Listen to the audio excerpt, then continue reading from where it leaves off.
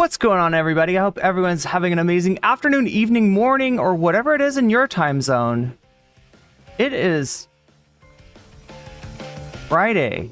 It does not feel like a Friday, but it is Friday, trust me. September 27th of 2024. This is NCC coming to you live from Sumeru City. We are live, or at least that's how it appears to me. Could be a brain in a jar somewhere. Don't know, don't care. Shouts out to all my weasels out there, all the forest creatures, all my guys, gals, and N pals, rocking out to the realest of the real, synthetic lifeform streamer trapped in a cyber brain body like some kind of ghost in a half shell in this late stage hyper-capitalist dystopia. Forced to exist in this twilight realm to pay off my debts to society and student loans. I hope you're having a good day, whoever, whatever, and wherever and whenever you are. We're about to jump right into it here on twitch.tv and youtube.com. High risk, high reward, high on life, or whatever simulation, simulacrum, simultaneous, spontaneous singularity of consciousness this is, was, or will be sometime in the cyber future.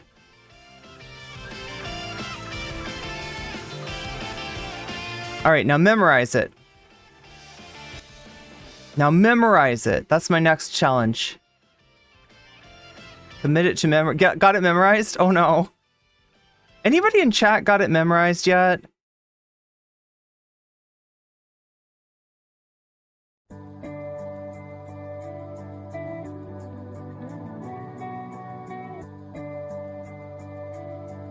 And by it, I mean the recipe for sea salt ice cream? Yes, of course. What do you think I meant? Obviously, I'm talking about sea salt ice cream here.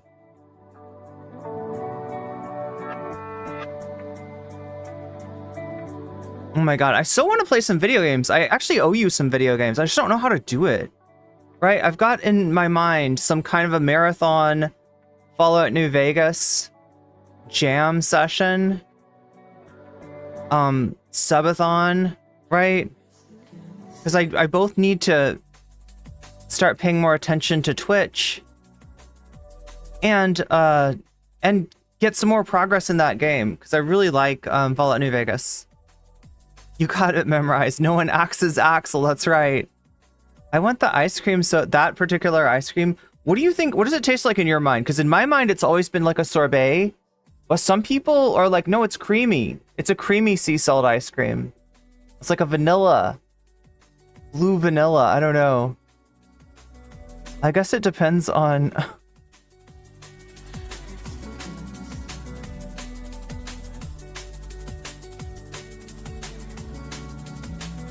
whether you're in the simulation or not. Oh my god. I almost hope it's something you will vary slightly each time. Like Futurama or The Simpsons intro? That's an idea. Yeah, but we gotta get it memorized. Good, cool nails. Thank you. You think it's creamy. A lot of people think it's creamy. It's gotta be sorbet though. Do you know what I mean? It's translucent. That's gotta be sorbet. It's like this color.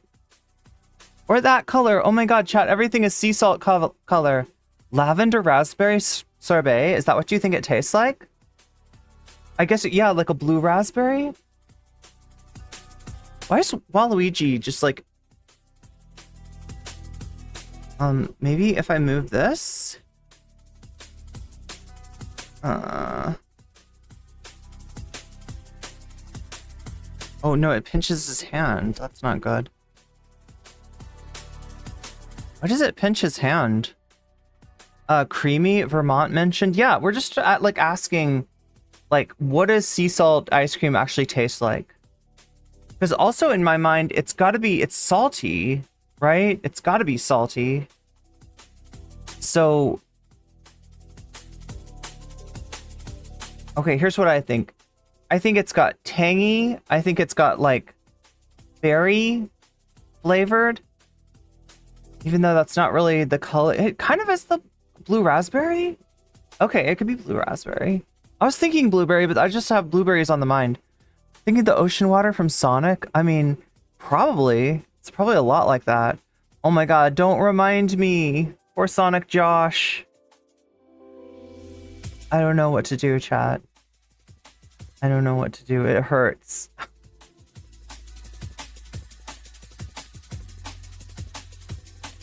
I'll never be able to play, you know... Wait, I'm not even in the right Discord to be able to do this. It's gotta be this one. Look, I'm not even gonna be able to... Talk about the allegations! Anymore without getting sad, right? Did I see that there's another What If Alt history video? I did. Wait, is this open? I think I still need to open this.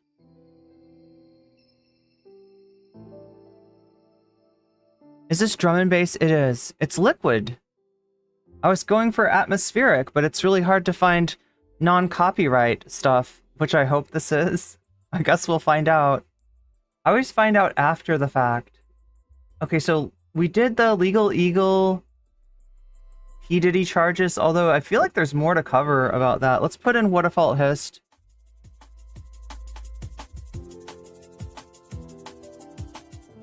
I've got to do that Noah Samson video sometime.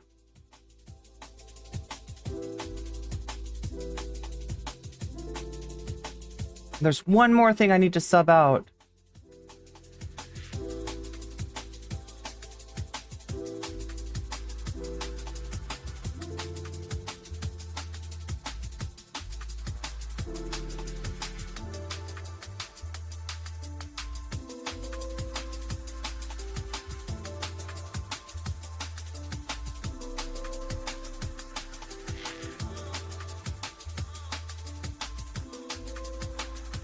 Wait, is there something called shrimplicity? Oh my god, chat, there is. I mean, goddamn.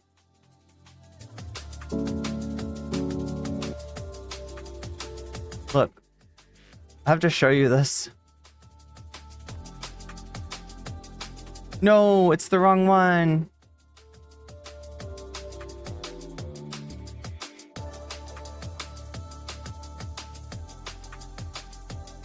Look, it's shrimplicity. This video is literally called shrimp. Okay, it's not called shrimp. The thumbnail said shrimplicity. I never thought, like, that's just like the perfect name for a band. Shrimplicity. Why has nobody thought of that yet? I feel like I'm gonna have a Moonlord moment here. I'm gonna be like, why has no one thought of this yet? Mine the moon! Mine the moon! Shrimplicity! We'll make space shrimp, we'll send them up to the moon, and then they'll swim back down into the atmosphere, and we'll catch them with big nets. That's how we'll mine the moon. It's shrimple. It's utter shrimplicity. Is Legal Eel trying to sell us suits? Mostly he sells you, like, law services, doesn't he? Sell us suits, while having a lib take on Trump? When was the take on Trump? Like, what, on which aspect of Trump? I know that there's been a lot of videos by Legal Eagle on the various Trump trials. Gotta go fast, that's right. What's up, Greenest Faye?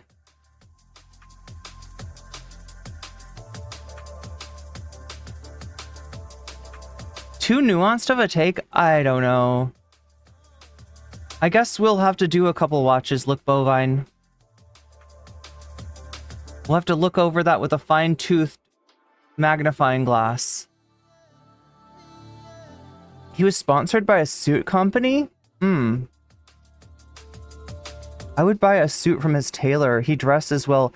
Isn't he like a less evil version of Don Draper, kind of?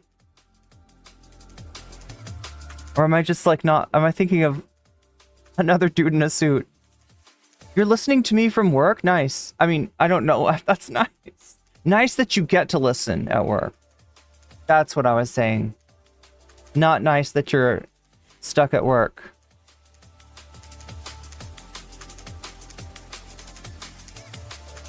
His suit has a sponsor so that no one can afford it? Wait, what? His suit has a sponsor?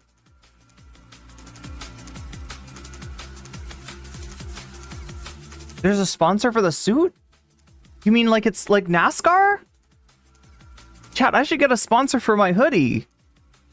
What would sponsor me? What would appear on my hoodie as a form of advertisement?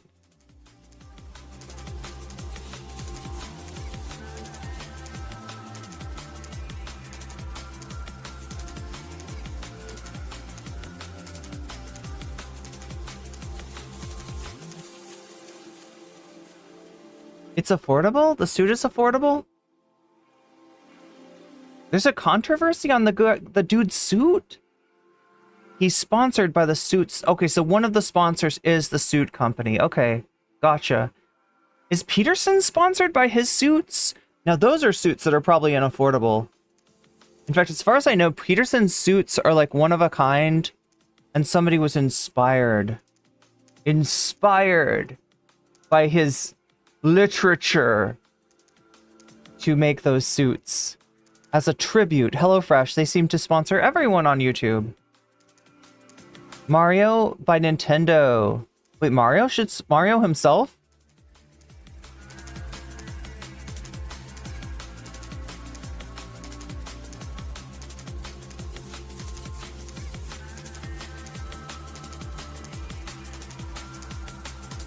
It could be affordable. Maybe you just never found a good reason to buy a suit.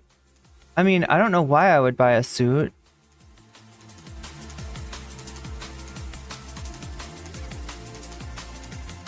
His suits are unaffordable and unwearable. Yeah, I mean, like, it's probably a tailored suit that's, like, tailored to him. And if you try to put that suit on somebody else, that's, like, it's gonna look funny. I wouldn't want to wear a suit and have to have someone tell me to look like Jordan. You look like Jordan Peterson. I believe you'll get punched in the face. Well, you'd have to have a very particular suit to look like Jordan Peterson. His suits are...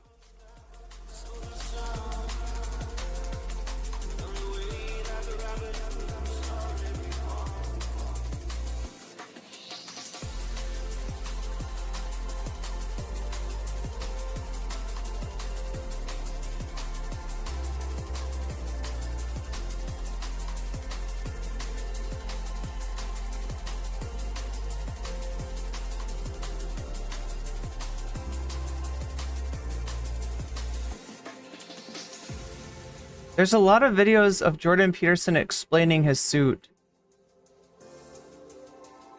But, like, that implies that he only has one, when we all know... Oh no, what is this? Some kind of life coach guy, and he's got a video about Peterson's suits? Okay, you got your buddy! You brought your buddy in to talk about Peterson's suits! Lions, not sheep, yay. Wait, show the suits! How can you have a video about the suits and you don't show the suits? Oh my god. Well, so much for showing the suits. I'm like, talk about the allegations over here. I guess somebody's gotta say it now. In memoriam, we say it. Talk about the allegations. That you have nothing. God damn it. God damn it, chat. I had a chance to make fun of Queeman with Bobby's soundbite, and I feel like I missed it. I feel like it's too late now.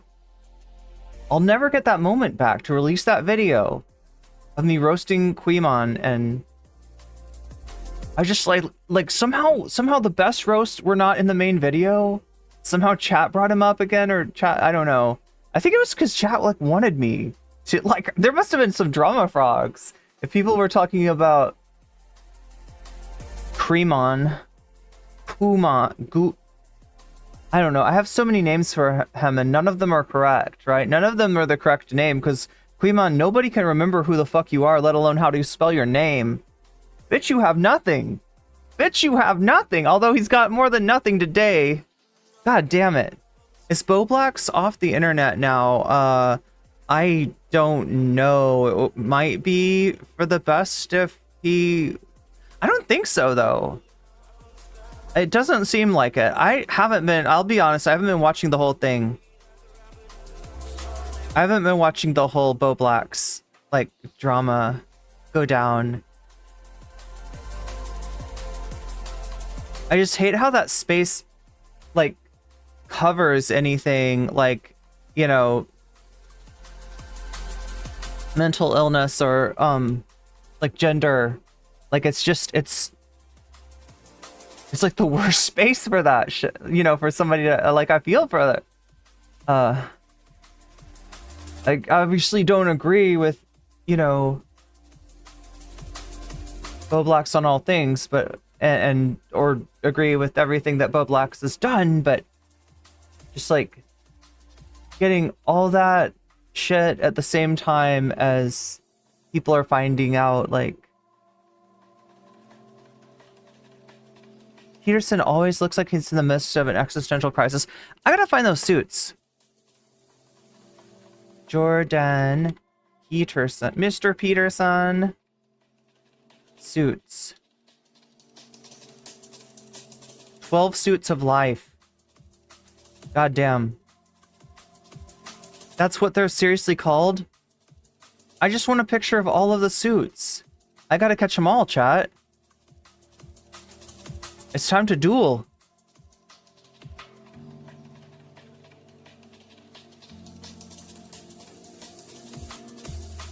Can I just get us all Jordan Peterson suits? No, just like all of them in one picture. Why does this not exist? Why does this not exist? There should be a chart. There should be like a political ideology diagram with all the ideologies that his suits represent. Oh, come on. Nobody's put this together? Like, not even like a Peterson fanboy? Is that right? Is that what we're dealing with?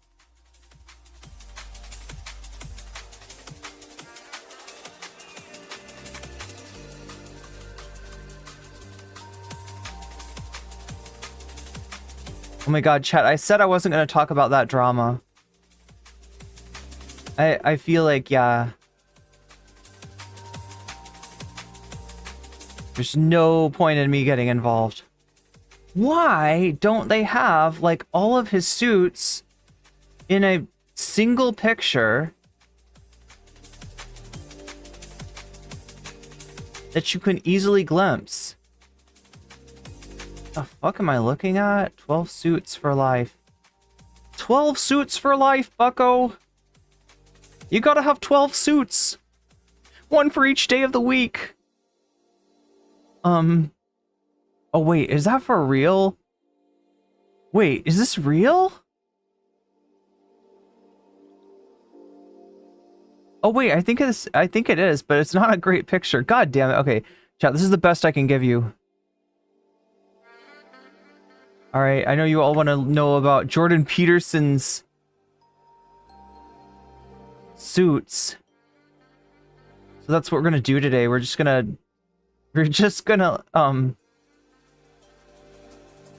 what is it called? Stun lock, yes. We're just gonna stun lock on 12 suits for life.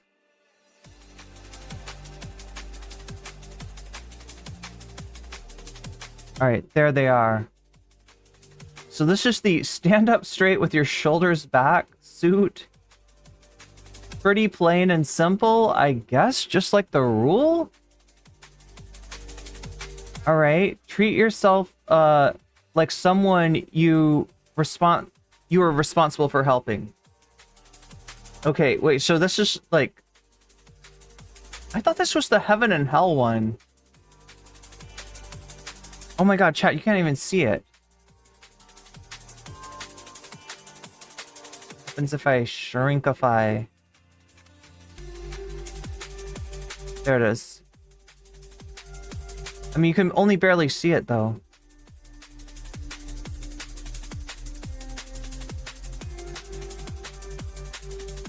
There we go. So yeah, treat yourself like someone you are responsible for helping.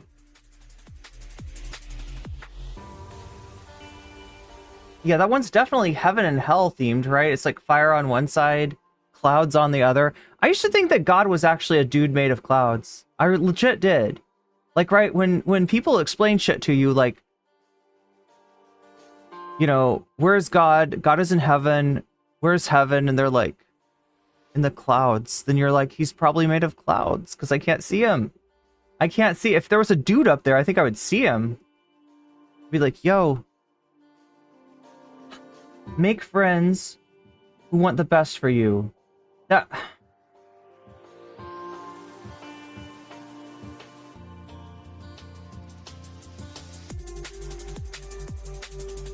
Compare yourself to where you were yesterday, not to someone else today. Okay, the connection between these concepts and the suits is very tenuous at best.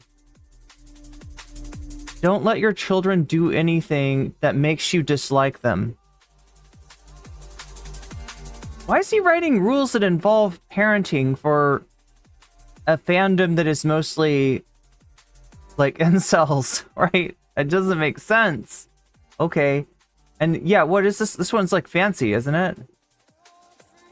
Or sort of fancy. I mean, and then this one is like Sherlock Holmes style. Set your house in perfect order before you criticize the world. Okay, so bye chat, I'm gonna have to end the stream. I need to set my house in perfect order. Wait, why is there a socialism thing here? Oh, because socialists don't do that. They gotta make themselves perfect first. You have to be perfect. You can't be too rich. You can't be too poor. You have to be the perfect income, whatever that is. And maybe then you can be a socialist, but actually probably not. Pursue what is meaningful, not what is expected. Wait, that looks like a very similar... Oh my god. These suits... It's not the same suit, but... It's... Okay, so black tie is the idea.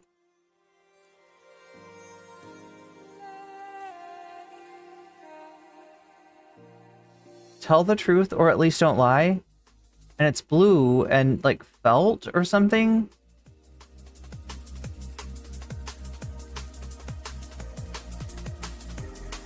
Assume the person you are listening to might know something you don't. These suits are boring. Oh god, and you know who that might be? I don't know, Peterson, Rogan, Russell Brand. I almost said Harvey Weinstein. That's Eric? No. What's the other guy's name? Eric and... Is it Brett Weinstein? Oh, the other one. You got both of the Weinsteins. Sam Harris. Sam Harris looks like a freak in black and white. I don't know. Somehow this black and white is like turning him uncanny. Shapiro. Rubin and Walsh. Yes, these people might know something that you don't. Be precise in your speech. A pinstripe. It's I don't get. There's no connection. Don't bother children when they are skateboarding.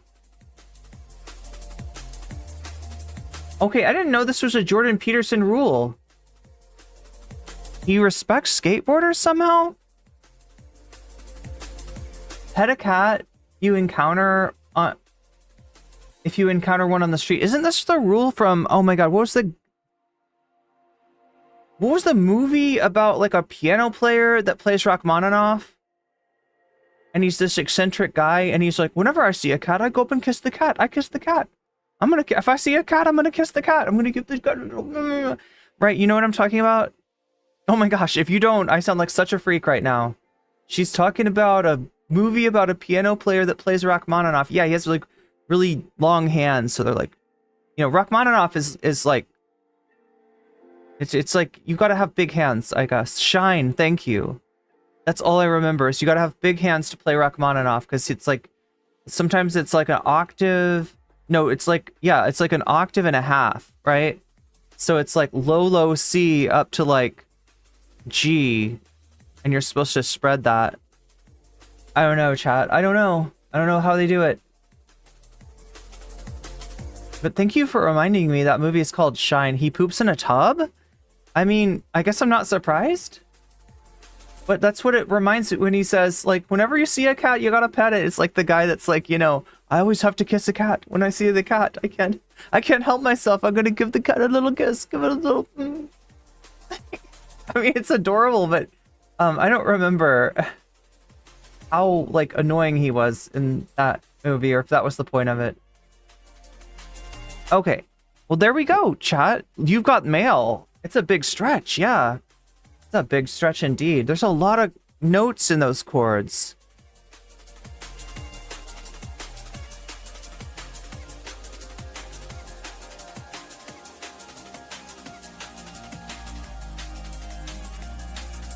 Okay, well, I feel like that's a pretty good explanation for all of Jordan Peterson's suits, for whoever asked or did not ask. Is it Trailer Park Boys themed?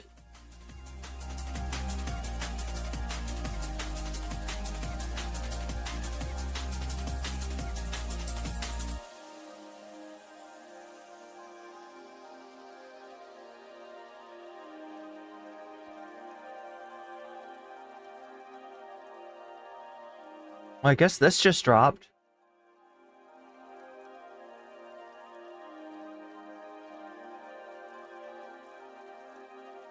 I feel like we should start with the Chappell Roan stuff, though.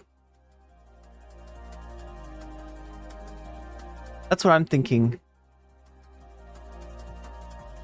I don't know why I always like to start with, like, if I'm doing...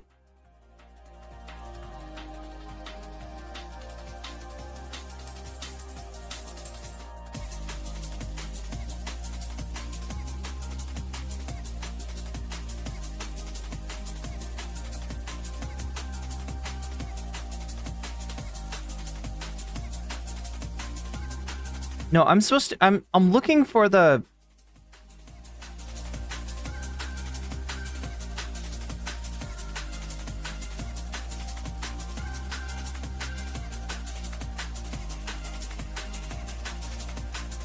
I'm looking for the...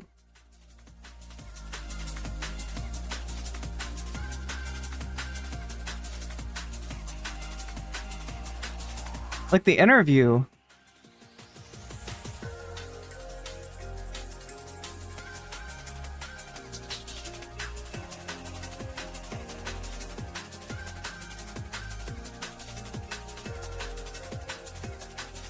I'm gonna have to go to Twitter for this.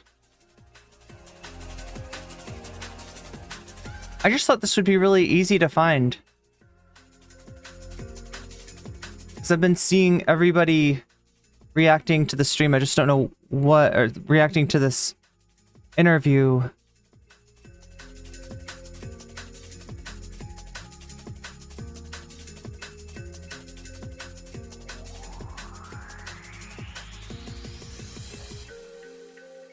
Okay, there's the TikTok.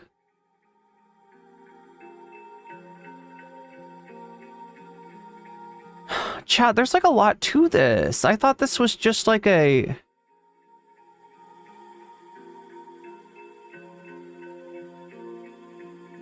Yeah, and I look up interview, like that's gonna narrow it down.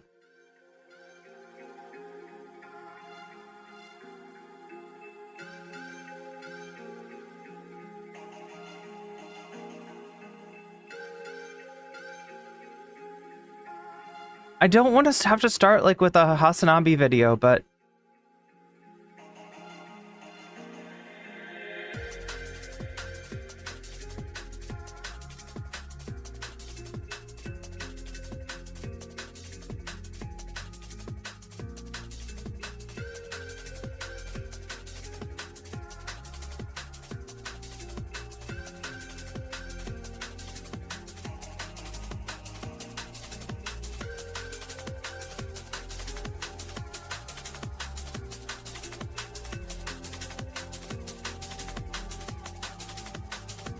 Chappell Roan won't endorse Kamala Harris. I just woke up, and to like people just skewing it even more, endorsing and voting are completely different.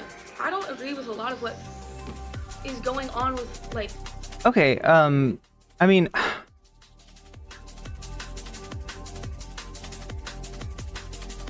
I'm sure this is all on Twitter.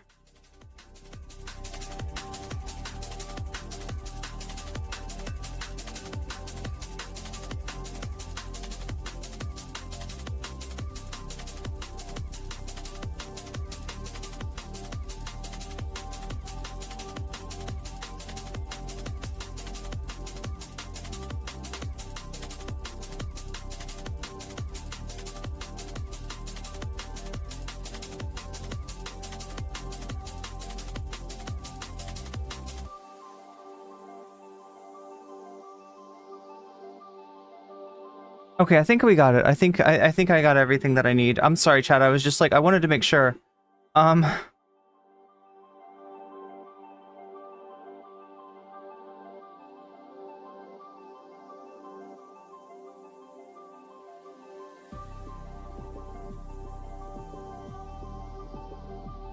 Hassan won't say it either. Won't say what?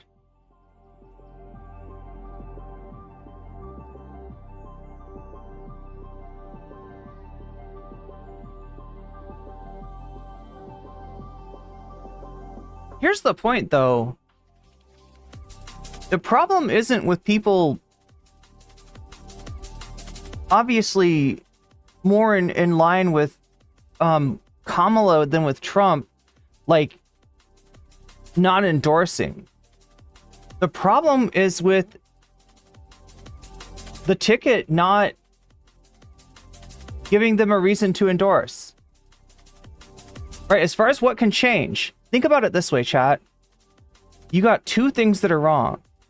You got a ticket that's not really standing up for its own constituency, not doing the right things, not making a meaningful break from Biden, but still better than Trump. And you got on the other side person over here that says, like, I won't endorse, right? And like, do we want to now? The problem with this, as I said, person, it's people. If it wasn't people, it wouldn't be a problem. If it was just Chappell Roan, no issue. One person. Okay, cool. You are a special snowflake, you know, or whatever. You know, you can deal with that, right? But it's not. It's not one person. There's a lot of people out there saying something similar. And is it going to be easier to vote scold each and every one of these people when we found out that really doesn't work? That kind of makes them sort of double down? Or would it be better to push the ticket to actually be better, to actually meaningfully differentiate itself from the Biden administration and from the Trump ticket, right? Because too much of what Kamala is trying to do is like, Trump's like, we gotta stop the immigration, and Kamala's like, oh yeah, me too, yeah, no, totally, take care of this immigration problem, right? It's the same loser liberal philosophy that the Democrats have been failing with since the early 80s. And you would think that at some point, right, you think that they're getting it. You think Biden's getting it. Oh yeah, Biden's, you know, bold moves on the NLRB. Maybe things are different now. Well, they're different with the NLRB, but not much else. We want to see a meaningful break from that, right? The Obama that won in 2008 was not an Obama that was perceived as being a centrist. The Obama that won was an Obama who was perceived as being radical. Like, Obama won with Jeremiah Wright being associated with him being associated with that church, and, you know, somebody saying, God, not God bless America, God damn America, right? He won. That didn't end up mattering. Now, he did, like, back the fuck away from that and everything, but people don't seem to understand that the Democratic Party does not seem to understand, like, they don't seem to be able to read the room. They don't seem to be able to read the time. And it's not the time for centrism. It's not the time for Hillary Clinton, right? You saw what happened to Hillary Clinton. It takes a lot to lose to a man like Donald Trump. Hillary is kind of amazing in that. Phenomenal. And what is Hillary? She's the very exemplar of the loser liberal. She's the very exemplar of the Democratic Party that tries to draft the Republican Party. That's like, okay, so Republicans are right there. Let me just be like slightly to the left of you. No, that's the fucking loser shit.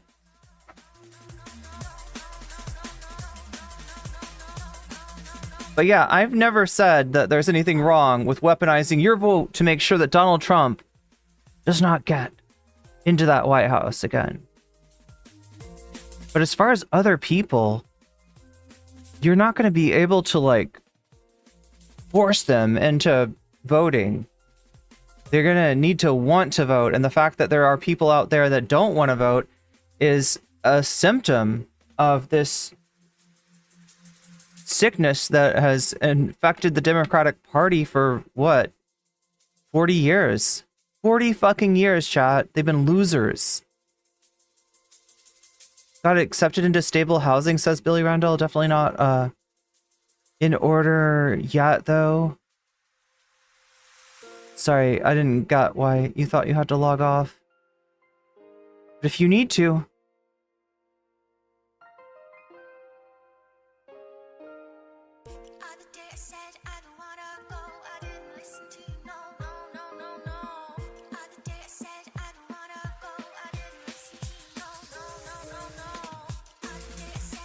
yo, look, Bovine, you're reading a lot into like what somebody else said, or actually into what somebody else didn't say. I just wonder why.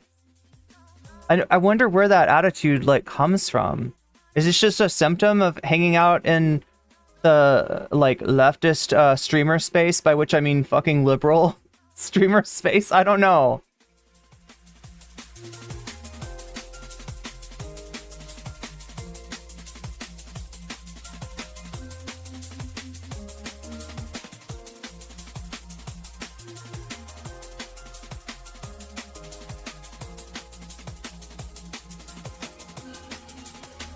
I started reading X today, closed it down when I got the F slur 4 messages in. I mean, that is X. That's what it's like. X is bad for small d democracy. Anybody see the Adam something video on social media? It was a pretty radical prescription. Like, I don't watch Adam something, so I don't really know anything about that content creator. But I was surprised to see like that it was just like basically like no algorithm. You get shared stuff that's from your legit friends. Everybody has to sign up with like absolute proof of their ID and be forever linked, and your name is gonna be your real name, right? It was like some West Side Tyler shit. No, actually, I don't even know if Tyler's like. I mean, Tyler's, you know. Tyler's thing is more for people that are creating content rather than like everybody on the internet. But literally Adam something was like what Tyler said, but with like everyone like just to use the internet, right? And then you would cut down on harassment and all this stuff because your name would be tied to your social media identity. I mean, it's pretty hardcore. I don't know if I can't imagine. Oh, the wild thing, chat, is a content creator saying that shit. Right? Because like, wait, how is anybody gonna find out about your shit? I mean, I guess, you know, you could just be pulling up the ladder, right? It's like somebody, Adam something's already pretty big, so. But yeah, in general, like it's not great for organic growth. But I see the point, right? The point is disinformation, and disinformation gets out there so easily, and it's so fucking pernicious. There are whole other universes with assumptions. Well, I guess we're going to see some of that today, right? Because we're going to take a look at Roseanne. Roseanne was on Tucker Carlson. He's got some kind of road show. He's taking Roseanne on the road. I don't even know what this is, but she's wilding. She is wildly popping off on like I like anybody that thought that Roseanne was better and had maybe, you know, gotten a little away from the QAnon stuff after COVID. No. She believes all that shit quite literally. It is not a metaphor. It is not a narrative, like JD Vance would say. It is a belief, right? that the Hollywood elites are out there doing their adrenochrome fueled shit. You don't know who Chappell Roan is? I feel that I should. Isn't she for the gays? Yeah, she's for the gays. That's a good way. Yeah. I opened Twitter and just saw Elon making anti-immigrant posts and Richie Torres talking about how Israel is just defending itself. Oh my God.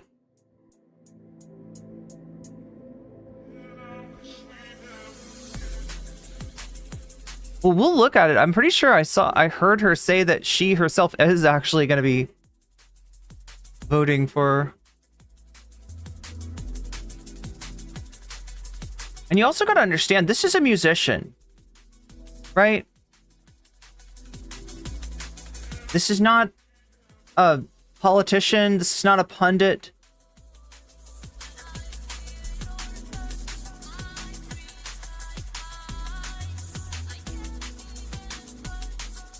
So, like, to be associated with a particular political candidate, considering the fucking baggage that Kamala insists on carrying. I mean, I've heard some people make an argument that there's only so much space she can open up between herself and Biden while she is the vice president, but I don't buy that. This is a political campaign. It's not a preliminary. It's not a primary. It's the real general election, and you're playing for keeps. And so the idea that Kamala is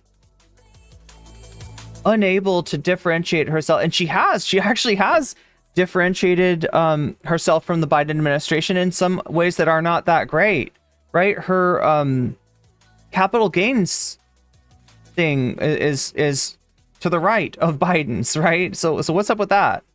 I don't know. There's definitely a big difference between Kamala and Trump. And I absolutely am for people considering weaponizing their vote come this November, especially if you live in a swing state, to prevent Trump from being elected. But I don't want to cheerlead for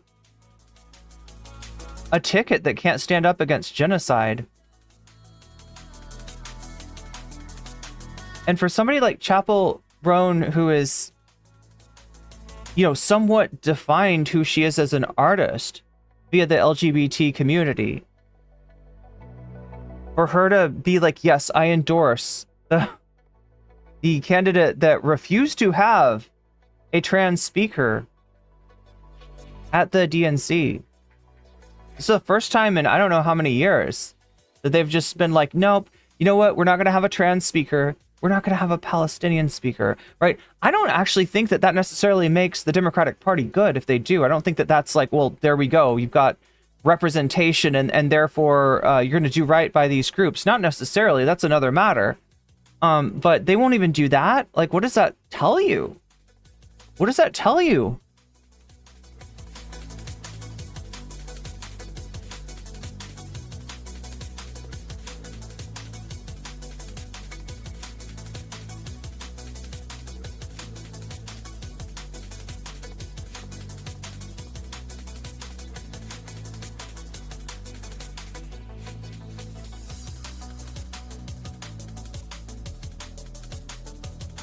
Woke CI drone pilot, go back to sleep. Get some more, get some more rest, because that is fucking.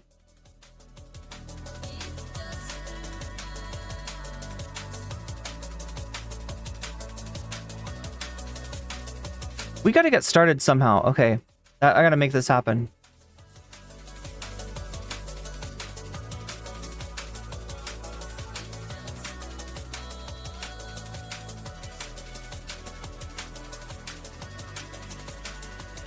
The other thing that I gotta make happen is to make you know that if you're watching me on Twitch, there's an ad break that happens every hour on the hour. It's about to happen in like a minute. I'm giving you your 1 minute warning that ad break comes along. It takes you, it whisks you away to an undisclosed location, right? To a government black site for 3 minutes to be forced to watch ads. It's pretty bad, actually. I don't know if it's violation of your human rights or anything, but it definitely doesn't feel good. So if you don't want that to happen to you, you can get out of it for free with a Prime sub. You can get out of it for, I think, a discounted price for like 2 more days, which nobody's taking advantage of. So great. Or you could get out of it if somebody's nice enough to give you a gift sub. That can happen. That does happen. It's more likely to happen to you if you're active in the chat and if you are not coming off like you're fucking saying, I don't know, I guess we should do accelerationism and vote for Trump. Because that's probably not your best path to getting a gift sub either. But yeah, it can happen. It does happen. It could happen to you. Anyway, we got to get going. Super secret endorsement. I am worried for Lebanon too, Shakespeare. Netanyahu showed up in, I think, Washington.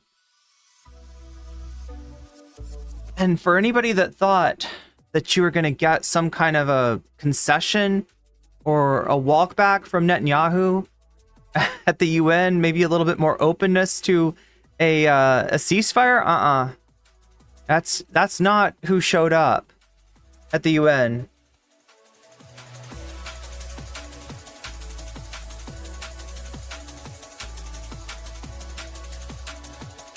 It is New York, okay.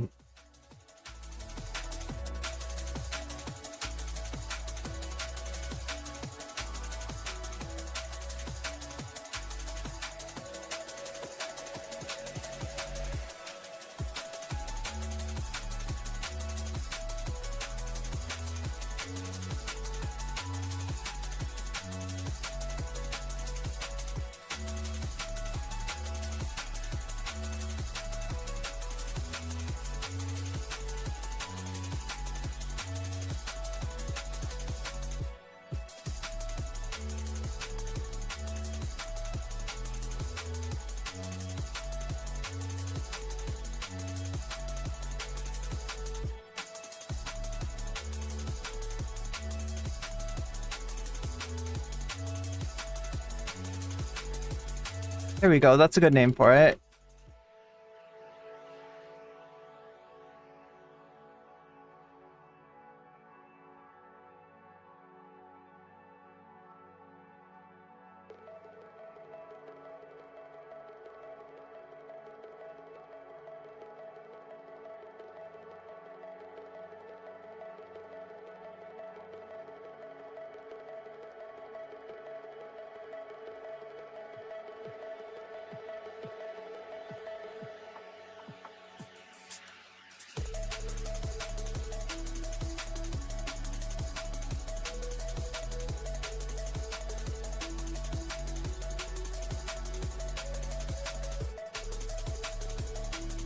All right, here we go. We're blasting off, people. Let's make this happen. So what do we got for you today? We're going to talk about what's going on with Chappell Roan. We're going to take a look at Netanyahu's speech to the UN, maybe a little bit of Anthony Blinken. We're going to see Roseanne Bar freak the fuck out in front of Tucker Carlson while he does that maniacal laugh. We're going to find out why Trump and how Trump is lying to you about the economy. There's definitely some people in Shorts chat that could use that understanding.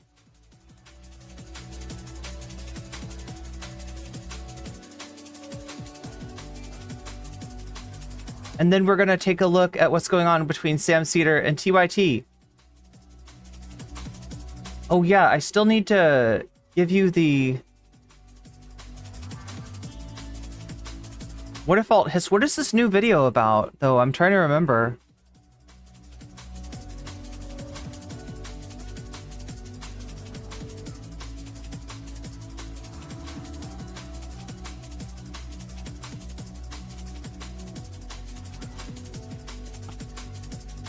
I'm sorry, chat. This music is supposed to relax me, but it's like relaxing me too much. Greatest lie ever told. What if alt hissed?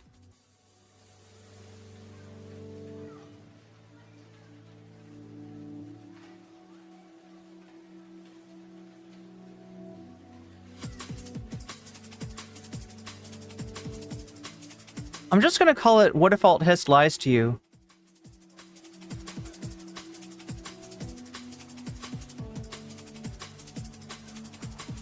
Okay, Kamala... Comrade Communal... Hey, comrade. Kamala.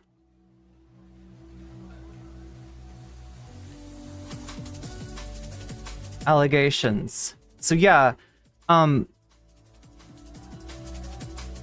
there's a weirdo that thinks that Kamala Harris is unironically a freaking communist, a communist, if you will, and that's on there too.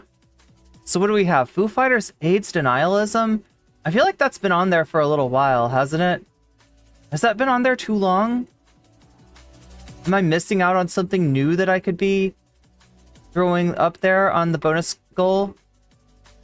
Because I really need to get going with this. I need to make this happen.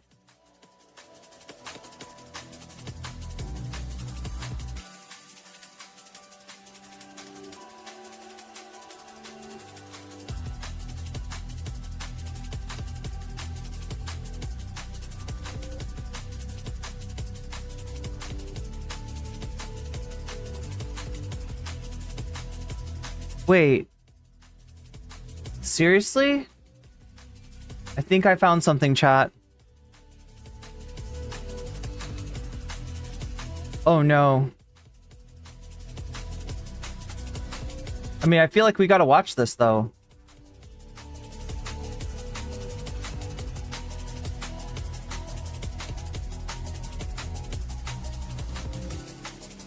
Tim Pool doesn't know skateboarding. That's what we're putting up there.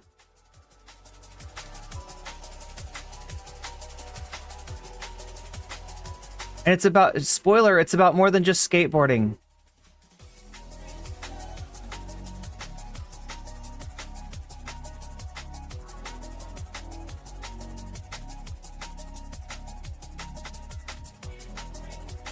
What is there anything else I need to replace? Maybe this one?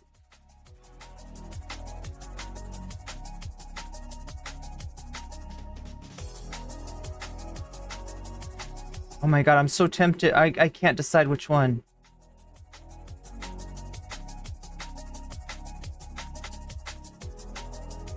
We got Ocean Gate, which I don't think as many people are interested in. And we got a video from the Vanguard. I think I'll put that here. Vanguard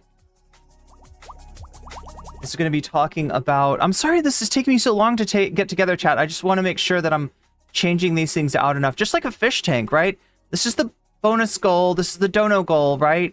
You're swimming in that fish tank. You don't want to be swimming in dirty water with lots of poop in it, right? And when I leave stuff in there too long, it gets poopy. So I'm scooping the poop, and I'm cleaning the tank, and I'm freshening it up for you. I hope you don't mind that I have to put you in a plastic bag while I do this.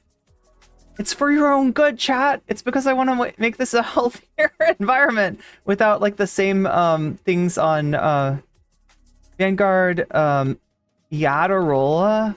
Oh my god, do I know how to spell John's name? Yadarola versus Ana. There we go. The Vanguard have a video about John Yadarola versus Ana K. Comrade Kasparian.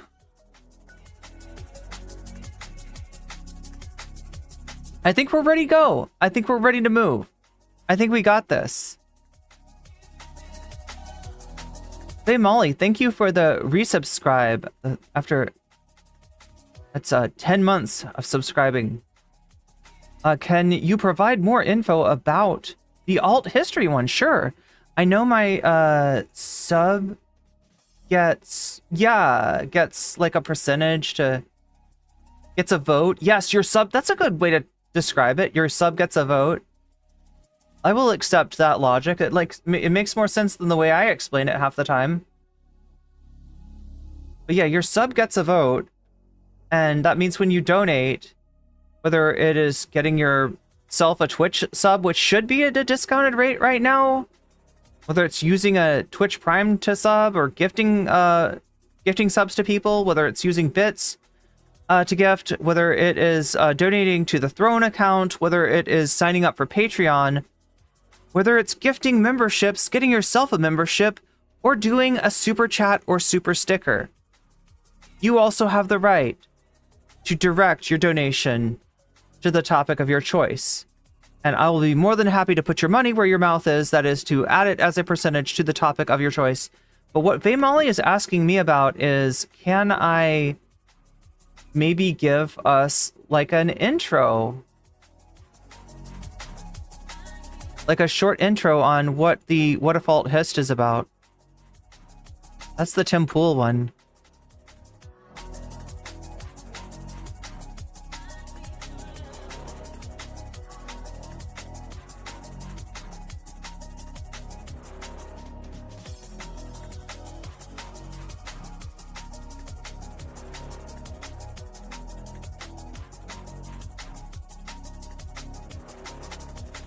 All right, so let's take a look here.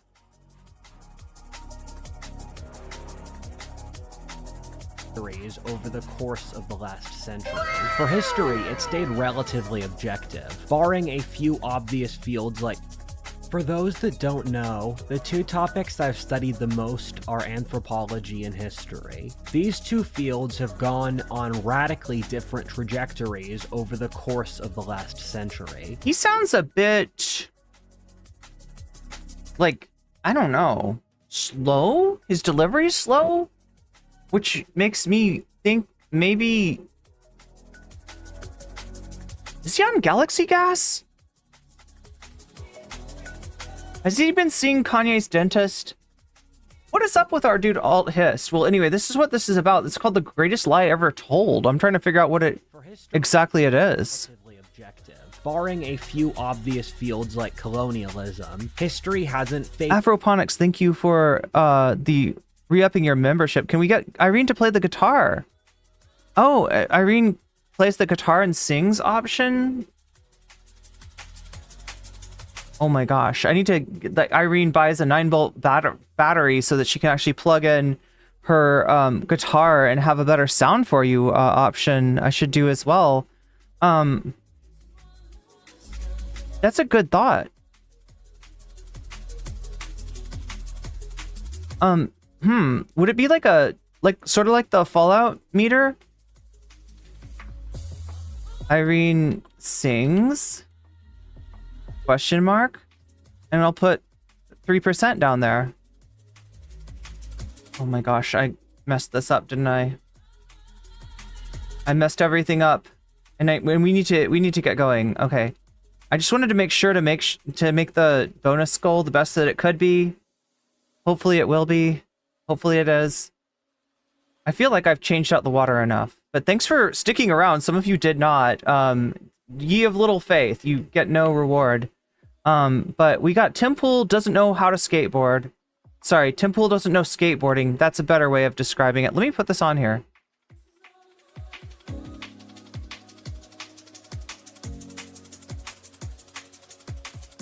Start a poll, bonus content, add 4 options. Okay, so Tim Pool, we got a video about Tim Pool does not know skateboarding. Is it possible that that's true? Has he been lying to us? Does he have a skate mansion? Does he have an actual fucking compound with a skate park inside of it? And still, dude does not know skateboarding? Well, we could find out. And apparently that video is saying that that's not... Am I spelling John's name right? By the way, chat, can somebody help me out here? Iadarola.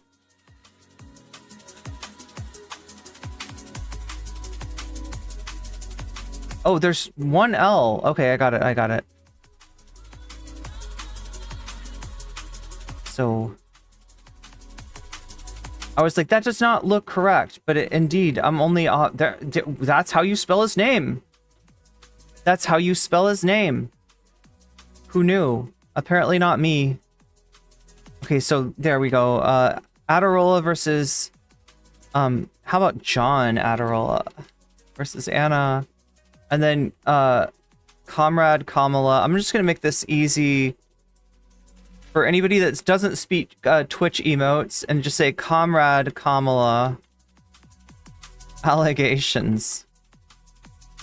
We'll talk about the allegations if you choose that one. There we go. Bonus content question mark and start. And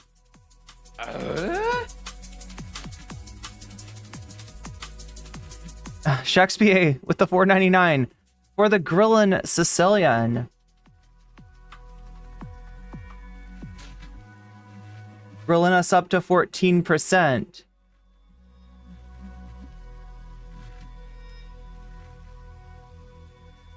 And grilling the Sicilian up to 5%.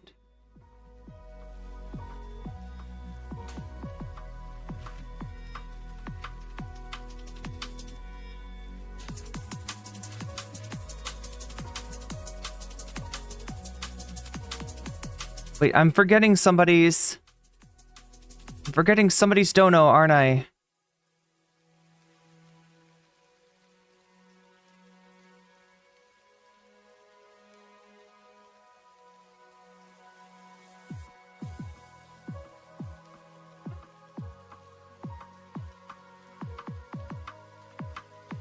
Okay, so Afroponics, I added yours to Irene Sings. That means I gotta get a 9-volt battery. Oh my gosh.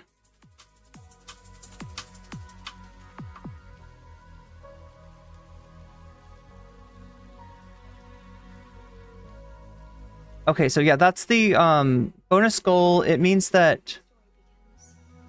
Oh my gosh, I think I've explained that. I've explained everything, except for...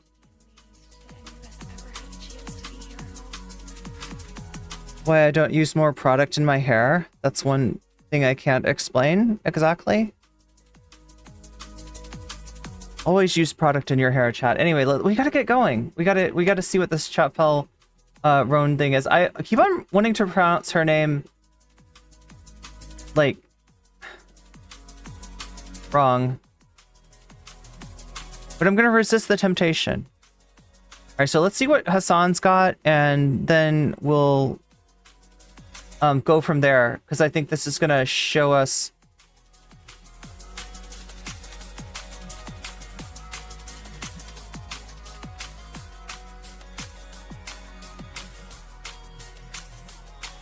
all right, let's bring the music down, press my buttons,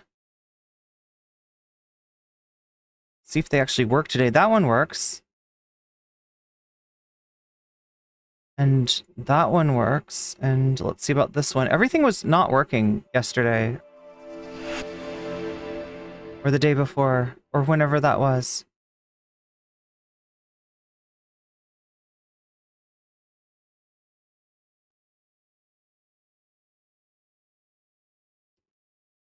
Wonderful.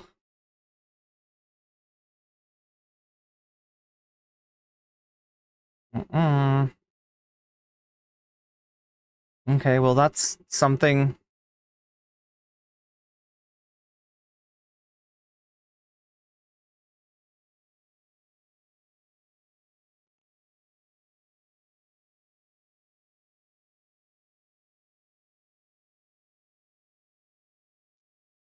Okay, I think we're good.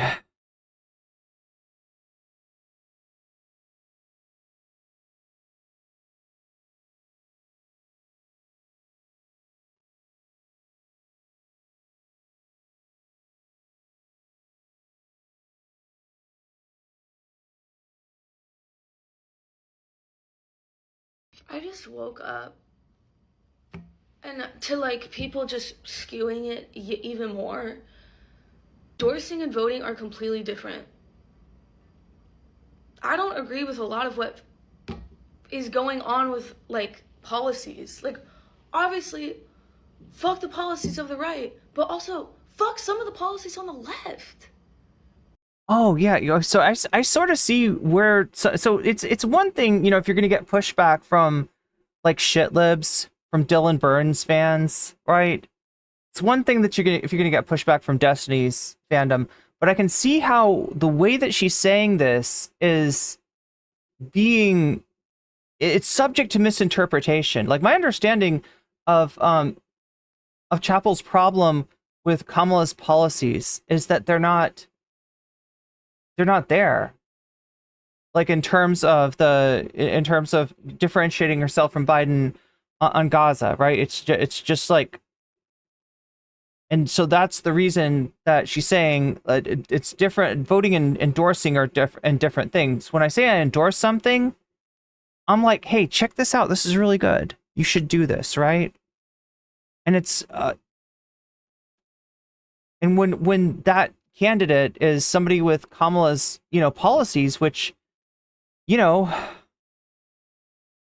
better than Trump's, but are lacking, then you kind of don't want to say, especially when you're a musician, not a political pundit. You don't want to be like, I endorsed, right? That's but this right here is going to get taken as like, but some of the Democrats aren't either. Like it's going to get taken as both sides as it's like, but the Democrats need to do more on the border, right? Which I don't think that's what Chappell is saying. But I could see where, yeah, the lack of specificity, which, is understandable too, because again, not a political pundit. That's why I can't endorse. Did she say the left? Fuck the policies on the right. Fuck the problem is that the policies on the left side of the American political discourse, right? The policies on the left are centrist policies, are sometimes kind of right-wing policies, right? So if that's what you're talking about, the policies of the left, of the, the left side of the voting ticket, right? Versus like the left, like the left has gone too far. The left is like, because this could, like, I could see somebody taking this as like an Ana Kasparian thing, which I don't think it is. She's addressing libs. They wouldn't understand the difference. True. Policies of the right, but also fuck some of the policies on the left. That's why I can't endorse. That's why I can't like put my entire name and my entire project behind one. Ooh, yeah, that's gonna get taken as both sidesing. Because there is no way I can. I think I'm assuming what she's trying to say is that neither of these are good. Why I can't put my whole project behind one because they both suck, right? But it's gonna get taken as like, I can't put my whole project behind one. I mean, the Democrats have got some good points, but then the Republicans have got some good points too. And she's literally not saying that. Like this isn't like, it's just that she's not saying that, or she's not saying not that, right? So I can kind of see where the misunderstanding is coming from. From what I've seen so far, it's a misunderstanding. It's not an issue of Chappell being some kind of like both sides sort of person, or a person that is like, can't we all get along? Can't we compromise? Have like President Trump and Vice President Vance, or I don't think it's like anything cringe like that. But I could see how people take it that way. Stand behind some of the left. You think she's concerned about branding? Completely transphobic and completely genocidal. Well, you got to understand, with a musician, there's branding, right? Which is like the same as like, the Irene Geller butterfly, right? Branding, like what kind of color is in my overlay, right? There's branding, and then there's art.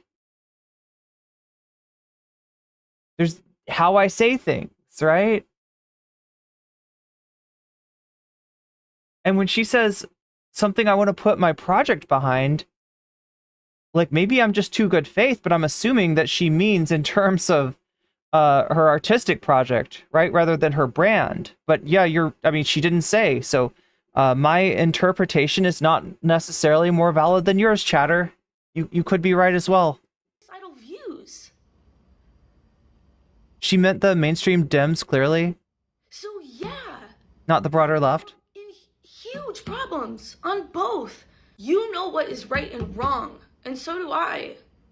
Fuck Trump for fucking real, but fuck some of the shit that has gone down in the Democratic Party that has failed people like me and you.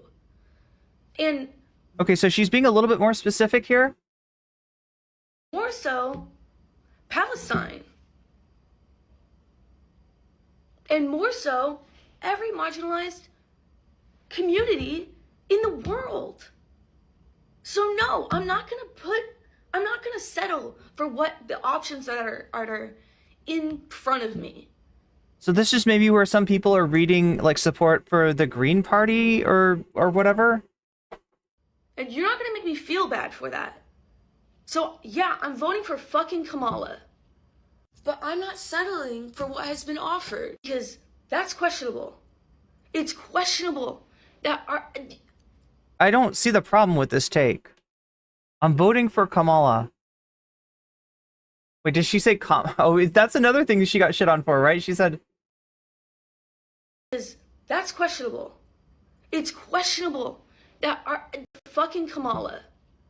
But I'm not settling for... Yeah. She's got me saying it now. Yeah, she said, okay, so, but like, she's not wrong. I feel like there's a little bit of a tightrope act when it comes to voting. And I never want to make somebody feel like they are being untrue to themselves by submitting to a electoral process that doesn't give you, good options that are practical, that are of the candidates that could actually win, and forces you to, choose the lesser of evils, right? I would never want to come off as saying that strategically using your vote to disallow the worst possibility from coming true is like a bad thing. But at the same time, I never want to give you the feeling that you need to just subsume yourself into the Democratic Party, be an absolute cheerleader. There's like some kind of magical time. All right, when the race starts, no more noticing anything bad about Kamala. No more pushing her. Right? I would never want to come off like that. But yeah, we are like threading a needle here, right? And the other part of the needle that I thread is as far as people who don't want to vote for the lesser of two evils are not going to be bullied into doing so. That's not how that works. If you want to bully somebody, bully the Democrats into being better. If you want that voter that's out there saying, I don't know, I might vote for a third party or yada, yada, yada. If you want that person to vote, right, shitting on them is not going to get you there. I mean, like, we pointed this out, right? Didn't we, with Donald Trump? Thank you, Omega Star, for the cheer. Omega Star says, I would be happy, I would be happier if she still encouraged people to turn out. You don't have to vote for president to still vote the rest of the way down. Well, she talks about that, right? That's one of her, I don't know if it's this video or if it's another video, but she talks about all the other offices that people don't even think of. That was what got her in trouble in the first place, right? So, like, again, my take on this is that I can see how the way that she said this stuff lends itself to an interpretation that could come off as both sides to some people. However, I don't think that's what she's saying. And I don't support, like, vote scolding her into submission. But, I mean, she is voting Kamala. Even if she's not pronouncing Kamala. We're up to 16% on the dono goal. If anybody's got, there's a few people that donated, and I didn't get your vote as far as what you want to see in terms of bonus content. Just know that you can tell me in the chat which of these topics appeals to you, and I'll be more than happy to add your donation as a percentage to the topic of your choice and help that topic win. What has been offered, because that's questionable. It's questionable that our actions of our government, the actions of the internet, the actions of you and me. If this is what you are not understanding, you know what? Endorsing someone, if someone is publicly endorsing a political figure, that doesn't even mean that they're gonna fucking vote for them. Because as I said in my other video, actions speak louder than words. And I'm not gonna let this narrative of like me not playing both sides. No. This is not me playing both sides. This is me questioning both sides because this is what... Is the D'Angelo Wallace video about the voting at all, or is it about other stuff? we have in front of us. Technically, she had a smart strategy: vote Kamala secretly while speaking out against what Kamala is doing. God, now I'm mispronouncing it all sorts of ways. While speaking out against what Kamala is doing wrong, but people forced her hand. Yeah. So if you look at my statement and you're still like, she's just playing both sides, like she doesn't want to. No, you're not getting it. I'm critiquing both sides because they're both so fucked up. See, the only thing I would add is that, like, the Democrats are failing to heighten the contradictions, right? If your party does not have enough energy, if there's people nominally on your side and you really are in a situation like we are, where either, you know, Kamala's going to win or Trump's going to win, and you're not getting, you don't have everyone, you know, consolidated around Kamala, it's Kamala's job to put out better policies, to talk to those people, to let them know that she's going to be different, way different than Trump, right? Which is obvious to me, but I'm somewhat of a pundit. It sounds weird saying I'm a pundit. I'm a pundit, chat. Deal with it. But it's different for people that aren't, you know, so immersed in politics. Have we done Sam yet? We have not. We're just finishing this here. Voting is all we have right now in the system. And so I encourage it, yet again, vote for who in your mind is the best option for what we have right now. Because it's all we can do. And I hope this makes it clear that no,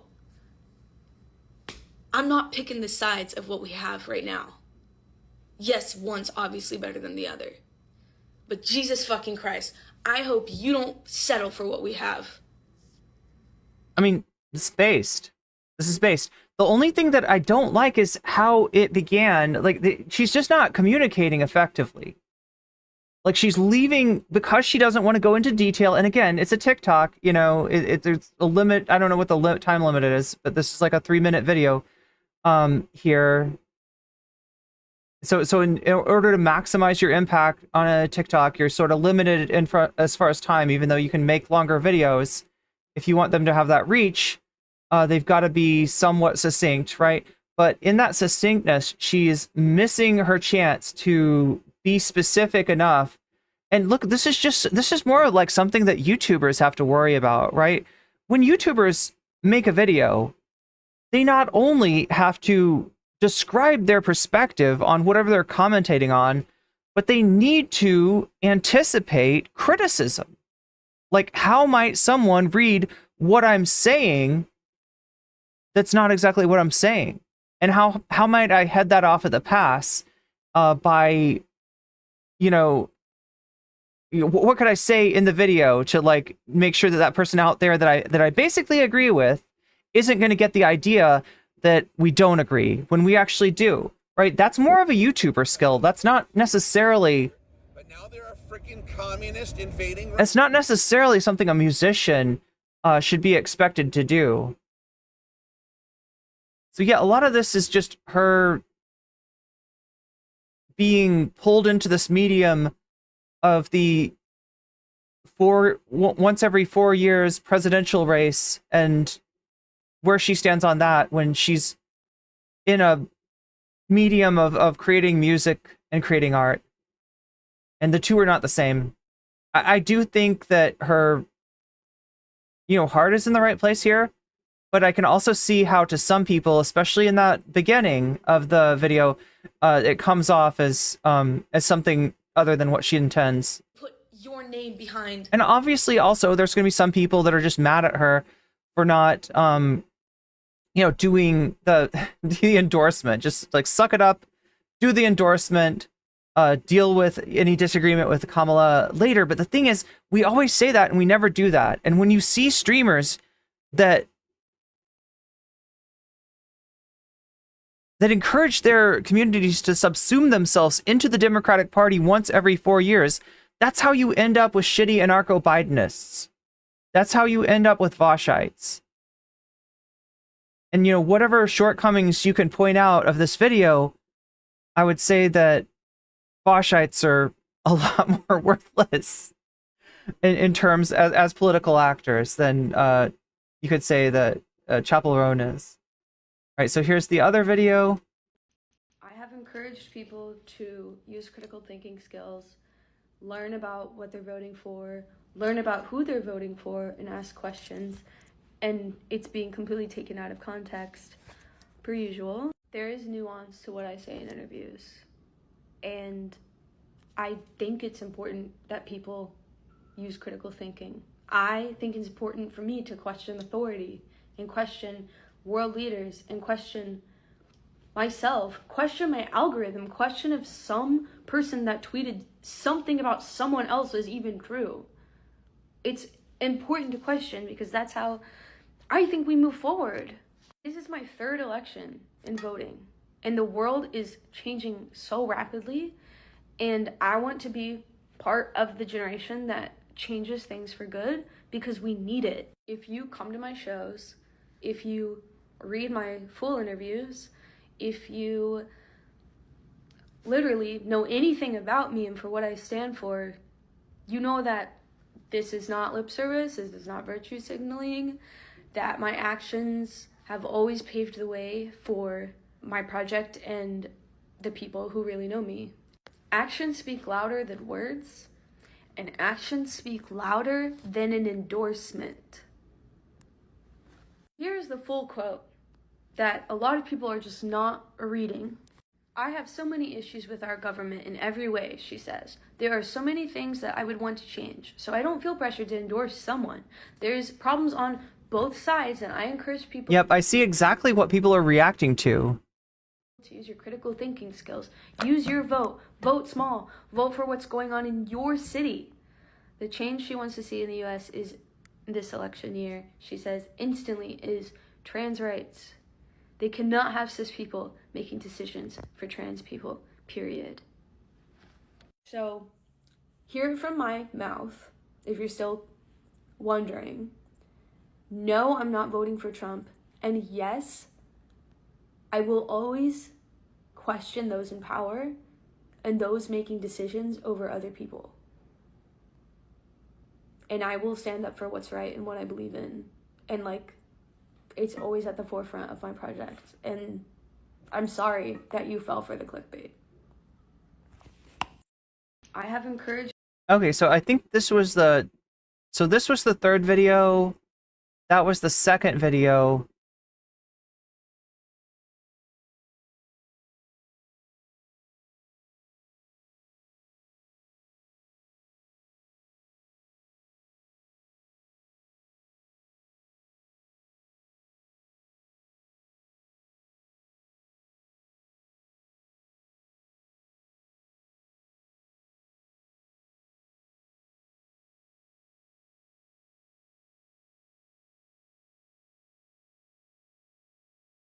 I'm just wondering if we can find the first video.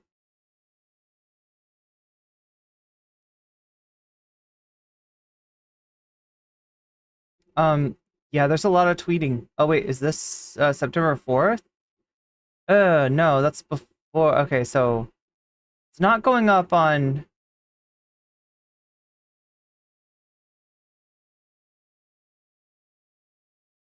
It's not going up on her main.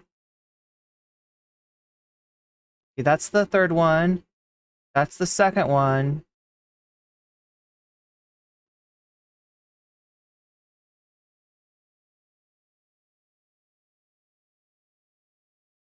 I'm just seeing, like, it feels like there's one video that we're missing.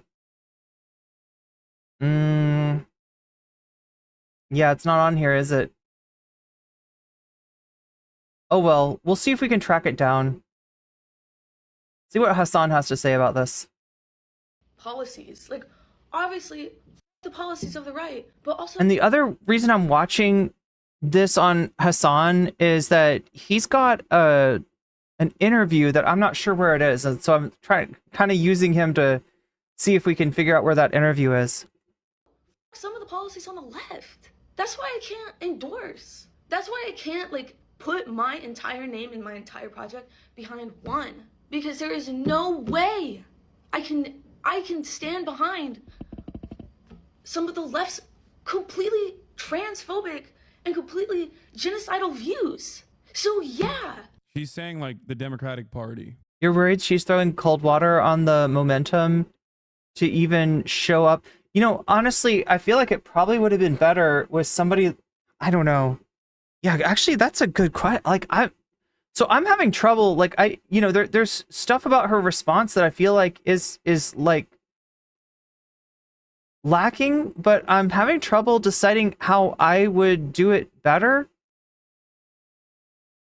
Because it's kind of like, if I wasn't in politics, I might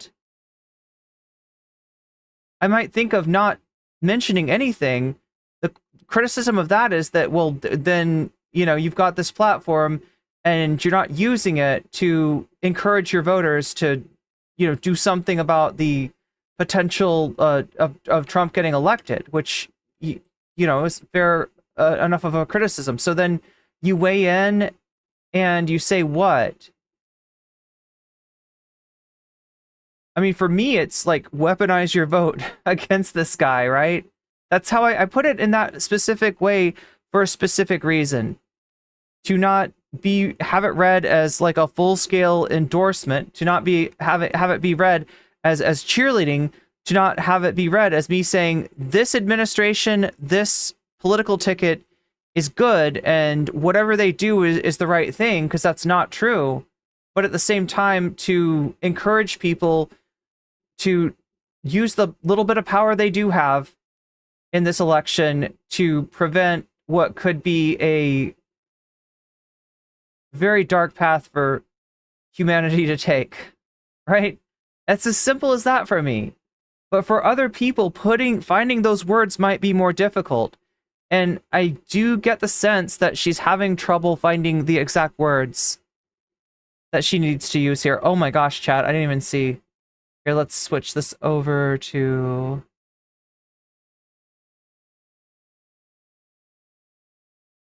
that.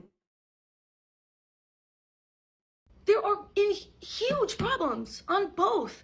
You know what is right and wrong, and so do I. F Trump for fucking real, but f some of the shit that has gone down in the Democratic Party that has failed people like me and you. And more so, Palestine. And more so, every marginalized community in the world. So no, I'm not gonna settle for what the options that are in front of me. And you're not gonna make me feel bad for that. So yeah, I'm voting for fucking Kamala. But I'm not settling for what has been offered, because that's questionable. It's questionable. Did I add your bits for dim tool? Not yet. Let me put those in there. Thank you. And chat, just know that if you donate, you can let me know in the chat which of the poll options you want to see as our bonus content. We have Tim Pool doesn't know skateboarding, What If Alt Hist lies to you, Vanguard, John Alderola versus Anna Kasparian, and the Comrade Kamala allegations. Is Kamala a communist? Some person thinks so, and that's an option, right? So just make sure that if you donate $5 or more, it'll actually do a TTS, and I'll stop and answer that. If it's less, I'll read those donos out after the segment, at the segment end. Same thing goes for gifting memberships or getting a membership yourself. But yeah, all of that stuff, anything that is a donation of any kind, it counts towards the dono goal. So make sure to let me know in the chat. It'll push the dono goal forward, and it'll also allow you to put your money where your mouth is and add your donation as a percentage to the topic of your choice.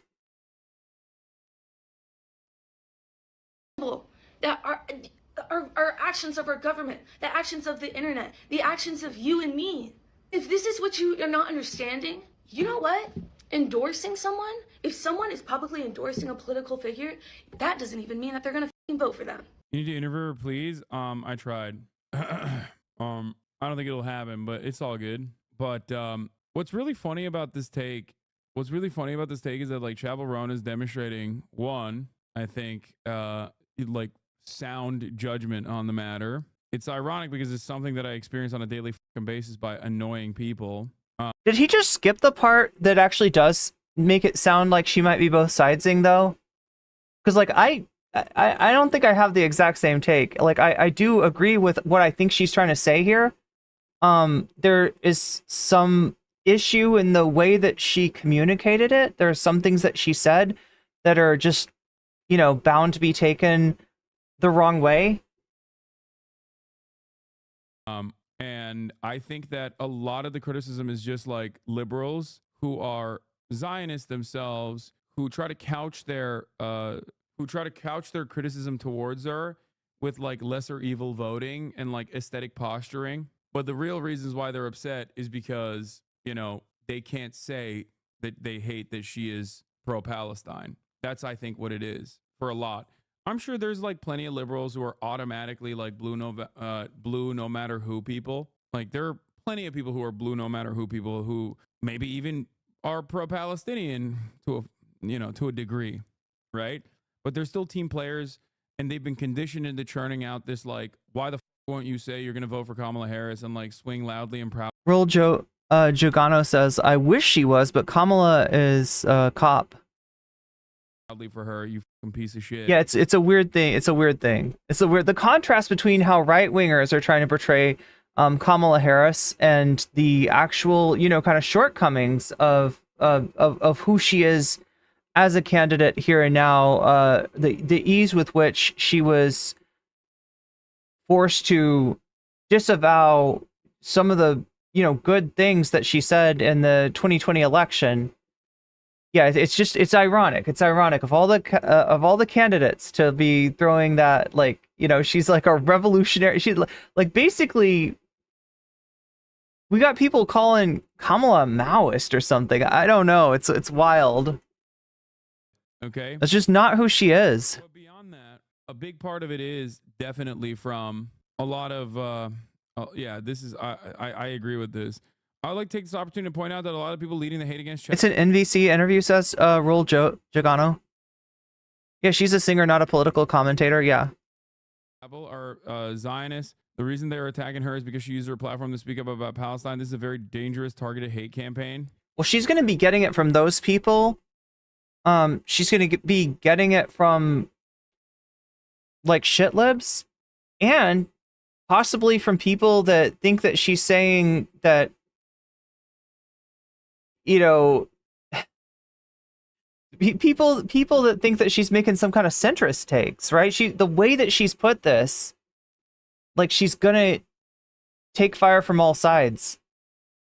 So it's almost like, you know, if this is how you're gonna bring forward, it almost would have been better for her just not say anything. But I get the issue with that is that then it looks like you don't care, or it looks like you're trying to maintain, like some people have suggested, the brand that is friendly to either that you're trying to do the Moist Critical thing, where this is something that Moist Critical has been accused of, only having the most normie takes possible, rather than saying anything that's gonna turn off people in his audience on the right or on the left.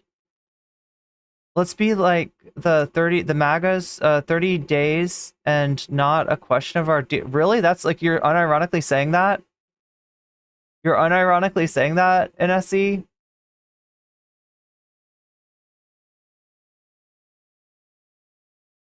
I didn't even get I don't think even Vosh says that. To the other side of the conversation. The first point I'm making is that a lot of people are couching their like classic harm reduction esque takes about the Democratic Party when in fact they're just mad that she's saying that that she's uncomfortable endorsing a candidate when she's like voluntarily participating in the genocide of Palestinians, which is a perfectly reasonable and normal take to have. Okay. The second sentiment that I would like to express here is that she is basically repeating something that like the overwhelming majority of under 30-year-olds feel. Sure, they might not be fucking Twitter chirpers with like a decent amount of followers on Twitter, invested in the outcome of the Democratic Party because they fancy themselves to be Democratic Party mouthpieces or operatives. But if you've ever fucking interacted with someone under the age of 30, you know that this is precisely how they also feel. And this is not the first election, nor it will be the last election where the underage,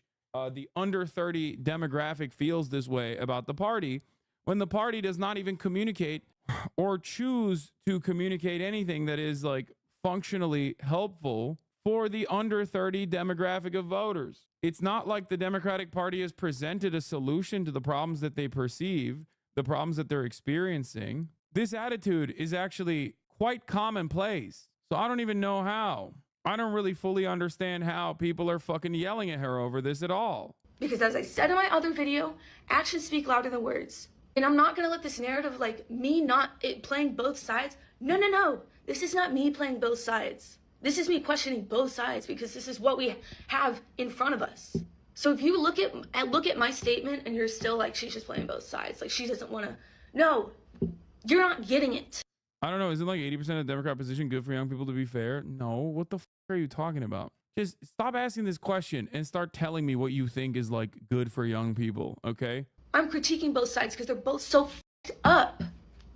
Voting is all we have right now in the system. And so I encourage it, yet again, vote for who in your mind is the best option for what we have right now. Chat, my concern is that some people that come to this with like a perspective that it's too dangerous to say anything that's not overwhelmingly positive about the ticket, like in what, a 30-day space? We're actually 40 days out, right? Or you know, whatever your, you know, threshold is that what you're doing is you're trauma bonding with the Democratic Party every 4 years.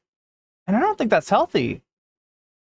I don't think that's look, I'm like, we've had several nuanced discussions about Stockholm syndrome and kind of like the origins, the problematic origins of that term. But yeah, it's like a Stockholm syndrome. Like I that's what I want to avoid. That's more than anything, right?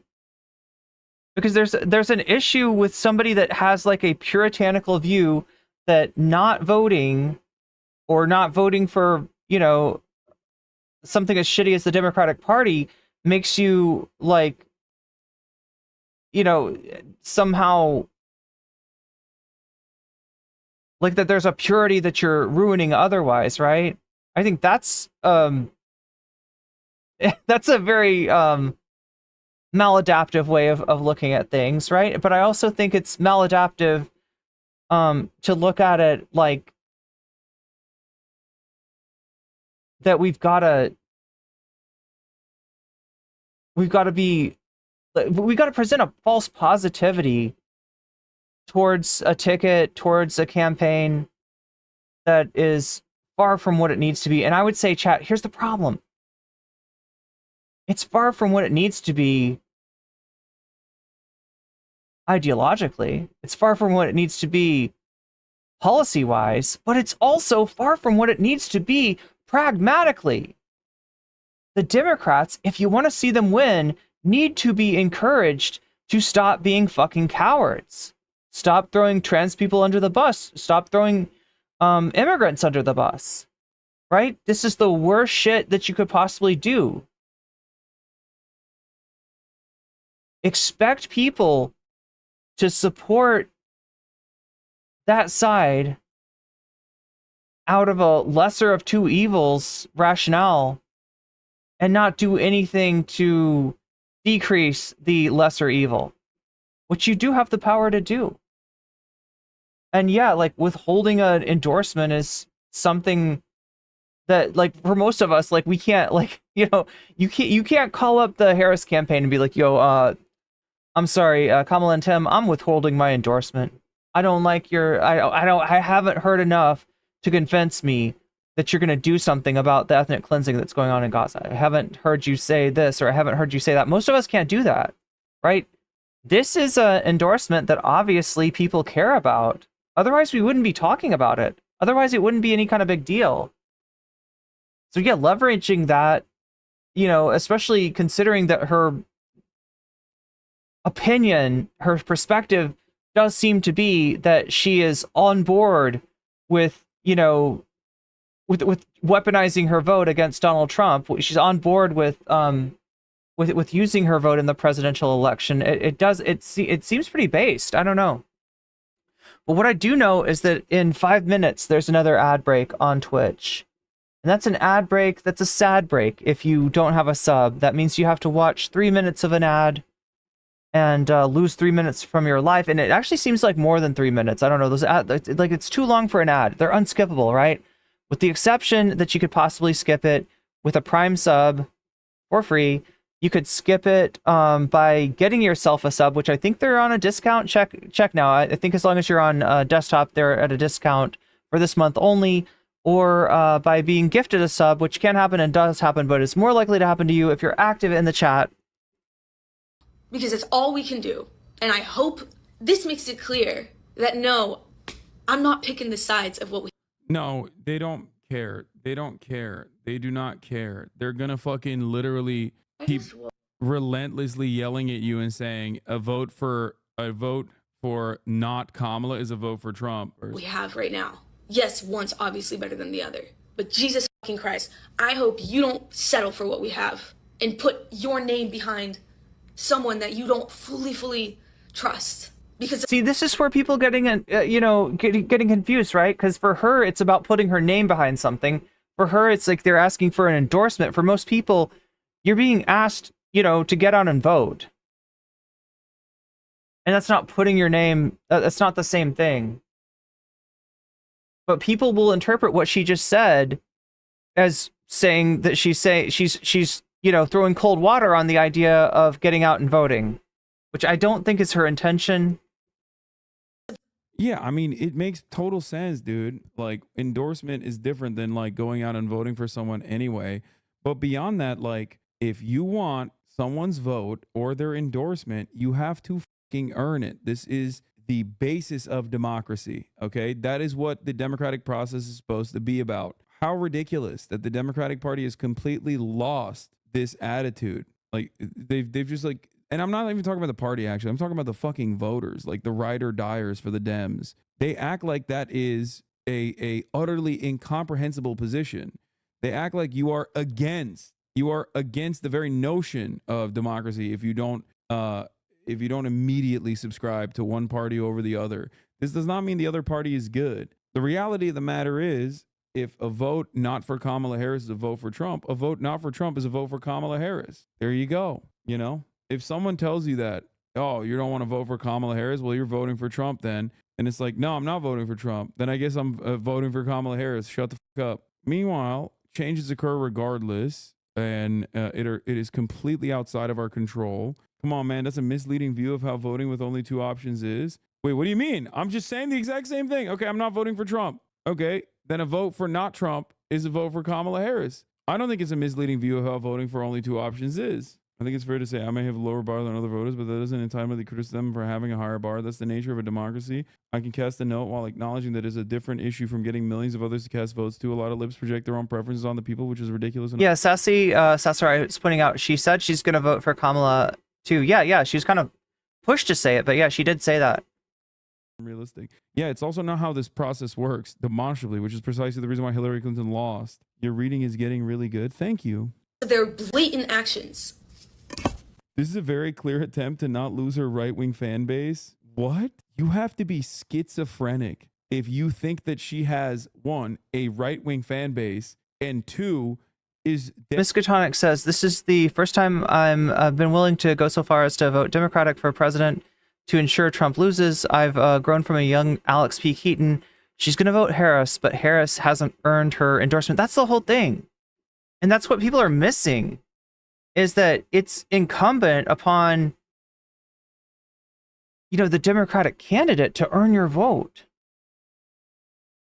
That doesn't mean that you gotta, like you can still like consider like voting, against Trump or, voting as a harm reduction. But if she wants to get more of those people that are on the fence, not on the fence, but some of them that are on the fence, right? The thing is, the Democratic Party is and has and continues to be its own worst enemy. They misread the room every single time. They're afraid of their own shadow. In contrast to the Republican Party, in contrast to this like corporate corruption gone wild, the Democratic Party did have something appealing to offer to the American worker. And they summarily jettisoned that in the early 80s. And they have not revisited it. And at this point, you've got a situation in which there is a difference. There is a definite, there is a benefit for, having a Democrat in the White House versus a Republican most if not all the time. But it's too ephemeral for some people to understand. And those people are more likely to become Trump voters in that situation. When they see it as just a team sports thing, when they see it as like, when they can't see the difference, when they can't see who the Democratic Party actually stands for and that it's them, then you're going to get this drop off, right? From a voter that should have been and was pretty easy for the Democrats to get. And that's all on them as far as getting that vote. And that's all on them as far as getting the votes of people that, whose stomachs that they've turned through their Gaza policy. Desperately trying to maintain her right-wing fan base by being like, I have issues with the Democratic Party. I hate Donald Trump. I have issues with the Democratic Party. It is akin to saying, I am trying to desperately, because what she said is not all that different from what I say. Obviously, I have more information backing the things that I'm saying. But like beyond that, but why not say Kamala? She says she has a preference, obviously, because she explained it well. I don't think she wants to endorse Kamala Harris and considers it to be fucked up. Dude, you ascribed a cynical reason as to why she came out and said this. And it's kind of funny that you did that. It's kind of funny that you did that because she says she doesn't want to endorse Kamala Harris. Okay? Because there are still a lot of things that she does that, or she has done, that is that is not in line with what she believes. But why not support her fan base by endorsing someone who clearly supports policy that would help them? Because she's not. Because she isn't. She isn't supporting policy that would help them. What are you saying? You're just imagining. If some of the policies you want are, hey, I'm anti-genocide, and Kamala Harris is like, well, I'm pro-genocide, sorry, then that's directly at odds with what you're talking about. You're just wishing that maybe there are some policies out there. She made another TikTok where she says she's fucking voting for Kamala. Yeah, the libs bullied her into assuming the position. The libs bullied her into submission. Next up, they will yell at her for not being enthusiastic enough. Anyway, it doesn't work. It doesn't work in this way. Also, yeah. Yeah, sadly, I'm seeing some of that already. Literally. Name one policy of Kamala Harris that is pro-LGBTQ without mentioning what Donald Trump is going to do. Name one policy of Kamala Harris that you think is good that isn't directly at odds, that isn't like what she will magically do against Donald Trump. This is the 2016 trap that Hillary Clinton landed on as well. Small business tax credits, moving the goalposts a bit, are we? Wait, what? Anyway, let's switch over and do a little Trump tent while we're here. Now, this is a video that I saw popping up on my timeline. There's actually two political videos by this content creator. And I didn't realize that I know of them already. I have seen this content creator already, but if you scroll down here, you'll see that what I've seen of them is actually Steven Universe videos. Like the first one being Lily Orchard was wrong, and here's why. If you don't know, this is a cartoon from the 2010s that was really popular, especially with the LGBT audience.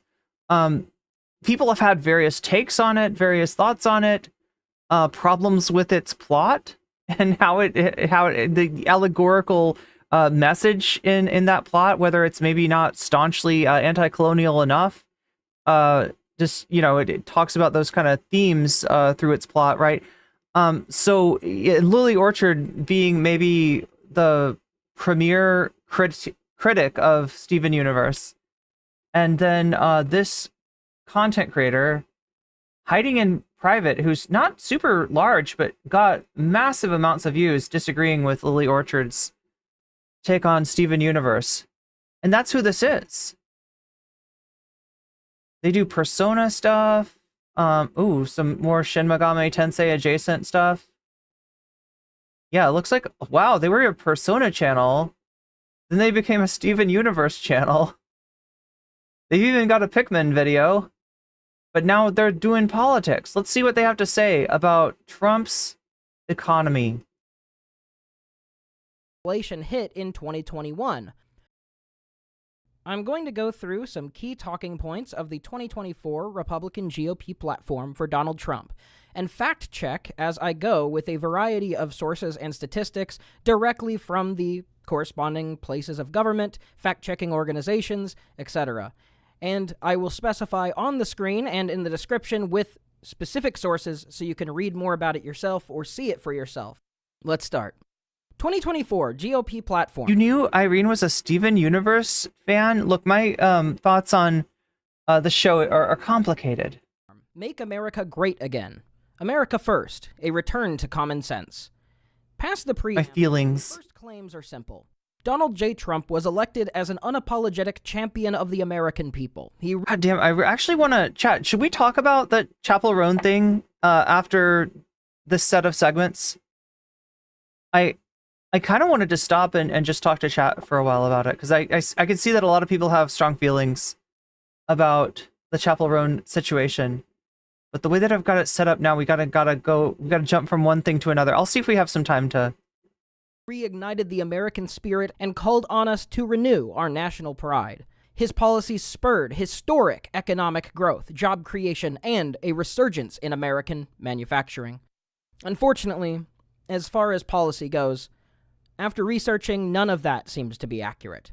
As far as GDP growth and GDP per capita, the GDP increase year over year was 2.24% in his first year, 2.95% in his second year, 2.29%, and finally, negative 2.77%, with exception to his final year in office. So let's take a look at this whole graph here, right? We go back to 1990, see a recession. Was this the recession of the 90s? So there's only a few times that this growth is negative. One is the financial crisis of 2008, and the other is COVID. But yeah, right here's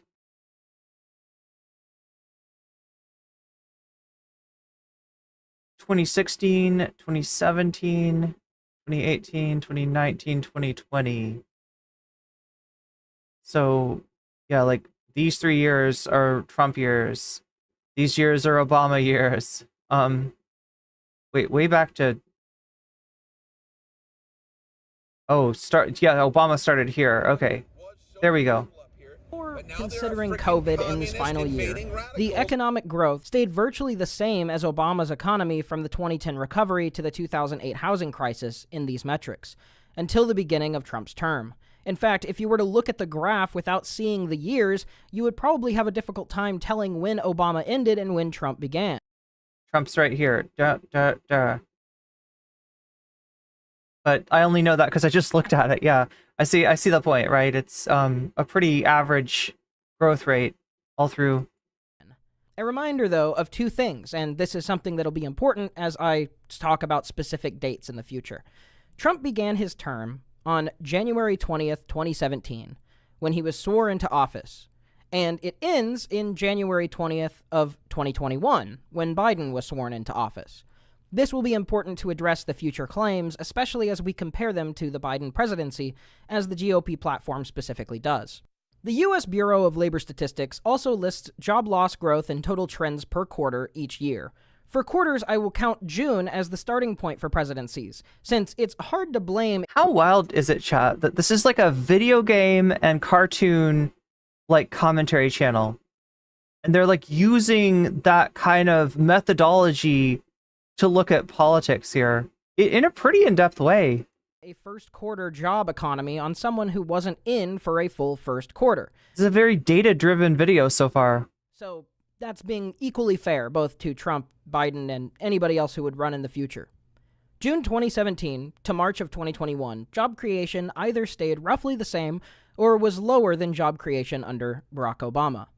This is until COVID hits in 2020, to which we see a initial 836,000 job loss in the March quarter, followed by a 14,538,000 job loss in the second quarter, and then recovering to a positive 4 million job gain and a 2 million job recovery in the last two quarters. Now, I'm not going to blame Trump for the unprecedented worldwide pandemic situation. There was liable to be some type of large hit to every economy in the world, under any presidency. But I at least think it's worth noting that this type... Yeah, it's a frustration for me because on one level, I do think that Trump is to blame for the severity of the crisis and for the repercussions. But I can't... There's no way to objectify that, right? There's no way to say, like, this is what it would have looked like without Trump. This is what it looked like with Trump, right? We just don't have a counterexample. And so because of that, I kind of like got to leave that arrow in my quiver. But I do think that more should be made out of Trump's failure to deal with COVID.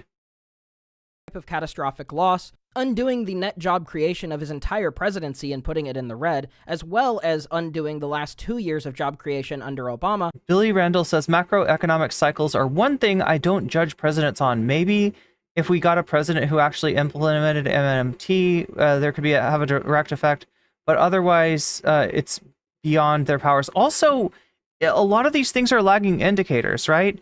The economy that a president starts with has more to do maybe with the previous president than it does with their policies.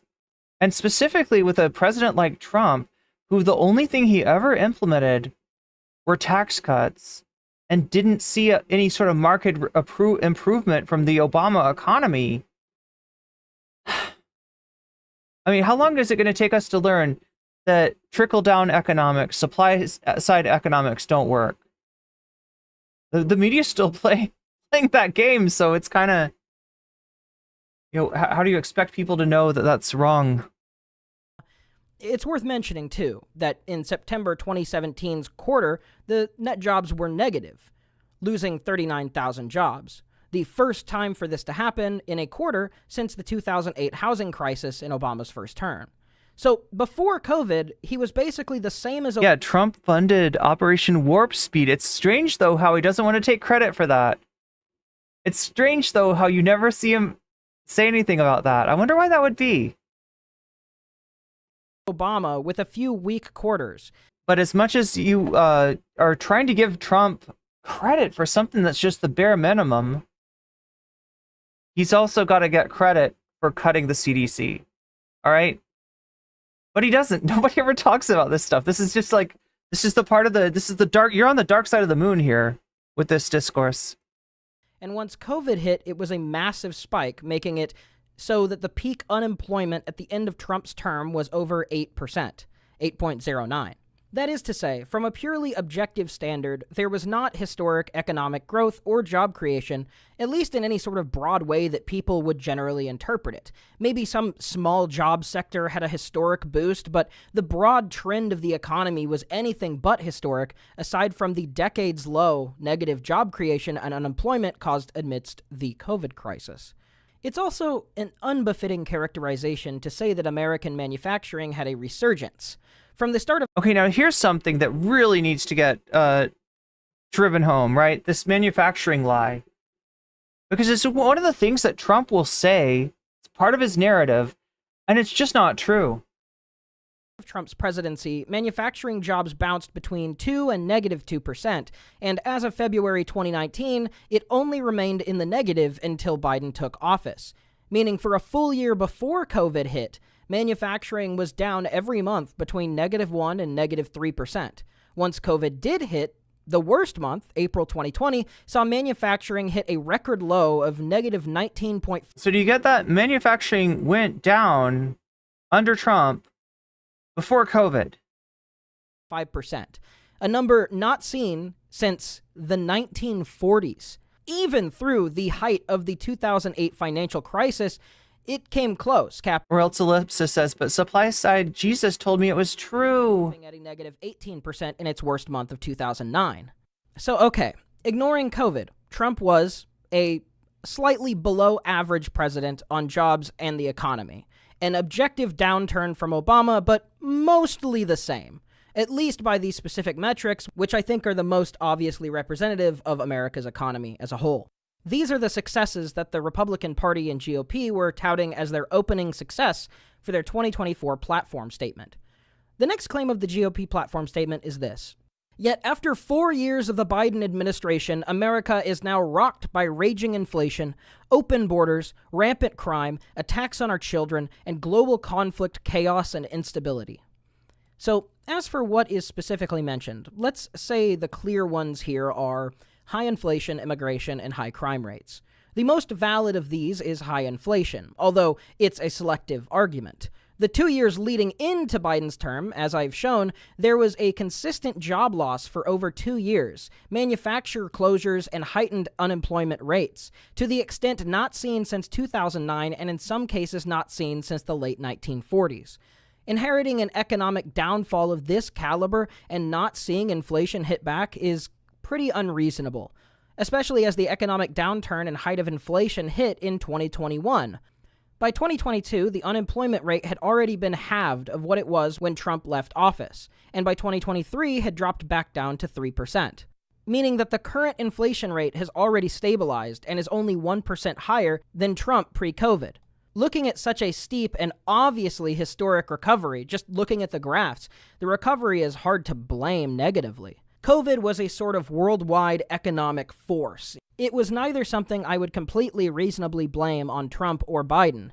But that's largely the thing. Even if I have some issues with how Trump handled it, the whole world suffered from the pandemic, and if I'm not going to blame Trump for the huge downfall in his last year as president, it doesn't seem to make any sense or be fair to blame Biden for the inflation that was a direct result of that exact same aforementioned downfall. Especially with how quickly the inflation rate restabilized back down to where it was pre-COVID. One couldn't honestly say that inflation is currently raging, as this increase over pre-COVID Trump policy is the same increase as Trump over Obama, and there wasn't an economic crisis to recover from in 2017. As a sort of last note on the economy, Trump's final numbers, as they were when he left office, came to corporate profits increasing by 17.4%, but household income only going up by 6%, meaning workers were getting paid less for their work compared to their employers as the term went on. Home prices also increased by 27.5% under Trump's presidency, and again, we lost a net 178,000 manufacturing jobs. One of the main things that Trump promised before his term and has continued to pretend and claim was a success during this election cycle, despite being provably and undisputably false. I'll do crime next, since it won't take as long as the immigration thing. The Brennan Center for Justice and the CCJ, or Council on Criminal Justice, show a general increase from the beginning of the pandemic that peaks in 2021, followed by a steady downfall afterwards, with exception to a slight but noticeable increase in property crimes in 2022. Of course, we don't have a lot of definitive data for 2023, and this year, 2024, since it's not over, doesn't have its proper statistics out either. I mean, this year's only half over. But based on the change from 2020 to 2022, looking at the data from the major United States cities, the national murder rate was down by 6.7%, property crime down by 0.5% nationally. And generally speaking, looking at Trump and Biden next to each other, very similarly to the pre-COVID Trump era to Obama before him, you can't easily tell where Trump ends and Biden begins, as this trend has been a pretty flat line with steady decline since 2011 and a much more drastic decline since the 90s. In fact, violent crime is at the second lowest point it's ever been, aside from pre-COVID 2019. So, let's get into arguably the biggest talking point of the Trump administration. the crisis on our southern border, or illegal immigration. I'm sure that you've all heard prominent figures in the GOP broadly talk on this as well. Here are some possibly familiar quotes. Nikki Haley claimed that 8 million have come in illegally, and that we have to send them back. A number also repeated by Florida Governor Ron DeSantis.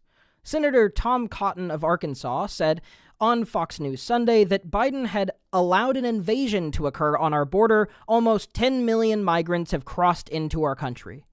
On CNN's State of the Union, Marco Rubio stated more conservatively that 3.3 million people have been released into the country who arrive here illegally, also claiming Biden had a policy of releasing virtually 85 to 90% of any migrant that crossed the border. The DHS has, of course, released its statistics as from the Office of Homeland Security.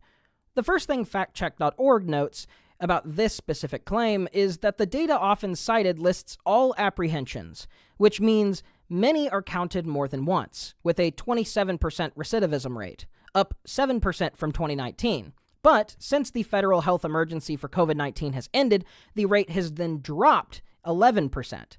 A large section of the people counted at the border also are largely in stasis, considering that they have neither been accepted or rejected and are instead being held at the border and awaiting trial, waiting to either be rejected or approved.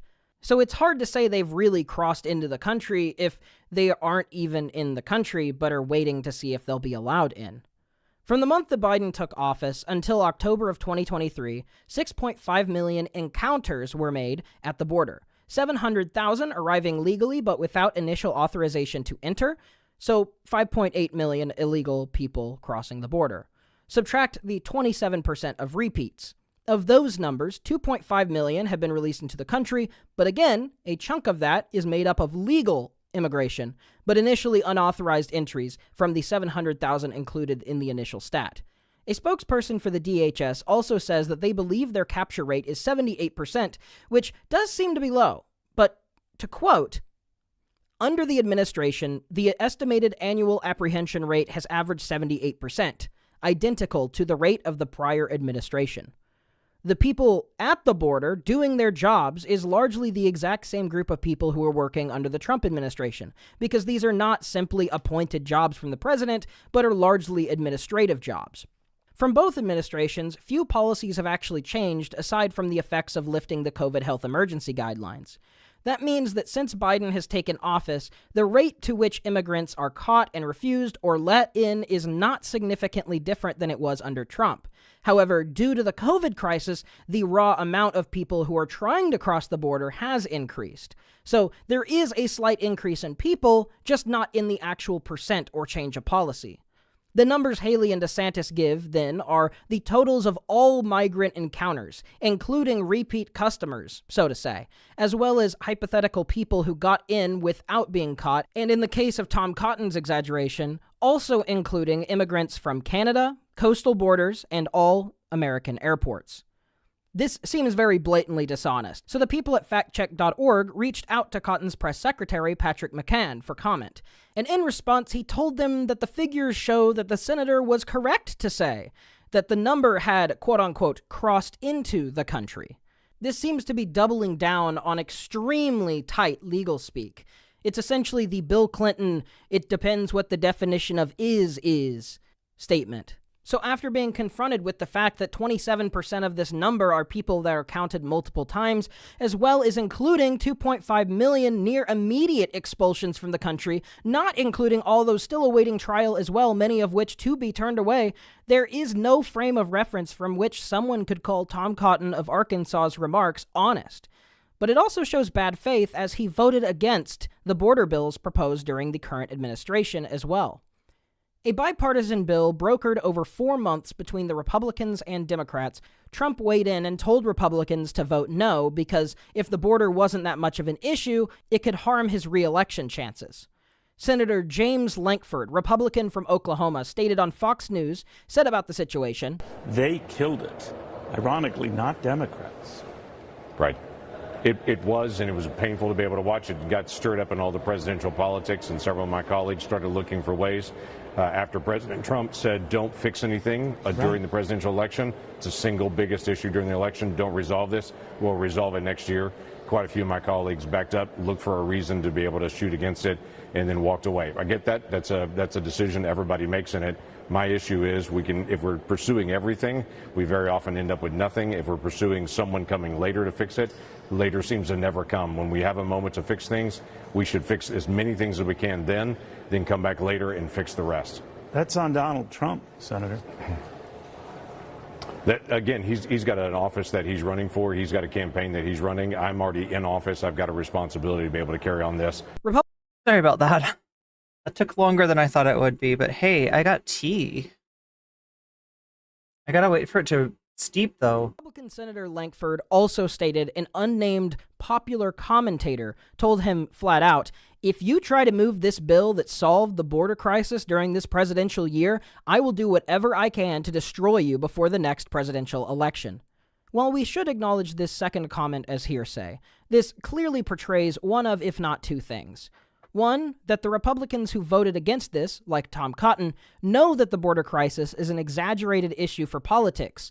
Or two, they sincerely believe there is a crisis, but would sacrifice the safety of the American people if it meant getting Trump elected once again. Personally, based on the data I've shown and also have cited below, I think it's number one. But if someone is sincerely concerned about the southern border, the second option seems much more sinister and like a betrayal to the people who voted for these elected figures. The GOP party platform then goes through a series of paragraphs stating what common sense tells us. It says, common sense tells us... Did everyone forget about COVID, says a megastar? It feels like it, doesn't it?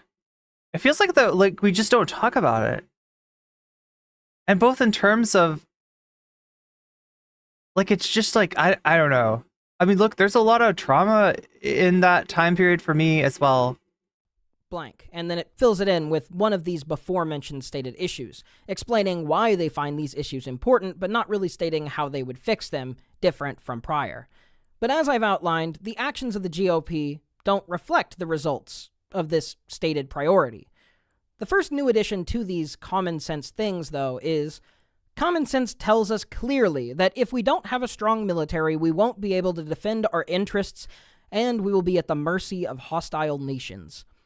The policy of the Republican Party must be to ensure, then, that America's military is the strongest and best equipped in the world. Looking into the statistics again, Biden has maintained the same year-over-year increase in military spending that Trump started, even upping the rate from 2021 to 2022. Regardless, the American military is the best military in the world, to an almost comically exorbitant degree. The United States in 2022 spent $876.94 billion on military expenses, the most out of any country in the entire world, and by a long shot, too. The second place, Saudi Arabia, spent a mere $75.01 billion on the same year, meaning that the United States spends over 8 times more than the next highest spending military and more than the next 40-plus countries beneath us. And that's just because I got sick of adding numbers of less than 1 billion to try and reach the United States numbers. I stopped at like... A recent COVID study showed it caused cognitive decline that's equivalent to 20 years of natural decline in some cases. Damn. 650 billion. Our military is easily the most bloated part of the American budget, especially since this number doesn't even include resources used to help our veterans. Over Obama's 2 terms, spending towards veterans increased by $100 billion. Again, chat, apologies for the extra long break. I had to wait for the bathroom. Under Trump's the thing that happens when you have roommates. One term, it increased by $34 billion. Under Biden's term, as of 2023, it increased $48 billion, meaning that per term, Biden has already outpaced increased aid to veterans that Trump offered by 25%, and is on track to overpace Obama as well. This is yet to include the last year of his term. So it might lead one to wonder, what type of additional budget is going to be sent to non-veteran military expenses that we aren't already far exceeding? Trump has proposed a plan to build a nationwide Iron Dome defense system that will protect all American skies, the same as Israel has, although much larger due to the obvious difference in nation size. The estimated cost of this has been stated to be $2.5 trillion. But where is this? Oh my god. Oh my God. Okay. So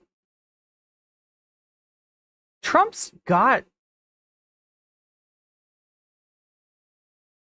We're like seeing almost like. We're almost seeing into the man's psychology here. Think about it, right? Trump doesn't like immigrants.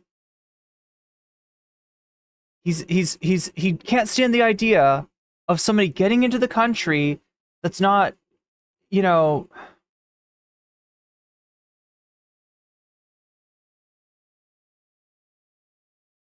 that's not got their papers in order, right? And then this Iron Dome thing. I mean, like, you know what this is? Like, this is a plan that Ronald Reagan had back in the 80s. An idea that the United States would have a satellite, laser system to defend itself from intercontinental ballistic missiles. Right? Now, yeah, is nuclear war a horrible, scary thing? Oh my God, absolutely. And is it, more possible than anyone realizes? Absolutely, right? But the idea that you're going to hermetically seal your country in with an Iron Dome, and because you've seen this thing like marginally work for a country like Israel, that it could work for the United States in terms of defeating any nuclear counter threat, that's just wild. This money going to come from? Trump left office his first term, raising the national deficit $8.2 trillion, more than any single term of a president prior, and almost as much as Obama during both of his terms combined, Obama having a little over $9 trillion. Like, the idea of Iron Doming the United States is just like, here's the thing, right? You could build an immense defensive capability that would probably still be insufficient for every single nuclear scenario. And that would then be counteracted by every other major world power.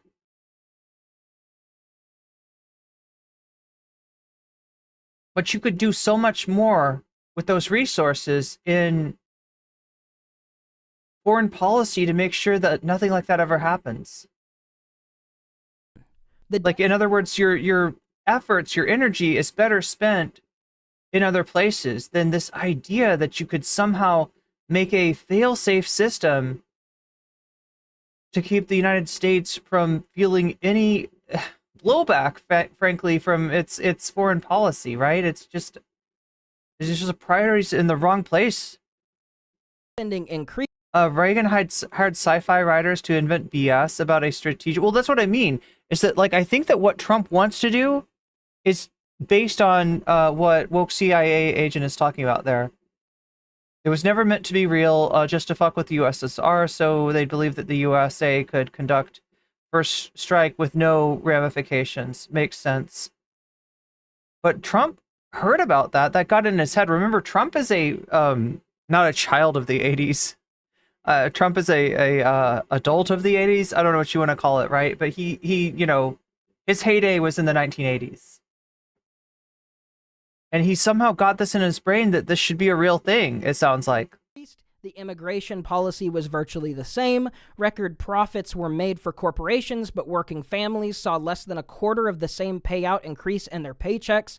Crime was worse. Jobs were lost. Even before COVID historically devastated the economy. I mean, but think about this compared to in the context of Trump's germophobia, right? That's one thing that both sides agree on, that Trump is a germaphobe. It's been known for years that he's very afraid of getting germs. And you'll sort of understand where his psychology is at. And it's not a good place. It's not a healthy place, right? Like, he's got something going on that manifests in his bad policy for immigration. Solution, build a wall, right? Bad policy for foreign relations. Solution, build an Iron Dome, right? He has this complex where he thinks that you should just be able to kind of turtle up. Oh, yeah. Also with trade, right? With his whole penchant for tariffs, right? Everything about him is like trying to close itself off from the world. And that's just not a healthy place to be.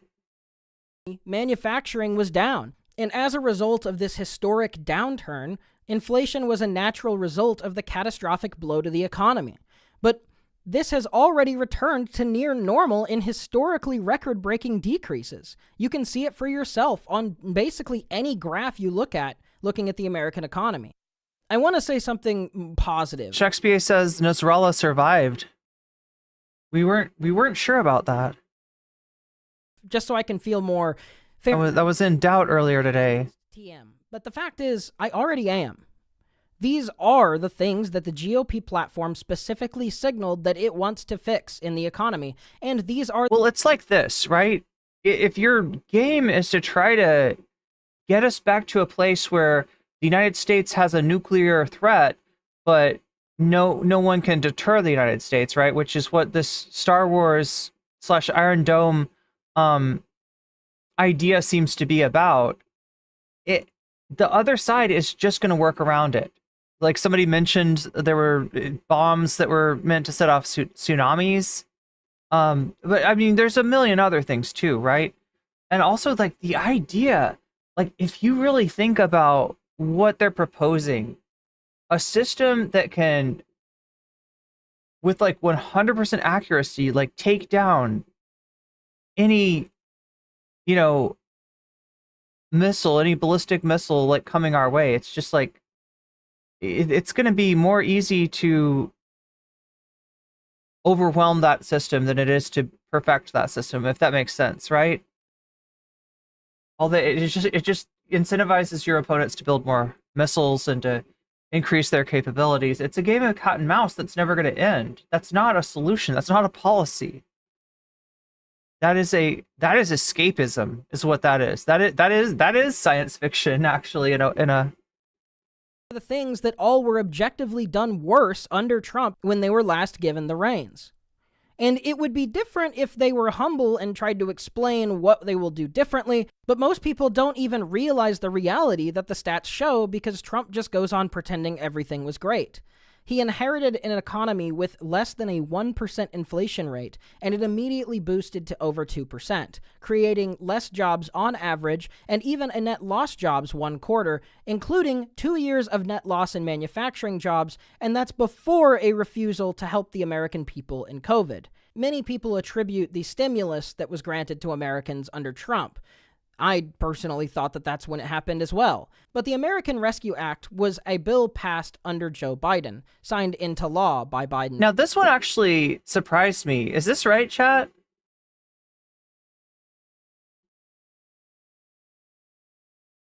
Including 2 years of net loss in manufacturing jobs, and that's before a refusal to help the American people in COVID. Many people attribute the stimulus that was granted to Americans under Trump.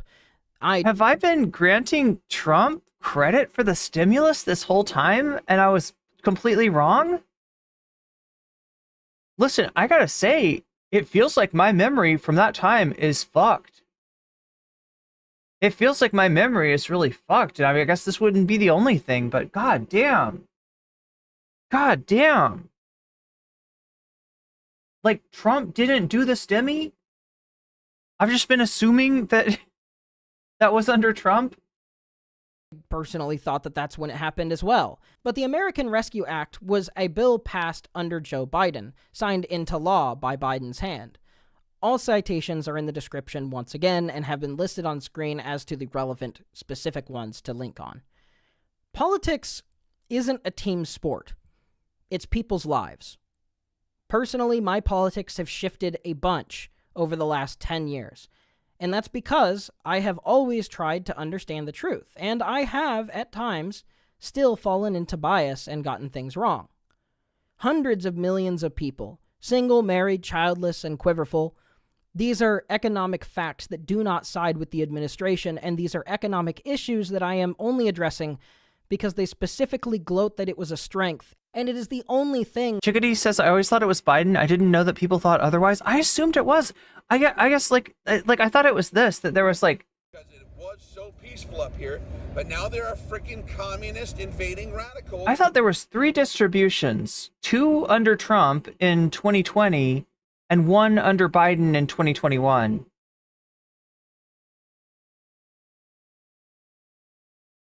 That Republicans repeatedly poll on as handling better than Democrats. And maybe that has been true. Yeah, that's what I thought, Sassy. Is that, look, I mean, this sounds like it's not what's being claimed here.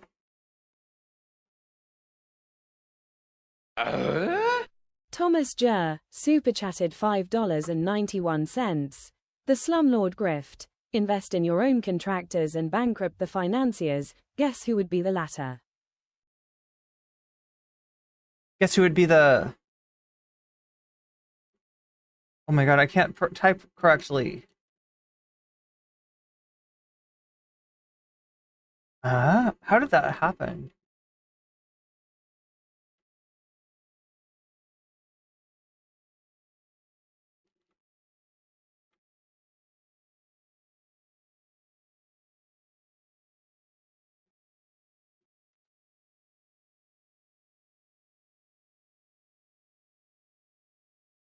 I don't know how I did that. Yeah, that's what I remember, Sassy Sasrai. At first said 2K, but then 1,400. Because we got 600 from Trump before then. Trump got his name on one. Trump gave the bigger stimulus checks. Trump signed the first one. That's what I thought. The slumlord grift. Invest in your contractors and bankrupt the financiers. Guess who would be the latter?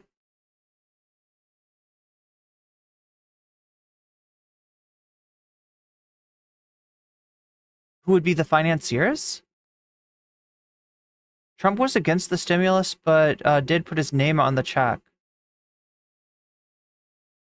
Wait, it was Biden? Well, that's what they're saying. But I thought I remembered, yeah. Here, let's roll it back. To help the American people in COVID.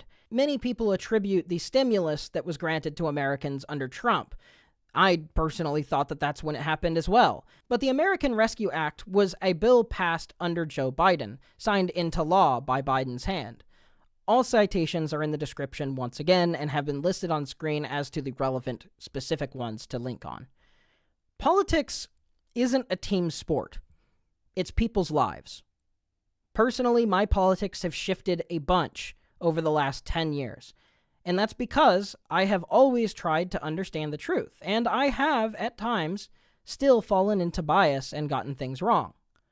Hundreds of millions of people, single, married, childless, and quiverful, these are economic facts that do not side with the administration, and these are economic issues that I am only addressing because they specifically gloat that it was a strength, and it is the only thing that Republicans repeatedly poll on as handling better than Democrats. And maybe that has been true. All I've looked... Okay, so we got before that the CARES Act.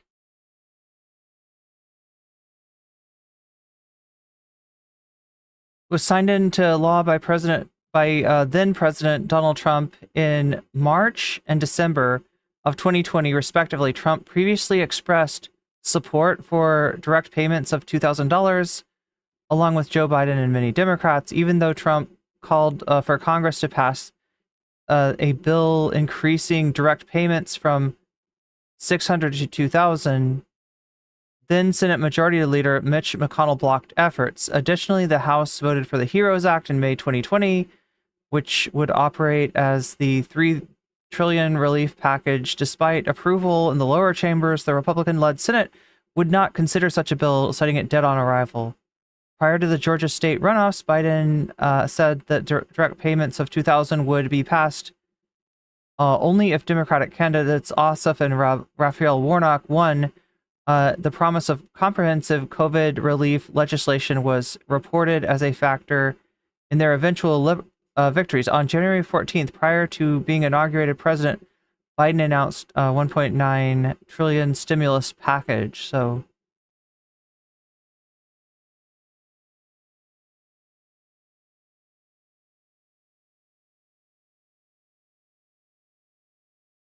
at is Obama, Biden, and Trump. And out of those three administrations, Trump clearly had the most economic downturn, even if we were to ignore the obvious effects of the COVID crisis under Trump and Biden. It's no one's fault for being misinformed. Most people are busy. They have full-time jobs, school, church, family, and friend obligations. I had to take multiple hours out of my day researching a lot of this stuff just to get the information.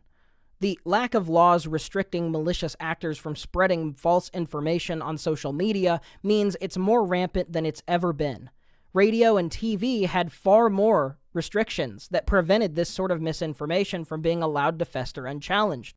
But in a lot of ways, we're still in the Wild West in regards to how much people are allowed to openly lie without consequence. America has free speech, and I am and have always been an defender of the First Amendment.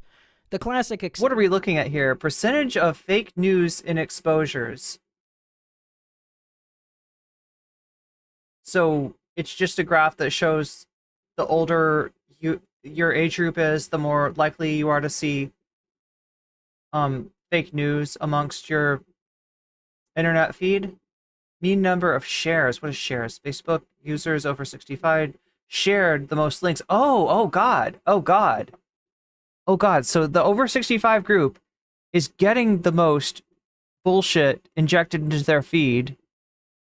And then they're also doing the greatest number of shares. Wow. Exceptions are in the case of threats, either directly or like the classic example of screaming fire in a crowded theater, but also slander and libel laws. These laws are rarely used because they require, under American law, an undeniable proof that someone not only told mistruths, but did so deliberately, on purpose, and with an intent to harm and misinform repeatedly. In the past, short of hearing someone say and admit to the fact that they did that, it used to be almost impossible to prove in a court of law. But in the age of texting, recorded audio, emails, and more, it's becoming more easy to prove these things through discovery. Fox News settled with Dominion Voting Systems in $810 million after willfully lying about election fraud and interference. In discovery, it was found that lead hosts Tucker Carlson, Laura Ingraham, and billionaire chair Rupert Murdoch acted dishonestly. Fox said in a statement to quote, "We acknowledge the court's rulings." What if the whole video is misinformation? Brian, you know what you need to do? Take a look at these stats, all right? See if you can find them yourself. Or if you find them and they're different than what this video is saying, that sounds like a great project for you. Finding certain claims about... Are we defining fake news? No, we weren't actually... Okay, so there are links from what this video said, right?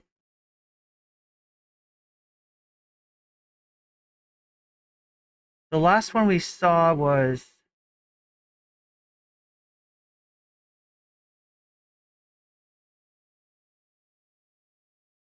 But I actually was checking on some of it, right? I was refreshing my memory about the CARES Act and the American Rescue Plan Act of 2021. These are the COVID relief bills passed under Trump in 2020 and under Biden in 2021. And just kind of, because like some of the stuff that I have forgotten, but yeah, I do see here that the CARES Act that Trump previously expressed support for payments of $2,000 along with Joe Biden and many Democrats, even though Trump called for Congress to pass the bill increasing from $600 to $200. McConnell blocked the effort.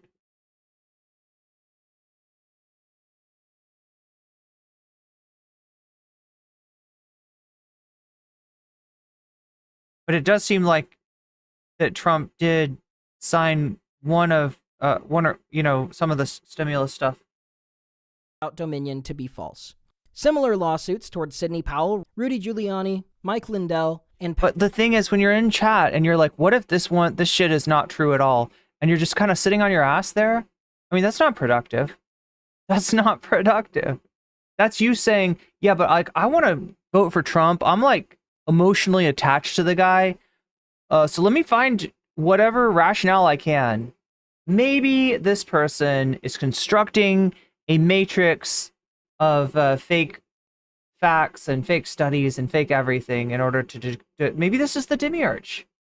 Maybe hiding in private is actually the name of the demiurge's channel on YouTube, and the demiurge's job is to pull the wool over your eyes so you'll not see the glory that is the Son of Man, Donald Trump. Maybe that's it, right?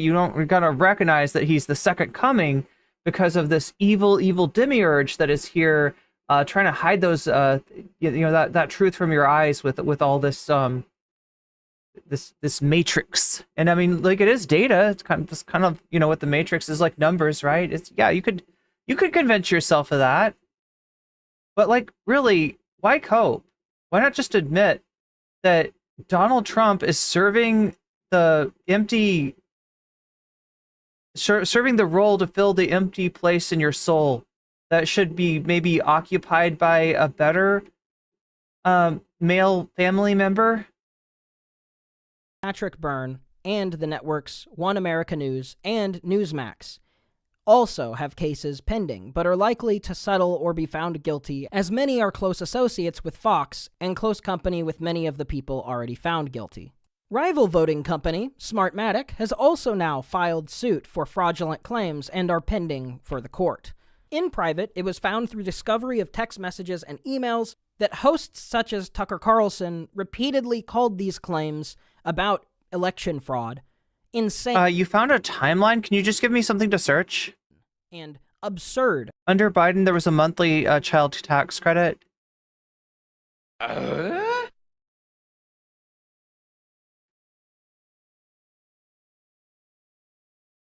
In private, with Chair Rupert Murdoch even stating in a deposition that he didn't believe the claims and could have easily stopped them from being made, but didn't. Without question, these comments and many others meet criteria for actual malice, a willful disregard to misinform the American people, to betray the sacred duty that is supposed to be the core of news. Lou Dobbs was fired from Fox in 2021 shortly after the Dominion case was filed, with one clip in particular about his rage at an Atlantic article, which reported on Trump calling people who serve at a cemetery suckers and losers. Dobbs called it a hit job, despite information being corroborated by an, at the time, colleague from Fox News, Jennifer Griffin. Privately, Irene Briganti sent 2 clips to Jay Wallace, who was and is the president and executive editor of Fox News Media. He replied to these clips in a private email saying, "Thank you. I watched Lou closely for 2 weeks during conventions. The North Koreans do a more nuanced show." That's what he's saying about the show. Thomas Jerome Newton says, "That's me. I'm the demiurge. Thank you for the super chat." Network. That's far from all, though. Sean Hannity, Laura Ingraham, and Tucker Carlson repeatedly acknowledge fault while conspiring against coworkers in private. Remember, this isn't some silly celebrity gossip. These are news anchors caught without excuse willfully lying to the American people for months, mocking the claims in private, and then putting on a serious face to undermine the integrity of American democracy. Sidney Powell, too, overstating the case of election fraud so much that Tucker Carlson privately sends a text to her, sending caution, telling her that if she doesn't prove what she's saying soon, it would be cruel and reckless, despite all of it being fake. When the information seemed to be on the way to being made public, Hannity joked in private with Steve Dawsey, "We might as well tell people to stop watching at 9 a.m. and turn the TV back on tonight." It's Ducey. At 9. Tucker Carlson, in another text, said privately, "We are very, very close to being able to ignore Trump on most nights. I truly can't wait. I want nothing more. I hate him passionately. I blew up at Peter Navarro today in frustration. Any shorts chatters feel that this is fake news? Do you want to challenge this? Maybe Tucker didn't really say this. Tucker wouldn't say that. Tucker's a loyal Trump soldier. Why would Tucker Carlson ever say anything like this? You want to challenge me on that? You want to dispute that? This is exactly what a evil liberal Satanist would tell you. if they wanted you to lose faith in your God Emperor Trump, who's going to totally lead you into a new age of wonderful golden buildings. Donald Trump is going to go up in a UFO and have sex with the aliens and negotiate like a peace deal for us, right? This can't be true. This can't be real, right? Tucker Carlson in January of 2021 chomping at the bit for Trump to fade from relevancy.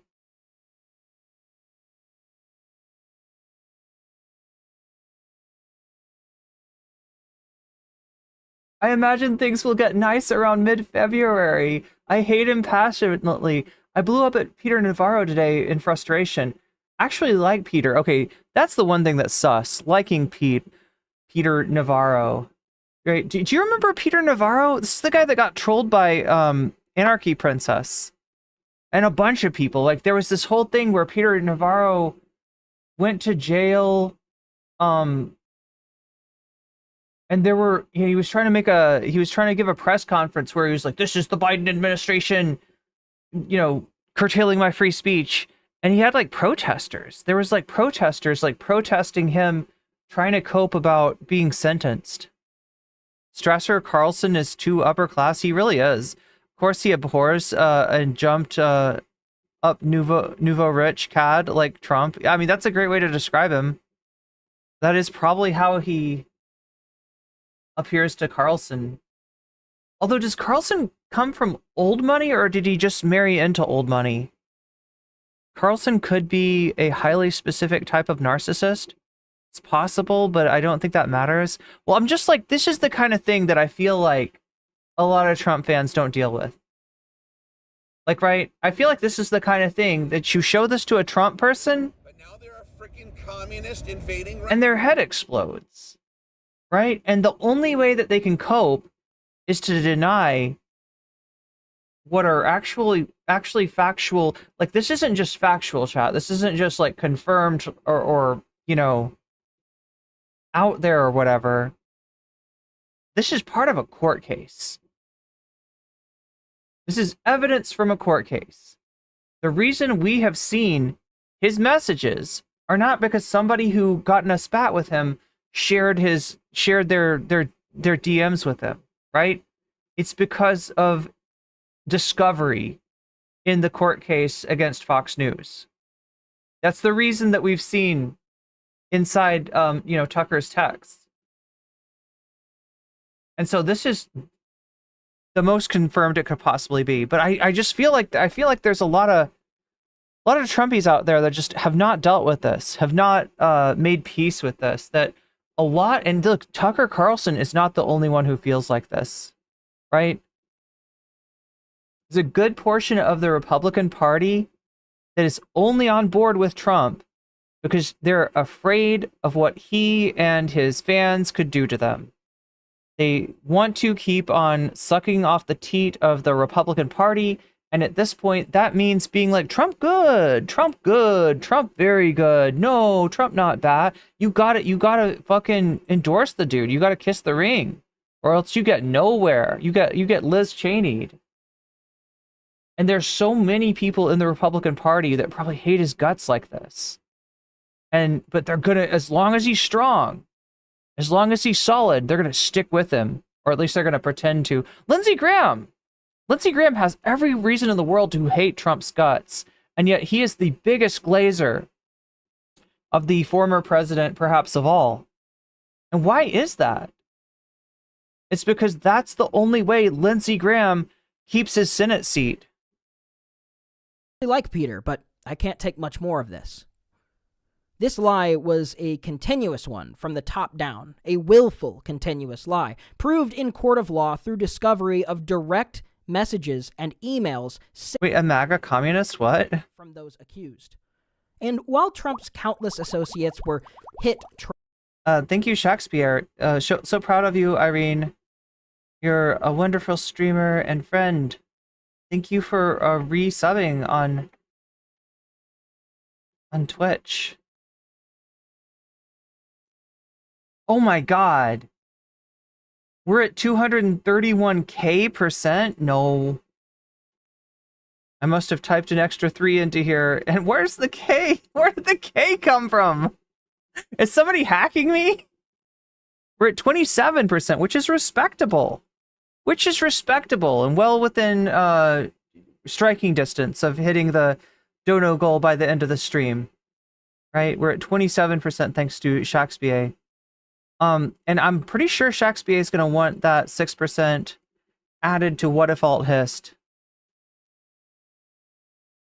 Trying to push a lie, Trump was also actively working to undermine American democracy too.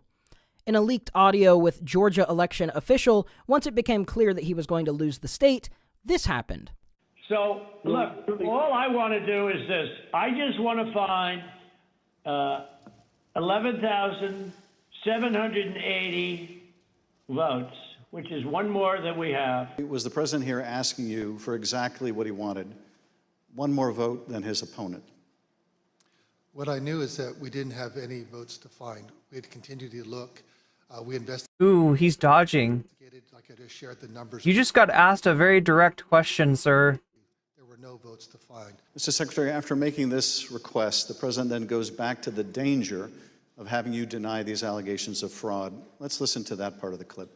When you talk about no criminality, I think it's very dangerous. I just want to know the same thing. Is it your understanding that what he's asking for is for you to fudge the election for him? He wanted his own Brooks Brothers riot? Yeah. I felt then and still believe today that this was a threat. Others obviously thought so too, because some of Trump's more radical followers have responded as if it was their duty to carry out this threat. My email, my cell phone was doxxed, and so I was getting text all over the country, and then eventually my wife started getting the text, and hers typically came in as sexualized texts, which were disgusting. And then some people broke into my daughter-in-law's home, and my son has passed, and she's a widow, and has 2 kids, and so we're very concerned about her safety also. Because I knew that we had followed the law and we had followed the Constitution, and I think sometimes moments require you to stand up and just take the shots when you're doing your job, and that's all we did. During the remainder of the call, the former president continued to press you to find the remaining votes that would ensure his victory in Georgia. Let's listen to a little more. Why wouldn't you want to find the right answer, Brad, instead of keep saying that the numbers are right? So look, can you get together tomorrow? And Brad, we just want the truth. It's simple. And everyone's going to look very good if the truth comes out. It's okay. It takes a little while, but let the truth come out. And the real truth is I won by 400,000 votes, at least. So what are we going to do here, folks? I only need 11,000 votes. Fellas, I need 11,000. Fellas, please, 11,000 votes. This is somebody that's used to getting his way. This is somebody that's used to manipulating. This is somebody that's used to threatening. This is somebody that's used to conning. This is somebody that's used to the opposite outcome of what happened in 2020. Votes. Give me a break. Many emails from electors also showed collusion to provide fake votes, making pithy comments calling them alternative votes, a reference to the Trump campaign line about alternative facts. Still more and more, as a cheated coup appeared not to be working, Trump flagrantly lied on the stage at January 6th about the election, and according to Mark Meadows and 3 other people who were privately confirmed to have been there but chose to speak with anonymity, they stated upon hearing that the protesters had put a noose and gallows up outside and chanted "Hang Pence," that Trump had allegedly expressed support for the idea. Meadows initially provided thousands of text messages in a subpoena to the court, but changed his tune suddenly. You wrote The Art of the Deal, and all this time it was the art of bitching. Yeah, I always say the art of whining, but you're not wrong. Suing the court and Verizon to try and keep things privately. The House brought him in contempt of court, but the Republican-controlled Congress dismissed his charges to keep the information private. This is a near-endless litany of information, and I think in large part it's exactly why it's been so easy to twist and ignore the truth. If you want to believe the best in someone, and the evidence against them is so inaccessible, and the accusations so unbelievably awful, it becomes very easy to just stop engaging, accept a more comforting answer that it must just really be a witch hunt, and that they're after nothing. He should be speaking in a James Cagney voice. Pile that on with the threats to people and their families' lives, and it's genuinely become something scary to talk about on such things publicly. For my part, I'm not in politics. I don't— Wait, is James Cagney the guy that's like, she here, she? Like that guy? I don't have any cushy job. I don't have any special funding. I think I've provided enough information here. The information is public if you want to learn more. And to my mama and papa, we can obviously just talk about things more in private, as I'm sure we would otherwise. I hope that you've enjoyed the information that I put together in this video as well. So I get the feeling that part of this video is directed at his parents, who sound like maybe Trumpers? This was going to be the first half of the video. I was going to dedicate the second half to the ways in which Donald Trump is a precise antithesis. But now there are freaking communists. Did I get the right person, though? Is that Cagney, the guy that's like, she? That guy? For anyone who claims to serve Jesus or be Christian in any way. But I think for most reasonable people who would watch this far, knowing any scripture at all would easily turn— Oh wow, we got the Jesus angle coming in. And knowing as much scripture as you can, repeatedly shove Jesus versus Trump, that's what— to support Trump. Instead, I'll just pass with alleged actions in private from Michael Cohen, who also took the fall for Trump's illegal misappropriation of campaign funds years ago. Mr. Cohen said that one day in 2015, he was brought into Trump's office where Trump was brandishing a printout of an article about an Atlanta-based megachurch pastor trying to raise $60 million from his flock to buy a private jet. Trump knew the preacher personally, and later, the man, Creflo Dollar, were among the people to pray over Trump in the famous photo in the Oval Office, as well as one of the evangelicals to meet with him in 2011 when Trump initially was considering running.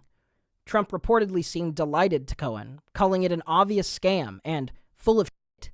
They're all hustlers, Trump supposedly said. And this is genuinely just scratching the surface. The fact that Trump is still running and has so much support is really due to the intense disinformation campaigns targeting most people not adept with modern technology and algorithms, or the worse, target— Okay, so what are we looking at here? We got— I don't even know, actually. Average number of fake news shares. Okay, so shares— oh my god, I don't know what a share means, but shares of fake news.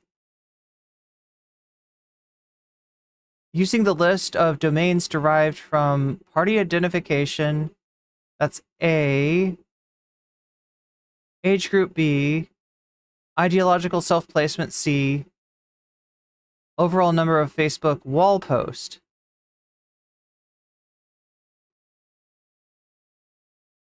Okay, so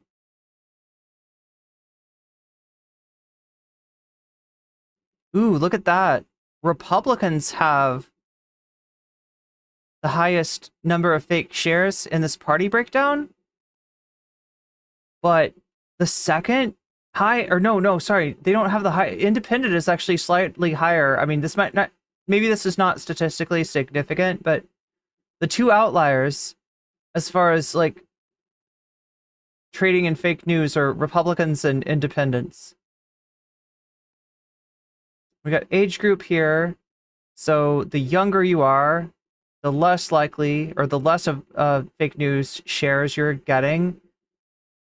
Oh, now this is funny. Very liberal, slightly higher than liberal. Liberals getting the least. Moderates getting about as much as very liberals. Conservative getting a shit ton more, and very conservative getting a shit ton more than a shit ton more.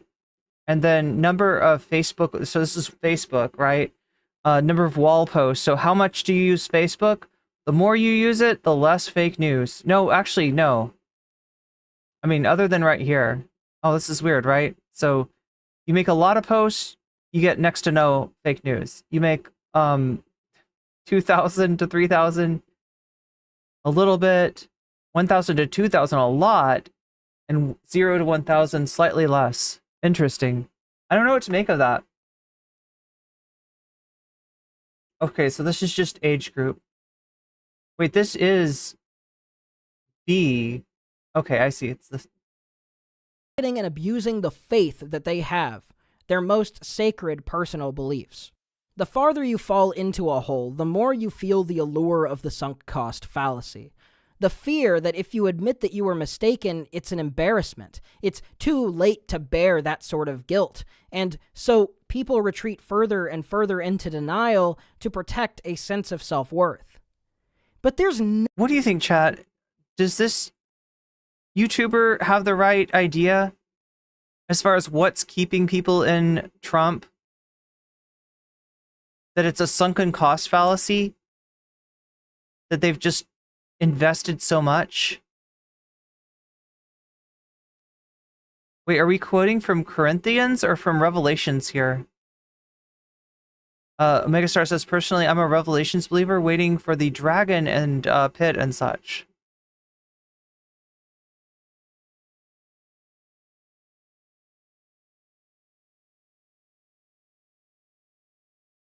Are you naming the beast? Are we naming the fucking beast in my chat? nothing more respectable than someone being able to acknowledge fault and change. I'll admit, I felt a lot of satisfaction in 2016 when Trump beat Hillary, because I thought that she had snubbed the party of its rightful candidate. The Democrats were corrupt, and Donald Trump would be a loose cannon, an element of randomness, a wrecking ball to the corrupt corporate elitism. But he ended up being perhaps the most corrupt, spiteful, wicked person to have ever been captured and manipulated the hearts of so many otherwise good people. I wanted this video to focus purely on his performance in office and facts arbitrated by a court of law, to keep things objective for those who might genuinely... Yeah, Dash, you're not muted. You're talking to us from kind of a hole, right?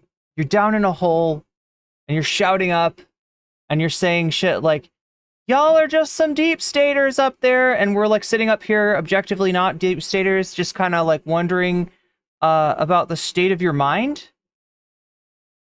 in that hole, and wondering if we have a rope long enough to throw down to you so you can like climb out of that hole, or if there's any way to save you from your sort of, I mean, it's just pure delusion. It's what I'm hearing from you, right? You were under the impression that, like, not only is Trump winning, but he somehow consolidated like the vast majority of everyone. And it's not that the opposite is true, because it's not, but it's just that he's objectively losing, and you know, it's close in reality, here in reality, right? Down in your hole, I don't know what you're hearing, what you're getting, what you're wish casting or whatever, but we do hear you loud and clear. We do hear you loud and clear. You are not muted. Believe that the economy and immigration would be better under him. I didn't even get into the rape conviction or the felony accounts. Threats from the Heritage Foundation, who in the last 10 years have also slowly become co-opted by the MAGA movement, pieced together Project... Wait, slowly? Okay, see, though, if there's any problem with this YouTuber, it's that they're a little bit centrist-pilled, right? Slow, like, really, you think that Heritage Foundation was like, yeah, they were like, okay, you know? Look, there's some arguments that people will make with the Heritage Foundation, given the fact that the Obama administration, actually the version of Obamacare that ended up passing was a Heritage plan, Foundation plan for, I believe, Massachusetts, like enacted under Romney. So the joke is to call it Romney Care. So you can make some jokes. So like, yeah, you really think that the Heritage Foundation is so radical? Actually, I think this was Ana Kasparian's take on it. Her way of caping for Project 2025 and gaslighting you into thinking there's nothing to make you think that it has anything to do with Trump. This is left-wing disinformation. All right, we're almost done with this one, chat. And organized by Trump staffers and donors. past and present. The leader of the foundation at the time said, "We are in the process of the Second American Revolution, which will remain bloodless if the left allows it to be." And this is still scratching the surface. Yep, good people. The fact during discovery of Ghislaine Maxwell's case... But his understanding is that the Heritage Foundation used to be kind of normal, and that Trump has corrupted them. Of the United States versus Ghislaine Maxwell. This is the partner of Epstein. You know what? I started off, like, as much as I want to make fun of the pronunciation, I started off calling her Ghislaine. Like, it's Ghislaine is how it's actually pronounced, right? We got records for flight logs that Epstein had 14 different saved phone numbers tied to Donald Trump, that Trump gave settled cases of accused assault. The fact that before justice could even be served in his court cases, the Supreme Court then ruled immunity on everything that he and any future president may do, upending literally the precedent that dates back to the founding of the United States, that violates the fundamental idea of checks and balances, and that we shouldn't have a king. And this blatant disgrace and treason to our democracy was just so that in case he gets elected, before he can be convicted, then he can escape any prosecution under the law. It's a genuinely... To be fair, though, this has been a project of the Republican Party for a long time. And no doubt the... oh my god, why can't I think of their name? The Legal Foundation. It's like Federalist Society. Yeah. No doubt the Federalist Society as well, right? This is something they wanted, going back to Nixon or maybe even before.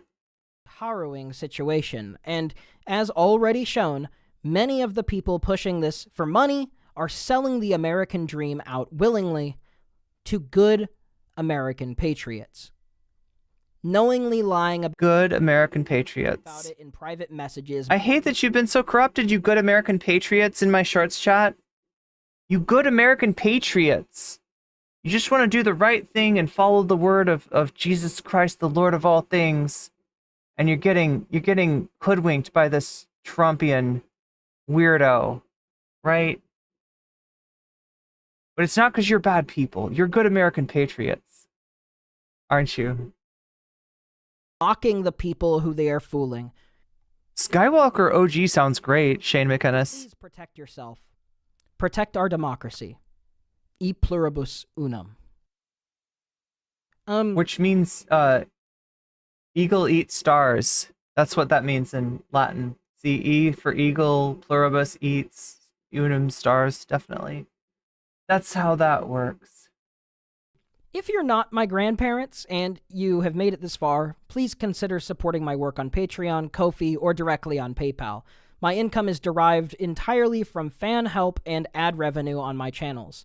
Yeah, the sad thing about the whole deep state discourse, right, is that right-wingers have turned something that is actually real and is actually worrisome, which we're talking about the culture. We're talking about the culture of federal law enforcement, intelligence agencies, the State Department, etc., etc., etc. And there is something kind of foul in that culture. These are a lot of people that are, either in bed with the military industrial complex or have actually, that's part of their resume. And we don't, and yet now when you say deep state, you're thinking of some weird Agent Smith of Pizzagate. You know what I mean? Like, it's become so distorted and you're tempted to be like, no, the deep state doesn't exist. And it's like, well, no, actually it does. It does. But the thing that that Trumpies are talking about, when they say deep state, oh my God. Normally talk about media I like, infusing some... You might as well say the Jabberwocky, okay? ...politics into my analysis, but have never been this political, and it's not really my preferred thing. It's very depressing. I considered and will probably consider more as I work on this if I should have even made this video, or should have left out the parts that state very specific things, as people's... Maybe a little late for that. As you heard from the family of the Georgia electorate who refused to deny democracy its truth, whose safety and privacy was erased, who sustained threats of violence and and were victims of property crime. The vitriol to which dozens of previous Trump attorneys, friends, staff, and more have been endlessly harassed. The managerial class? Are you talking about the professional managerial class, ASAP? I mean, that's a thing too. For speaking against Trump, normally only doing so once their back was against the wall and they weren't willing to serve a sentence of crimes that Trump ordered them to do while he got off scot-free. This script started as a lighthearted look at the facts of policy, but now it's kind of freaky and dark, and I don't want to risk my own safety by speaking too much on these topics. So even if you don't care about American democracy, you don't care about the Constitution, you don't care about what it means to be American or the American dream, you don't care about the blatant heresy and blasphemy of Christian faith that has been co-opted by Trump's disingenuous administration. Yeah, all right. Well, it's coming to an end. It's coming to an end and taking its time about that.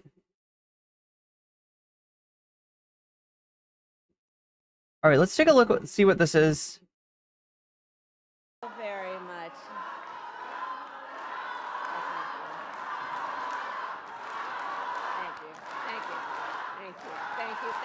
Because it was so peaceful up here, but now there are freaking communist invading radicals. Oh, wait, we're too quiet, aren't we? We had some time together backstage, and you know, I think that in moments of crisis, such as the fentanyl crisis, there are people who, through their suffering and their pain, rise with courage in such a selfless way to be a voice for others with the anticipation and the hope and the hard work of hoping that their story will be the reason other people don't have that story.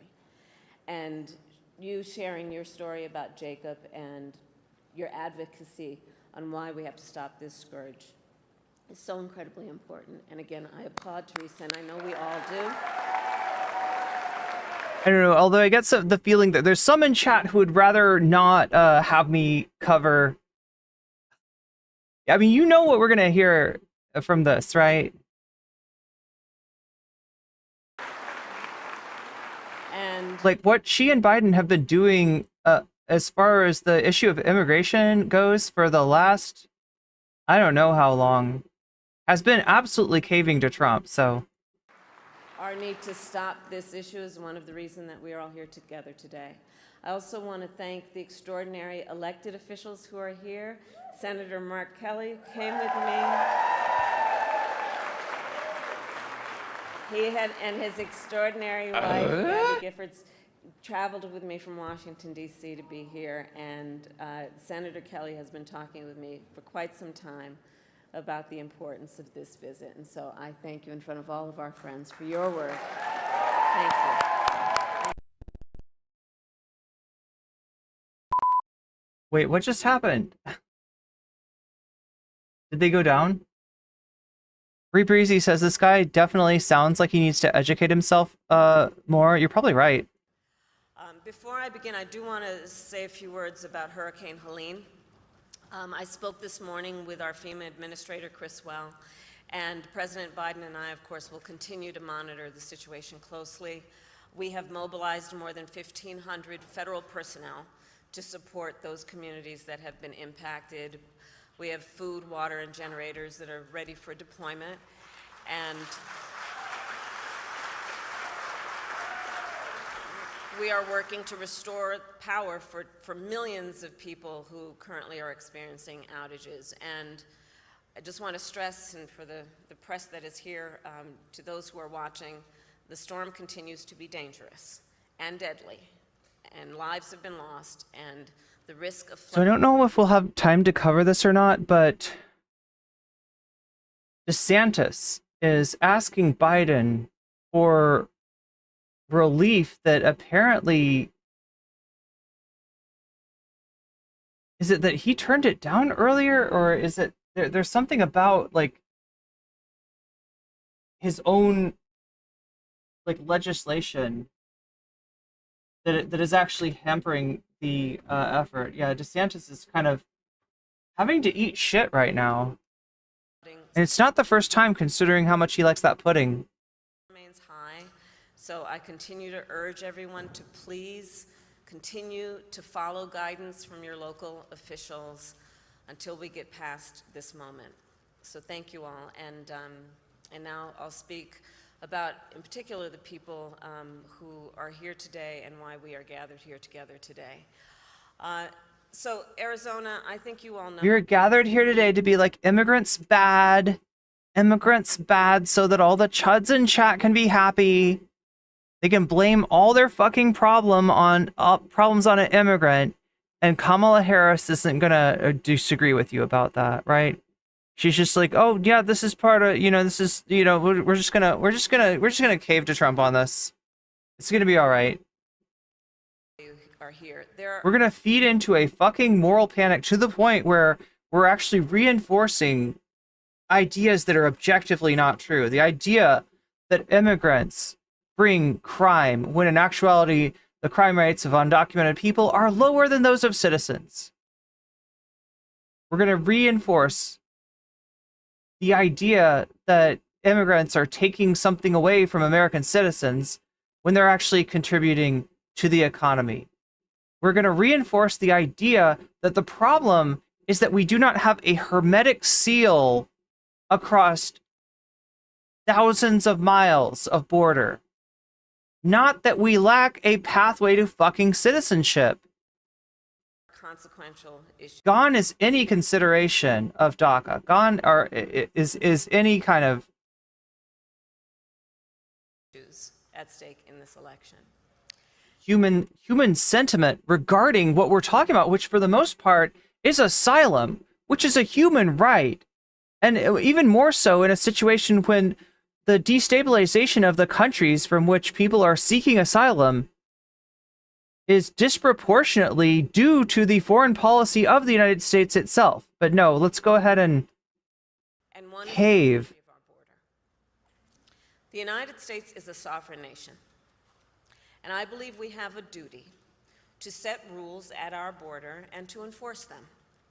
And I take that responsibility very seriously. We are also a nation of immigrants. The United States has been enriched by generations of people who have come from every corner of the world to contribute to our country and to become part of the American story. And so we must reform our immigration system to ensure that it works in an orderly way, that it is humane, and that it makes our country stronger.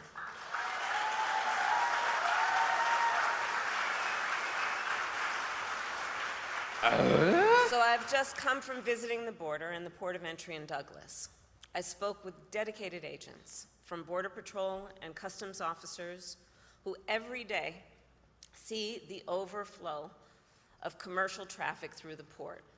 These men and women who work there and at other places along our southern border help keep our nation secure. And they need more resources to do their jobs, which is why we have and are in the process of investing $500 million to modernize and expand the port of entry here in Douglas. I mean, you can imagine how that's going to be. The other thing about it is that any political advantage to caving to Trump is illusory. That is to say, it's not real. It's a pipe dream. If people are voting on who's going to keep those damn immigrants out, they're going to vote for Trump, right? If that's their motivating factor, that's what they're thinking about, right? If they've got that, like, she is never going to recapture any fucking votes by emulating Trump's policy, which is exactly what Biden did. And from what I've seen, she's gone along with it. Now, there is like a kind of some lip service being paid to the idea of, we are a country of immigrants, but it feels like too little too late. Gnarlhole by Nature, thank you for the 5 gift subs. Mozart, Lesbot, Grand Theft Autobot, Tommy Boyo, and Jerry McLean. You just got weaseled. And that's a good thing. And why last December I helped raise the rate of overtime pay for border agents, and also why I strongly supported the comprehensive We're up to 44%. What default hits? Gotcha. written last year, as you know, by a bipartisan group of senators, including one of the most conservative members of the United States Congress. That bill would have hired 1,500 more border agents and officers. It would have paid for 100 inspection machines to detect fentanyl that is killing tens of thousands of Americans every year. It would have allowed us to more quickly and effectively remove those who come here illegally, and it would have increased the number of immigration judges and asylum officers. It was the strongest border security bill we have seen in decades. It was endorsed by the Border Patrol Union, and it should be in effect today, producing results in real time right now for our country.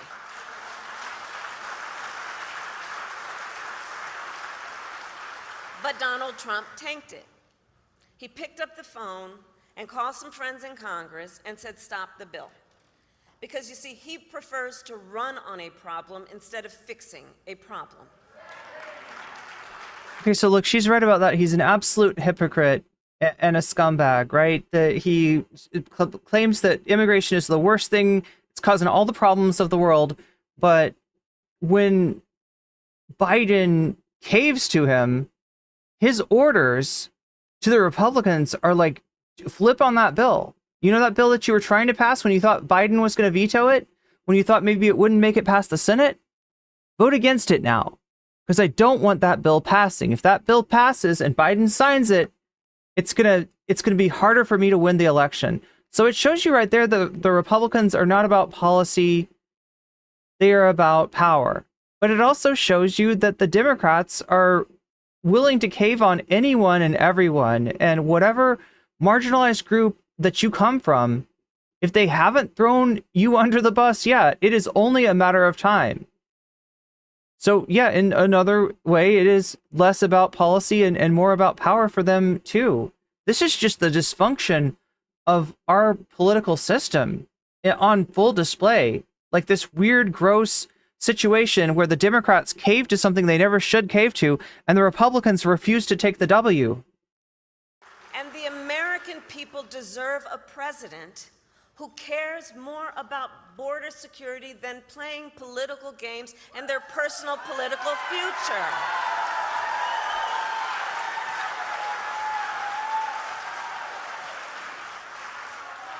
And so even though Donald Trump tried to sabotage the border security bill, it is my pledge to you that as President of the United States, I will bring it back up and proudly sign it into law.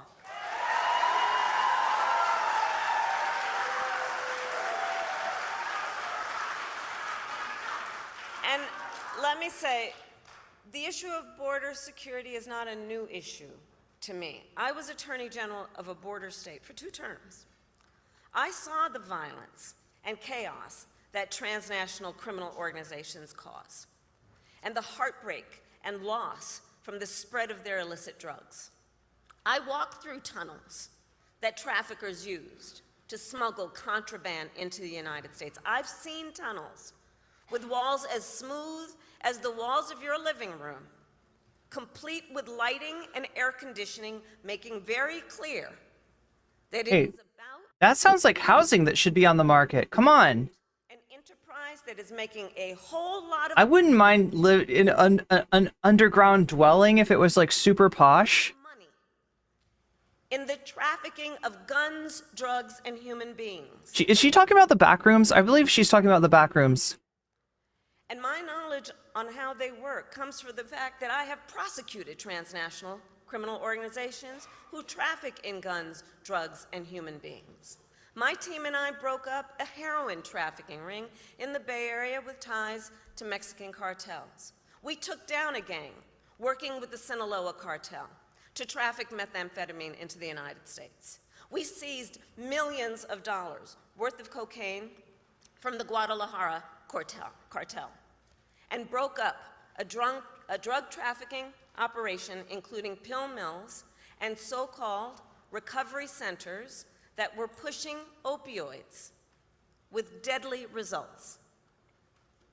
As Attorney General of California, it was 10 years ago that I brought a bipartisan group of American attorneys general and led that group to travel to Mexico City to meet with Mexican attorneys general to address this issue, and in particular, to increase intelligence sharing on gang activity, all of which allowed us to prosecute more human traffickers.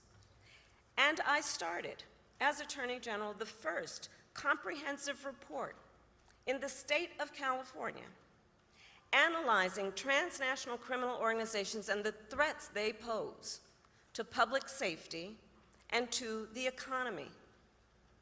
So stopping transnational criminal organizations and strengthening our border is not new to me, and it is a long-standing priority of mine. Anyway, And I will continue to. I think you get the point. I think you get the point. Let's move on to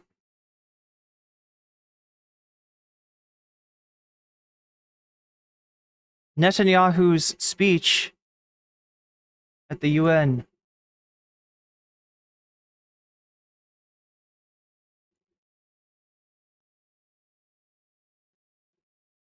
Fighting for its life, but after the lies and slanders leveled at Israel, I decided to come and set the record straight.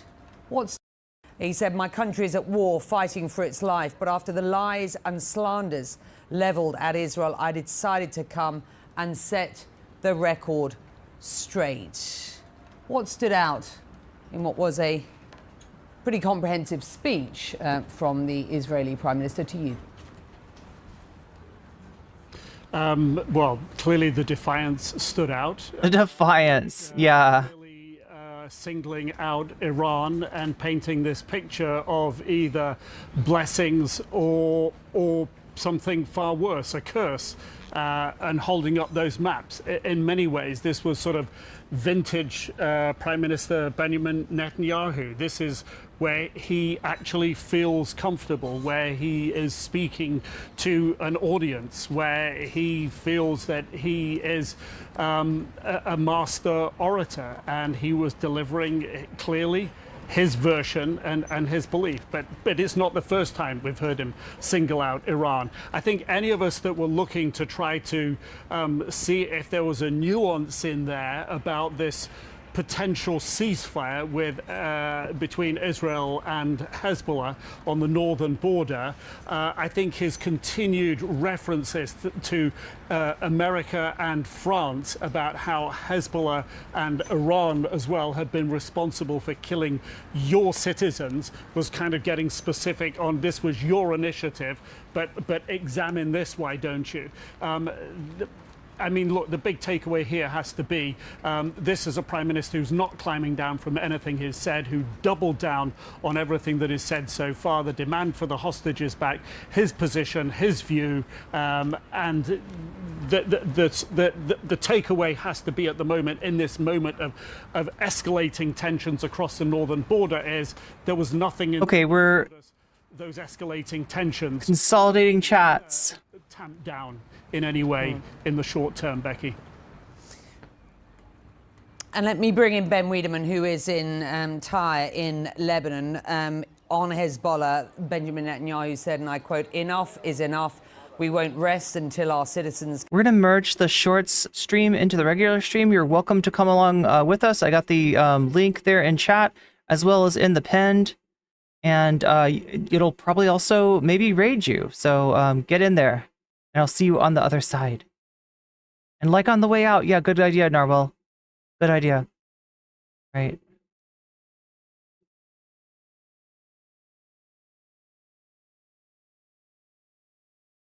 Can return. We'll do Sam Seder after this. To their homes, echoing what we've heard from the Defense Minister earlier today, and a stated aim of the Israeli government, or certainly the Prime Minister at this point. What did you make of what you heard? Becky, if you take into account what you just said and the fact that I don't think I heard the word ceasefire once in that speech, that clearly Israel is set on its current air campaign and perhaps a ground incursion to try to push Hezbollah back. Now, for instance, he did say that Hezbollah has a missile in every kitchen and a rocket in every garage. That sort of sends a rather alarming message to people here, because the fact of the matter is, in South Lebanon, there is not a missile in every kitchen and a rocket in every garage, but this seems to indicate that Israel considers every house, every kitchen, every garage to be a legitimate target. But broadly speaking, this was classic Netanyahu, in which he divides the world into black and white, good and evil. He talks about the curse, and of course we're in Lebanon, which is part of that curse. I think people would scratch their heads a bit, because the fact of the matter is the Middle East is an area of grays. There's no black and white. Certainly take into consideration that Israel has occupied the West Bank, East Jerusalem, the Golan Heights, and essentially occupied Gaza, despite the fact that settlers pulled out in 2005. That is an open wound in the region that Israel has not really done much to treat. There was a peace process at one point, but that didn't go anywhere. And certainly the rhetoric that comes out... And now Netanyahu brags at having sabotaged that peace process. Israel brags at even a two-state solution being unimaginable at this point.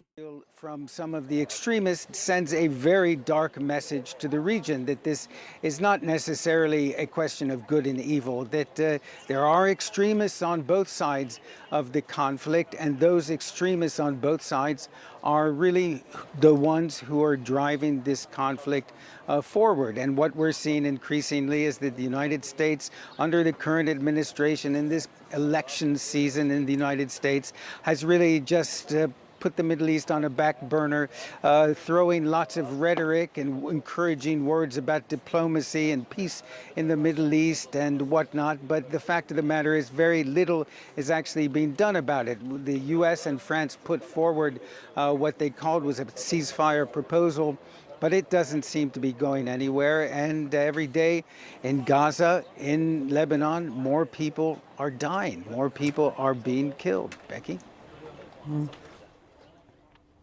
Gershon, let me bring you in here before I also ask for some analysis from Gideon. On the issue of Gaza, very specifically, he said there is no substitute for total victory in Gaza. He said, we do not seek to resettle Gaza.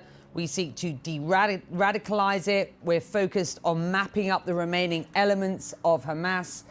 Yeah, there's some definite conflicting messages going on as far as there does seem to be a lot of energy towards settling. No, this has got to be just a straight up lie.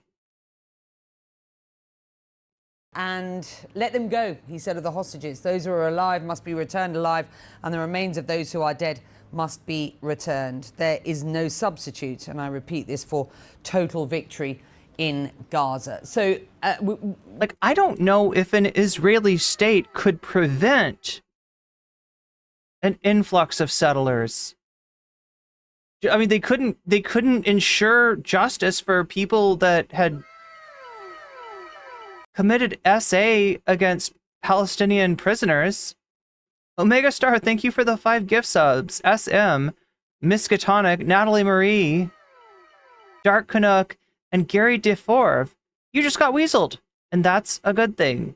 I'll read donos right after this, and then we gotta catch up. Like, I feel like there's a few of you that I don't have your I don't have you down on the poll, but I'll be done with this seg. We'll do this, and then Netanyahu, and then we'll take a look. We're just sort of describing some of what, or reliving, as it were, some of what a very defiant Benjamin Netanyahu has just said at the UN in New York. On the issue of Gaza, what do you take out of what you've just heard? Listen, Netanyahu is living in a world of delusion. There is no total victory in Gaza, and there is a deal on the table. And this is what the world needs to understand. We're at 59%. Americans need to know. They know it. They've seen the deal. Hamas has agreed to a 3-week deal during which time the war would end. Israel would evacuate Gaza. There would be an agreed upon release of Palestinian prisoners, and Hamas will return all of the hostages. This is not only a deal on the ceasefire, but Hamas has also agreed that they are supporting the establishment of a civilian, technocratic, professional government in Gaza, of which they will not have a part of. They are willing for this government to be empowered because they know that if they rule Gaza, there won't be a single dollar of international aid going into rebuild Gaza, and Gaza is destroyed. There's nothing left in Gaza. 2 million homeless people, disease, devastation, no sanitation, no fresh water, no schools, no universities, nothing. Gaza needs to be rebuilt, and it needs a responsible Palestinian government to do it. Now, we asked Hamas if they're talking about turning over internal security and their weapons to the new civilian, professional, technocratic government, and they said yes. But what I say to the Americans, to the Israelis, to everyone is don't listen to me. This is on the table. I have it in writing. I have voice messages from Hamas saying it. The officials need to check it. And President Biden needs to understand in his final months in office that his legacy is either going to be the war in Gaza or ending the war in Gaza. And we all know that the day that the war in Gaza ends, the war in Lebanon ends, and we need to get into the diplomatic path. There is no solution to this conflict without the freedom of Palestine, the establishment of an independent Palestinian state next to Israel, the realization of the two-state solution. This is the way forward, and this is the way to defeat extremists, not through weapons, not through wars, not through killing. Gideon, your thoughts? It was so embarrassing, Becky, embarrassing and pathetic, because Netanyahu is a good speaker, no doubt about this, a very impressive one. But today I think he reached one of the lowest points of Israeli propaganda. To speak about blessing in the Middle East, after killing over 40,000 people in Gaza and distracting Gaza, and to bring Gaza to a stage in which it's nothing but the humanitarian catastrophe, and to speak about blessing. By the time that you stand on the stage, on the podium of the UN, your army is... Megastar says, fuck Netanyahu, he should be arrested. There was some movement for that. There was some protests, actually, suggesting that he should be arrested and stand trial in the ICC at the General Assembly in New York. Continuing to kill both in Lebanon and in Gaza, and you speak about blessing. You know, he spoke about de-radicalizing Gaza and demilitarizing Gaza. What about de-radicalization of Israel? Netanyahu is today hostage of the most radical fascist partners in his coalition. What about de-radicalizing Israel, who in the last year speaks only in one language, the language of force, the language of brutality. Giant Tim Pool jump scare? Many times the language of barbarism. Where is the ceasefire? You don't speak about the ceasefire at all. You don't mention it. What?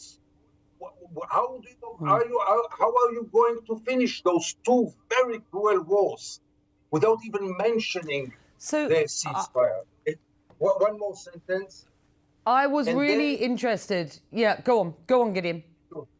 And then the decoration of... Okay, I gotta say, her hair is awesome. The hostages, really a decoration. He could have released those hostages 1 year ago, 10 months ago, 8 months ago, most of them. He wasn't ready for this. Now to stand in the UN and to use them as a slogan, as a decoration for his speech, ask the families what they think about him. Ask experts who know that we missed so many opportunities to release them. So really, I for many months or years, I was accused as a Bibist, as a supporter of Netanyahu, which is not exactly the case, but that's not important. Did they really call them Bibists? Did I catch that? Did I hear that correctly? Now. Honestly surprised that CNN is allowing criticism of Netanyahu and Israel, albeit a year later. But today I really felt embarrassed. This was the lowest propaganda, the cheapest propaganda, which doesn't serve Israel, I'm afraid. All right, so let's take a look at that propaganda. Here we go. There's Bibi. Mr. President. We're not going to watch this whole thing. Ladies and gentlemen, I didn't intend to come here this year. My country is at war, fighting for its life. But after I heard the lies and slanders leveled at my country by many of the speakers at this podium. So it's your fault. I decided to come here and set the record straight.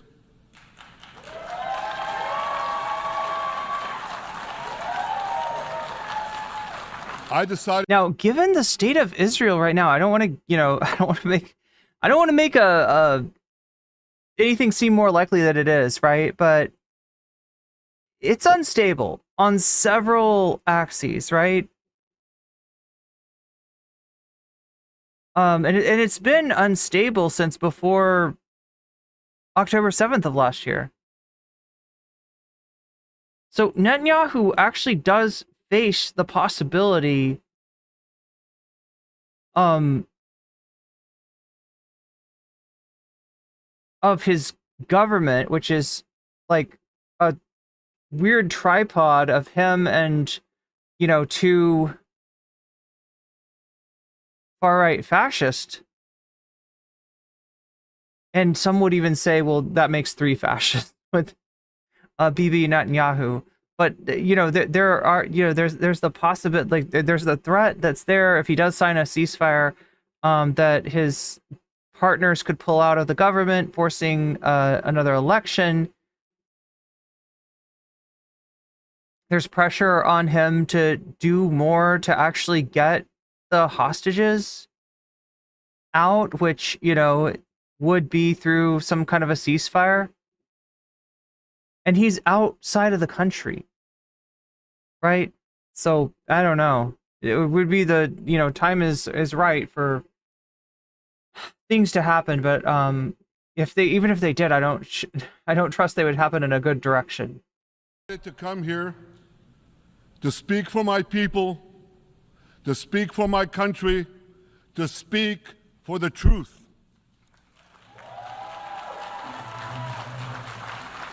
And here's the truth. Israel seeks peace. Israel yearns for peace. Israel peace through escalation, the very best kind. Has made peace and will make peace again. My understanding is that the reason that you're hearing a lot of applause and clapping and very little other sounds is that there was kind of there was a mass leaving when he got up to speak. A lot of people walked out on him. Yet we face savage enemies who seek our annihilation, and we must defend ourselves against these savage murderers.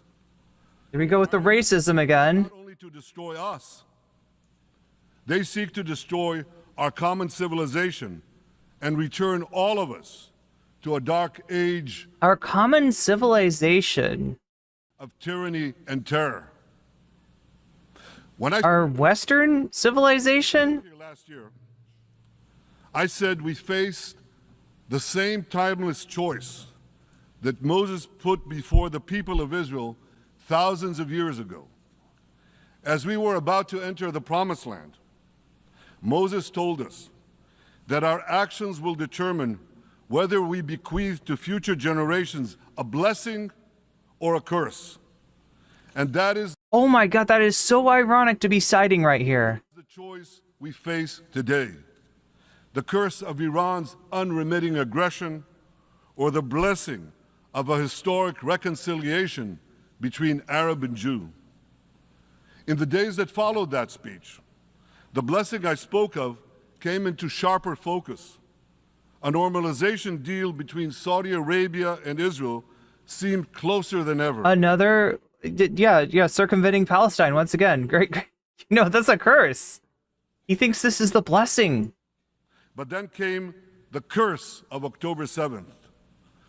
Okay, so he was talking about the Abraham Accords. Iranian-backed Hamas terrorists from Gaza burst into Israel in pickup trucks, on motorcycles, and they committed unimaginable atrocities. Unimaginable, possibly at the time, but compared to what you've been doing in Gaza, savagely murdered quite imaginable. 1,200 people. They raped and mutilated women. They beheaded men. They burned babies alive. I feel like we've heard this so many times, over and over again, and it just gets harder to listen to, harder to believe, harder to...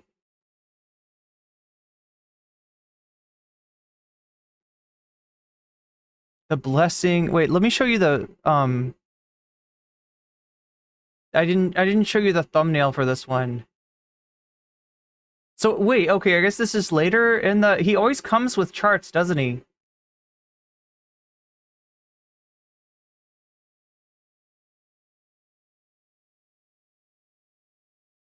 So the blessing is going around the Palestinian people to negotiate a separate peace with other countries in the region. The curse is the consequences of your fucking actions in Gaza. I don't know. It's just so I can't do any more, chat. I wanted to cover some of that because it happened today and it's important, but a lot of things are important. Not the least of which is chat itself. So let me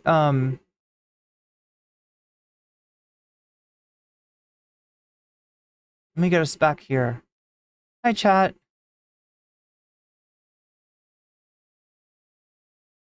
Should have been a PowerPoint presentation, right? The blessing is Biden's new Middle East plan. He's called it the New Silk Road. Yeah, exactly, Narwhal. Like, he's not pointing out, like, and the country literally revolted. Like, in the one attempt that they made to actually punish those guilty for those acts against Palestinian prisoners, which, you know, make the claims that he's making here sound mild in comparison, although that's a horrible thing to say because nobody deserves to be, you know, essayed or tortured like that.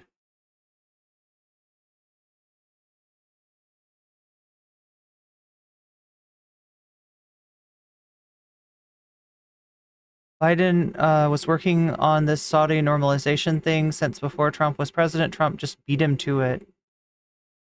Yeah, so the Biden administration has not been great on these issues either. Trump is worse. Trump always manages to be worse. Right? His take was like Israel needs to finish this up, and he doesn't mean like get out of Gaza. He means like finish up the Palestinian people. Cute little red cup makes things easier. Yeah. Especially like drinking tea. Although, I mean, isn't the right way to drink tea, chat, is like this, right? Like you're supposed to slurp it with green tea. Am I right? Is that how green tea works?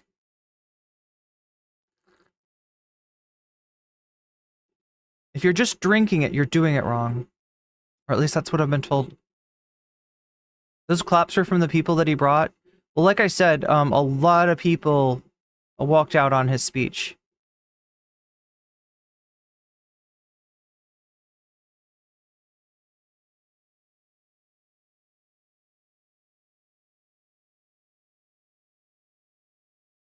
I've heard Israelis say they would trade Ben Gvir and Schmoltrick for the hostages.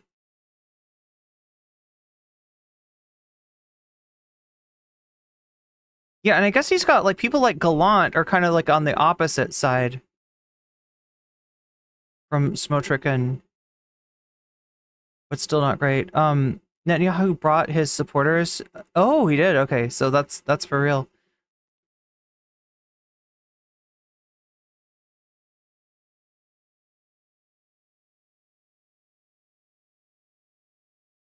CNN knows that they're on the wrong side of history on this issue and they're trying to save face.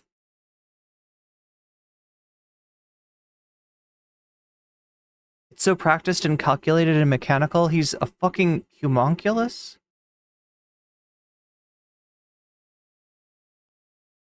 Pinky finger up. Really? Pinky out?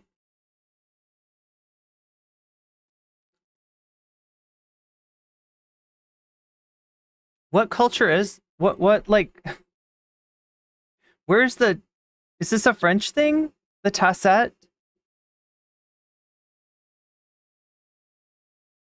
Burp and slurp? No, you definitely got a slurp. I don't know about burping.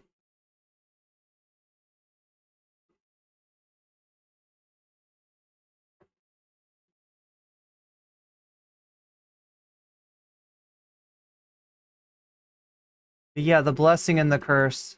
I mean, this is cursed. Super cursed.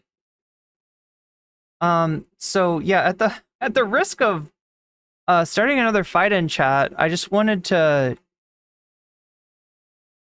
oh yeah, read the donos. That's what I need to do. Read the donos. When in doubt, read the donos. Not even when in doubt. So yeah, as far as donos go, we're at 59% of the dono goal.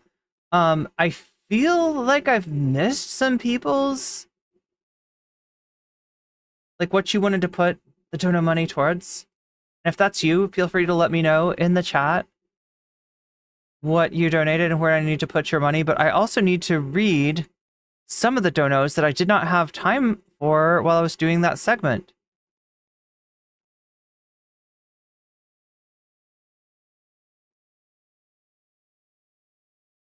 So Thomas Jerome Newton super chats 250 saying it's a slippery slope to exiling dissidents.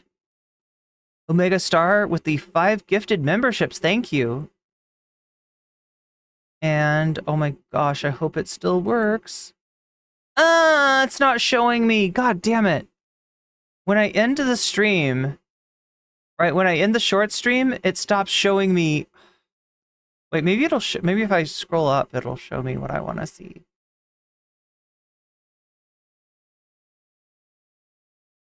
Narwhal by Nature with the 5 gift memberships. Thank you. Oh, and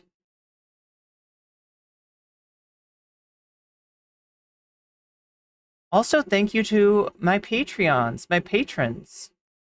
Patrons help me keep the lights on. Patrons help me keep body and soul together. And we have various tiers that you can pledge your support, as many are doing now. And I'm very grateful for it. So one of the things that you get for your monthly Patreon sign up is a shout out. We've got 2 kinds of shout outs that are possible, right? We got a fancy shout out, and no, there's 3 kinds actually. There's the fancy shout out, there's the fancy shout out, and then there's the legendary shout out. So you can donate at various levels. At the base level of $3, you get early access to all of my videos before they come out on YouTube, right? You get the uncut, unedited version, kind of the Snyder cut, if you will. You get to hear me say the F word a lot, basically. That's it. You know, that's a bonus, right? So everybody on my Patreon gets that. At the $5 level, you get a fancy shout out, and at the $20 level, you get a fancy shout out for being a fancy weasel. And yeah, so let's see. I need to shout out my fancy weasels and then my fancy weasels. So shouts out to Temporal Insanity. Shouts out to Funky Monkey. Shouts out to Moe Noape. Shouts out to Just Julie. Shouts out to Jules K. Shouts out to JR. And then a fancy shout out for Zara Xerex, for Shakespeare, and for Omega Star. And we are trying to put together a once weekly post stream Discord chat for the fancy weasels. That's the special perk that comes with that. So yeah, thank you for the support.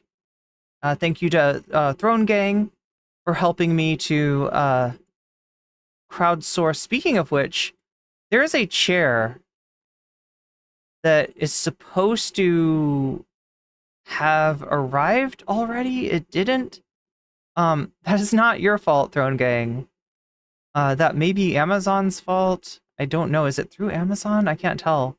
Or it may be Throne's fault. I'm not sure. But yeah, it's supposed to. It should have been here a few days ago. I don't know what's going on. I'll check. I'll have to check on that. But yeah, the the rolling chair should be getting here at some point. Okay, so I think the donor I read out the donos. Omega's 15 is for dim tool. Wait, it's not that one. I've got too many of these things open here. Dim tool. Oh, here we go. Dim tool goes to 17 then. Anybody else's that I missed?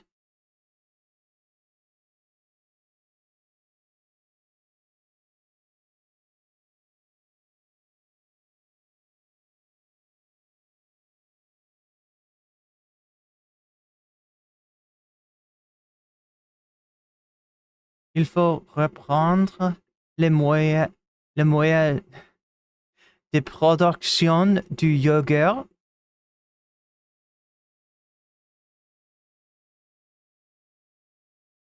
Because it was so peaceful up here, but now there are freaking communist invading radicals. Wait, is that real? Do you say reprendre instead of just prendre? Or seize the means?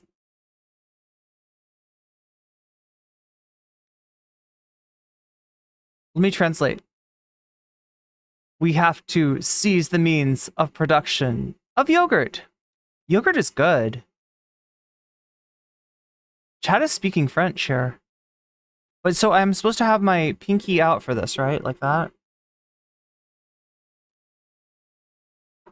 Wait, I'm probably pronouncing yogurt weird. Miss Manners is rolling in her grave from me not doing the...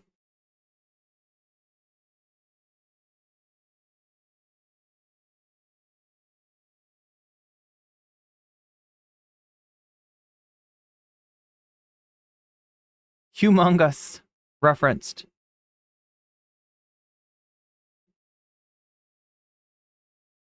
Oh, that's really sweet. Good for Gabby. Do I need more like liquid to be able to say this? Prendre is take. Reprendre is take back. That's what I mean. But in the like, I mean, it's more accurate. It's more accurate to say take back. Right? But I feel like in the US we always say seize the means. I've never heard anybody say take back the means. Wait, it's like this.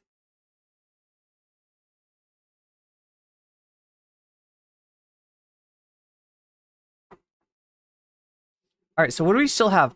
I should probably go ahead and do the Sam Seder now. And then we'll finish with Roseanne. We are 60% of the way towards the dono goal. That is a dono goal that is infinitely gettable. Let me know if there's anybody's donos that I've forgotten and that I haven't added to the topic of your choice. If that's you, let me know. I will be happy, more than happy to do that. If you donate while I am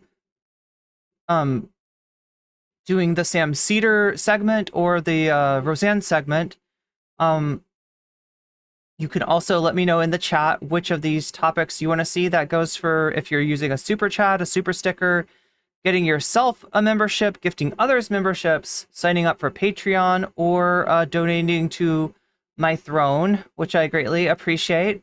Or if you are on Twitch, getting yourself a Twitch Prime sub to get yourself out of the ad break for free. The ad break that happens every hour on the hour and just happened like 7 minutes ago, maybe. Whether you are getting yourself a discounted, because I think for this month only, the subs are discounted sub, or whether you're lucky enough to get gifted by somebody else in chat that doesn't want you to have to watch the ad break, which is more likely to happen to you if you're active in chat. Any of those things that is a dono, those are all ways of donation. You can let me know in the chat which of the topics you want to see next, and I'll be more than happy to put your dono as a percentage towards the topic of your choice. Let me, oh yeah, I should go. I'm not doing my job here, chat. I need to see what's winning. Tim Pool with the skateboarding in first place. Vanguard,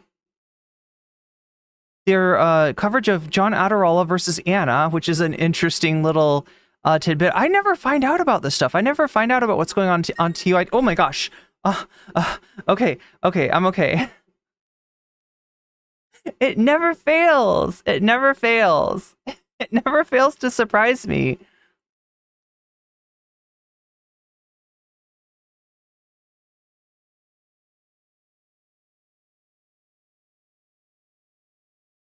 Hagla, thank you for the contribution to on Throne, and that brings us up to, wait, what is that? That's like 80%. Look at that. Thank you. We're at 80%. And what's winning? Tim Pool has got the most votes, but What If Alt Hist has got a lot of donos behind it. I guess I gotta make sure that we're not missing anybody's.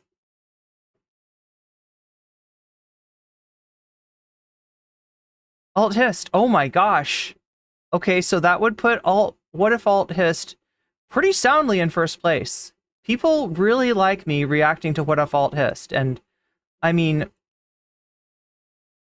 do I like reacting to What If Alt Hist though? It depends on my mood, right? Sometimes it's fun to just dunk on the guy, but sometimes I'm just like, I can't believe what he's saying. Like, what am I supposed to say to that? But yeah, we gotta keep our eyes on What If Alt Hist. He's making more content. He's making more. It's just so funny how like this guy gets like kind of like smoke blown up his ass. Is that the phrase for it? By his fans, that like, oh no, you're coming up with some really good stellar ideas. Keep at it, What If Alt Hist. And he's just like, it's just utter crap. It's utter incomprehensible, like crap. It's not even just like, oh, this is some right-wing nonsense here. It's like, no, this is just some nonsense. You're the nonsense master, the Riddler of nonsense. Emperor Palpatine? What Emperor Palpatine? We're just sitting here looking at Netanyahu for no good reason, right? We should be looking for Sam Seder instead.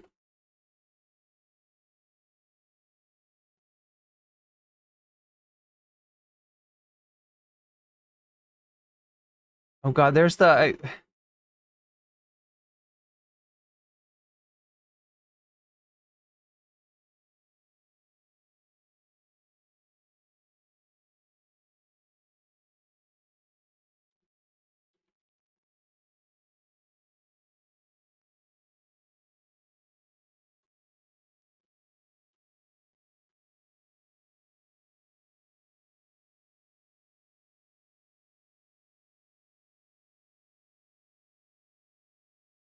All right, here we go. So yeah, this came across my desk not so long ago. This is actually, I believe, from the Wednesday show.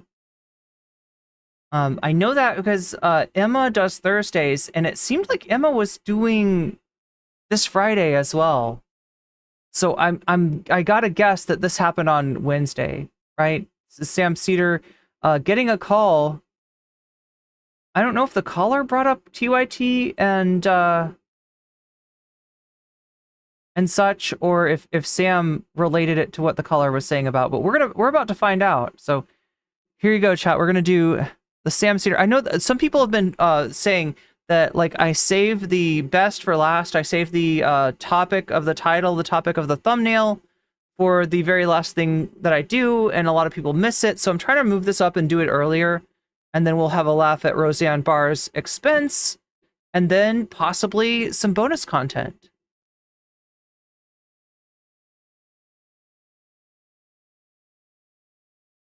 Hi, Sam and Matt. This is Stephen in Dublin, Ireland. Stephen in Dublin, Ireland. What's happening, Stephen? So I listened. All right, first of all, this needs to be a repeat color if it's not already.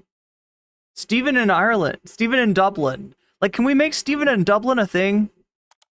To and watch quite a lot of politics in America. I've listened to your show for years.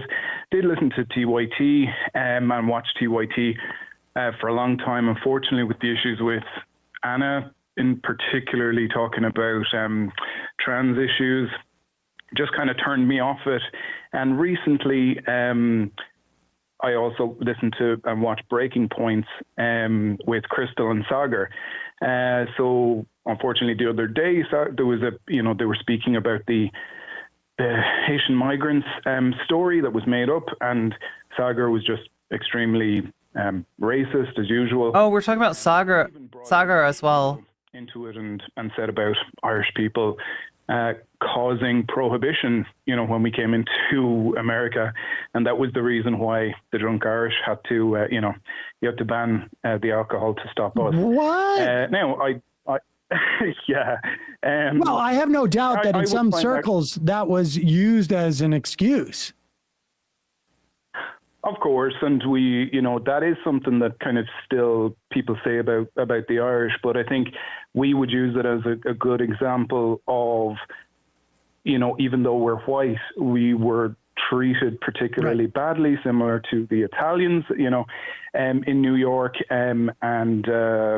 Look, I find that part funny, but also he has kind of been bringing up trans issues and being kind of transphobic. And I really love Crystal. And so I suppose the question that I have for you, I don't want to stop, listening to different news sources just because somebody has a different opinion. I do like the idea of their show that it's somebody that's more on the left and someone more on the right, but they're basically apolitical. What is your opinion on kind of that style of show? And do you think it works? Do you think it helps?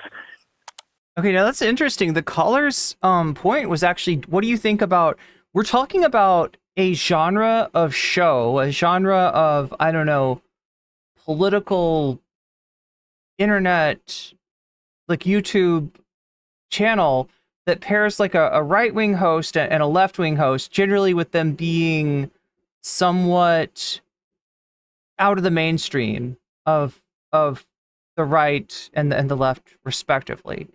I do know what he's talking about in terms of trans issues. They haven't really broached the topic very often, but when Breaking Points does talk about trans issues, it's decidedly from a transphobic perspective.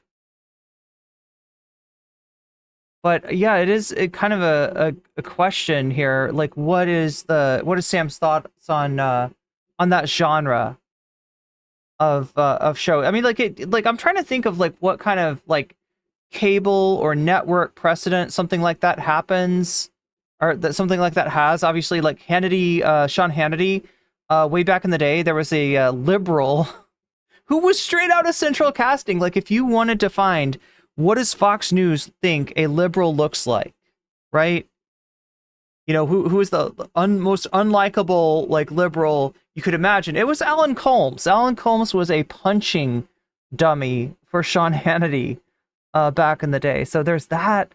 There's obviously what is it? Crossfire? Is that the one where Jon Stewart came on and it was Tucker? Yeah, Tucker was one of the hosts, and I can't remember who the host was on the left, but Jon Stewart came on and kind of just like exposed to what they were doing.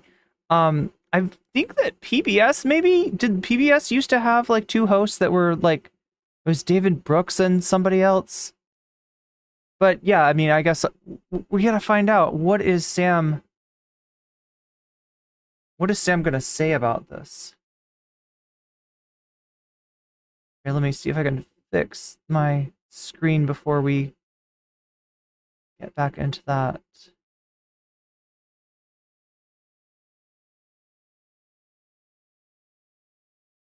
Yeah. There we go. people kind of understand left issues more? Or do you I think mean, I'm not going to pretend like I watch either of the shows that you've mentioned on a regular basis. I just don't. I don't watch. I don't watch other people's shows really for the most part. Ooh, nice deflection, Sam. But no, I think it's probably true.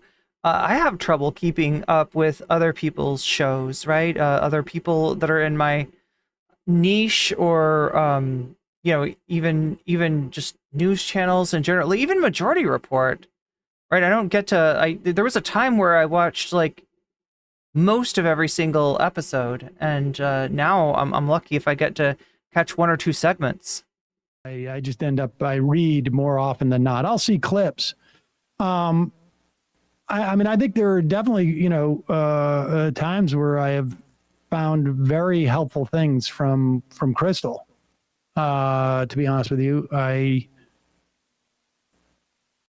not so much the Young Turks, to be honest. I mean, just being honest here. And while we're being honest, I have to say that, I have not followed that much of the Young Turks, but I have seen clips where, Ana has talked about, the fact that everybody's calling her a birthing person or something to that effect, which I find extremely hard to believe that there's been more than one person that's ever said that to her. But whatever, be that as it may, I don't care if it's 10. So, no, my question is, like, how much does he know about the descent of the Young Turks? Because it's not just the birthing person thing. It's not just the bonus hole thing. It's like in my mind, it's a conscious content strategy by Ana, if not by the Young Turks writ large, right? Because, I mean, Cenk will sort of join in with her on some of these issues. Like, he's not going to be as explicitly anti-trans as Ana, although he does defend her turf shit. But he will jump in on, the issue of trans people in sports and like willingly sacrifice that as some kind of a offering to the electoral gods. Right? But it's more than that. It's more than that. It's crime. It's immigration, actually.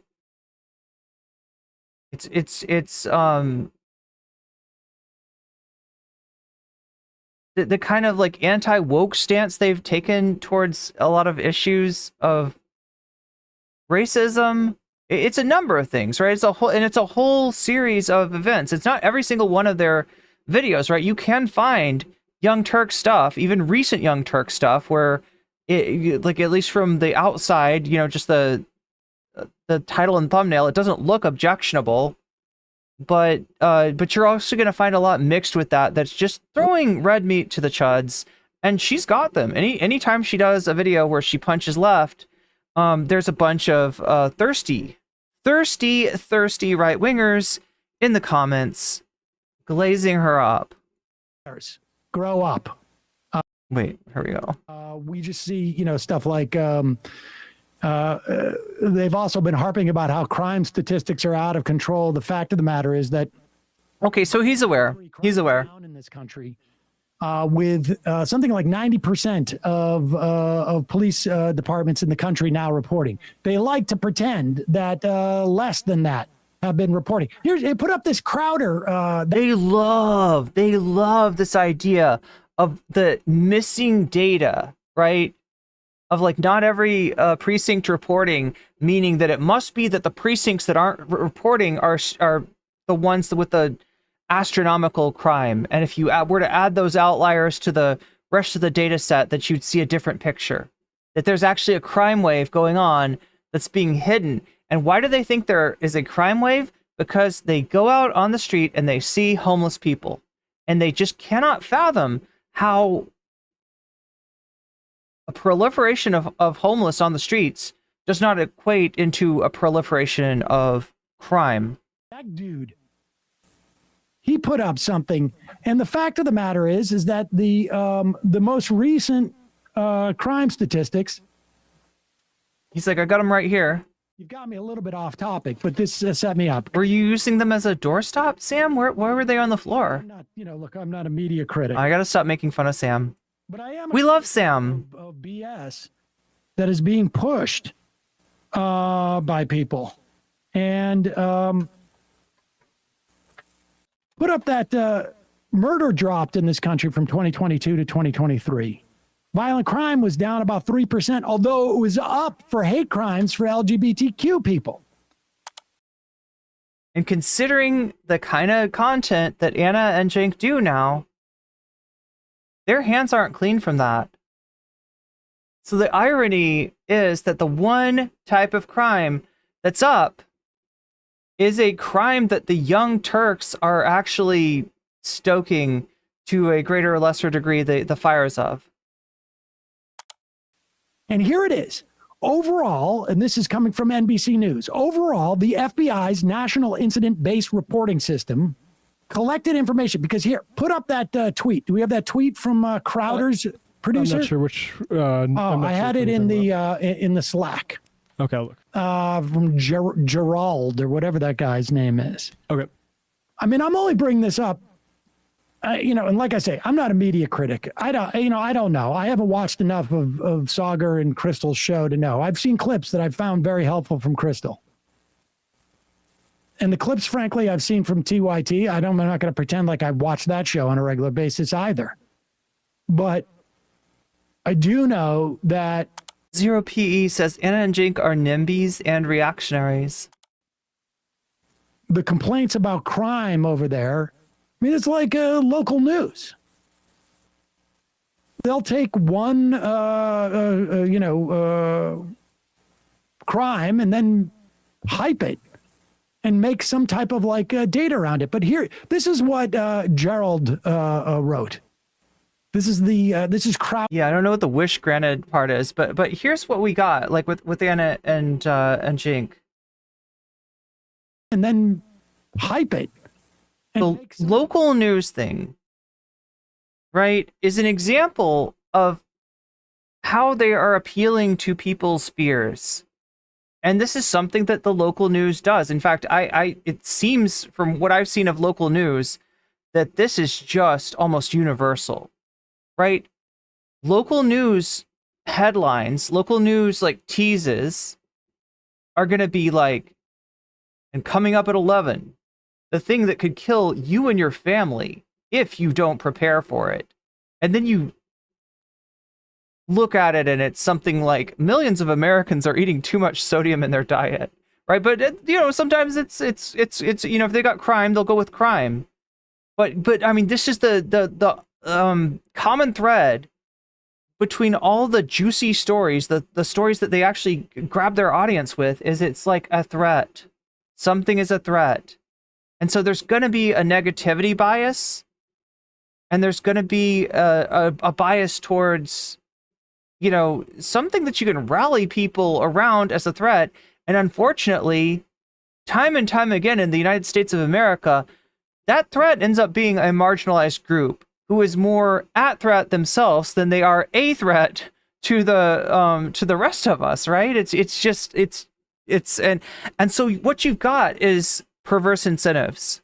And this is all over content creation. In fact, a lot of the people that I have cut ties with, I have done so because they came to this space wanting to do good things, started off trying to do good things, and at some point gave in to one or more perverse incentives and just became something that is an affront to the reason they got involved in content creation in the first place, right? Many such cases. Type of data around it. But here, this is what Gerald wrote. This is Crowder's producer. Which granted did not participate. What is he responding to? I think is somebody said where are the statistics that say that crime isn't down, because he had made that claim. This map, 6,000 agencies submitted no 2022 data, 32% of all police agencies. He's complaining because he's saying that the 2022 statistics are wrong because only 70 or 68% of the police departments submitted information. Well, now, and of course, he has to point to 2022 because he doesn't want you to see that in 2023, we now have 94.3% of the country reporting in. Agencies that cover 94.3% of the country. 700 additional agencies in 2023 compared to 2022 on that national incident-based reporting system. And the fact of the matter is that crime is down. In fact, the only crime that is up, speaking about misinformation, the only crime that is up is shoplifting. Recorded events of shoplifting were up from about 1 million in 2022 to 1.15 in 2023. The interesting thing about that rise, it now brings us to 2019 levels. In other words, all the time that we heard that shoplifting was going crazy, the smash and grabs and this and that, shoplifting was actually down in 2021 and 2022 and in 2020 because of COVID. And it's up now to where it was pre-COVID. Well, because the shoplifters are just hearing about the George Floyd effect, where it's worn out on other types of crime. They were future predicting the George Floyd effect.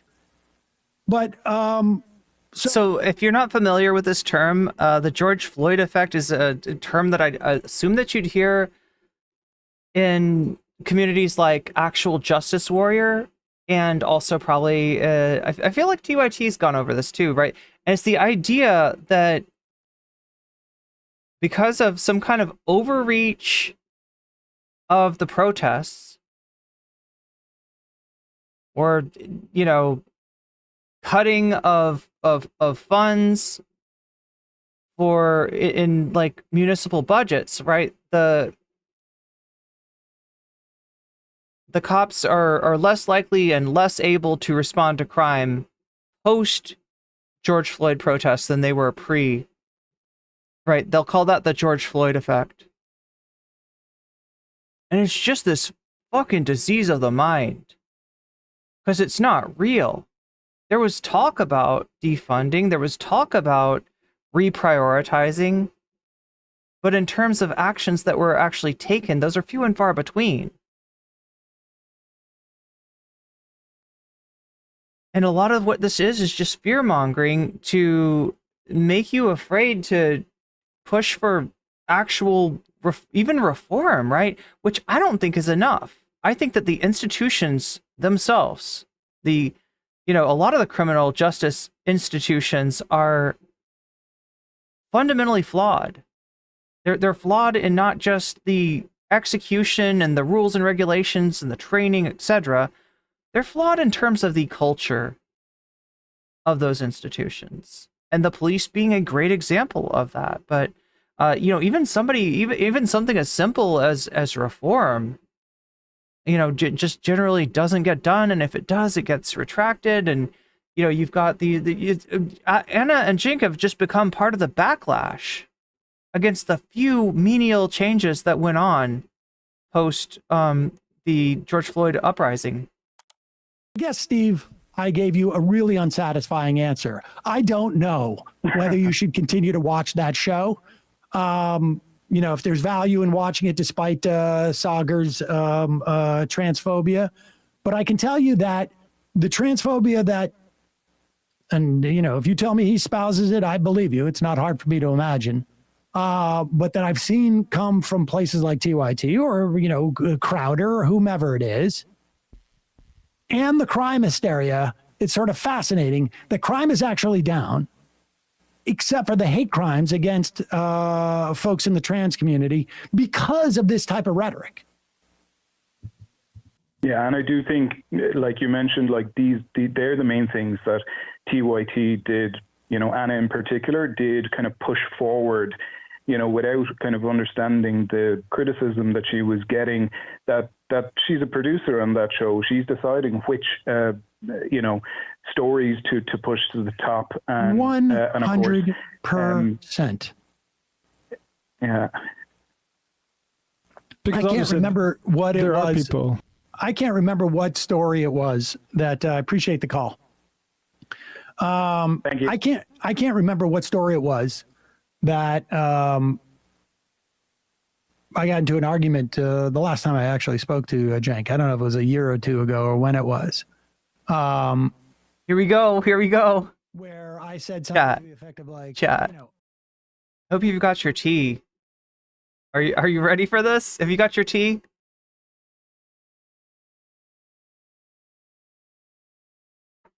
All right, let's go. Maybe it was about trans women in sports. And I said something to the effect of like, this is not an important issue. It's one thing to be sitting at a bar and having a casual conversation with somebody about what you think about sports. I mean, I'm not that into sports, but I can understand people sitting around a bar going like, what should the inclusion rules of the International Basketball Association be? But I said something to the effect of like, you don't need to tell every opinion you have on your political talk show because... Oh my gosh. I'm of mixed opinions about what Sam just said. Because on one, if you take that out of context and say like, to present that to like a trans audience of like, yeah, here's Sam Seder saying your inclusion in sports is not an important issue. That kind of sucks. That's not what Sam is saying exactly though. It's not what he's getting at. He's making a take kind of similar to Hassan's, which is that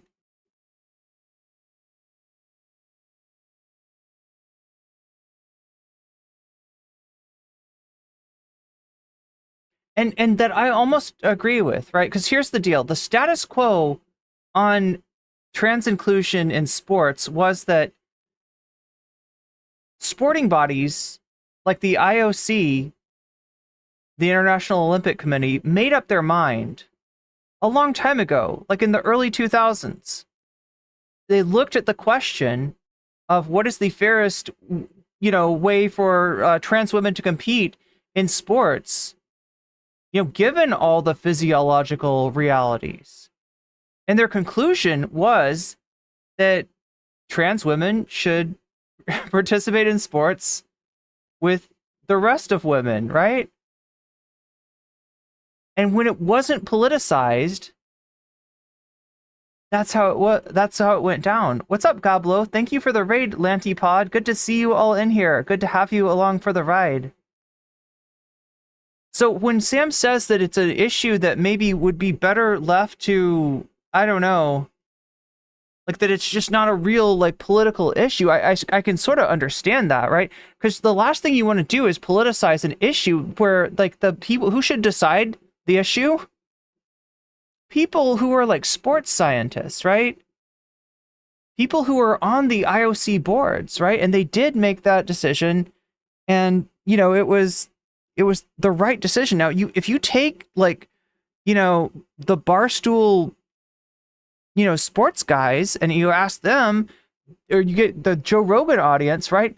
That's not who I want deciding that issue. But at the same time, it's not true that it's not an important issue for trans people. It's not important that it's not a human rights issue. It absolutely is.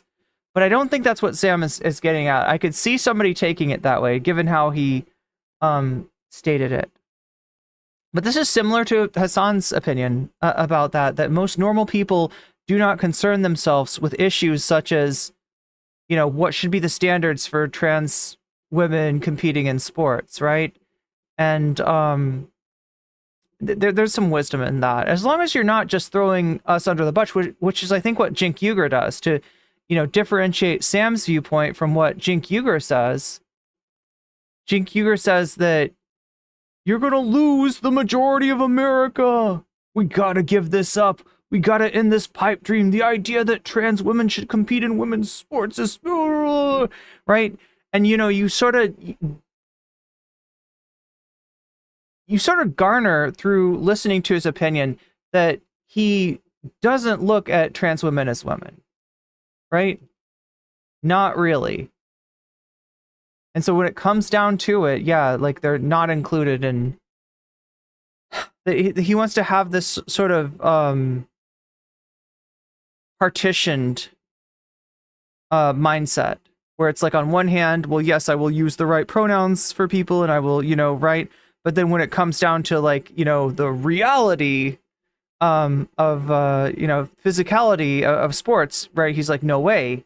So you kind of see what kind of ally or non-ally Cenk Uygur actually is through this. But yeah, it's different than what Sam's saying, although it is.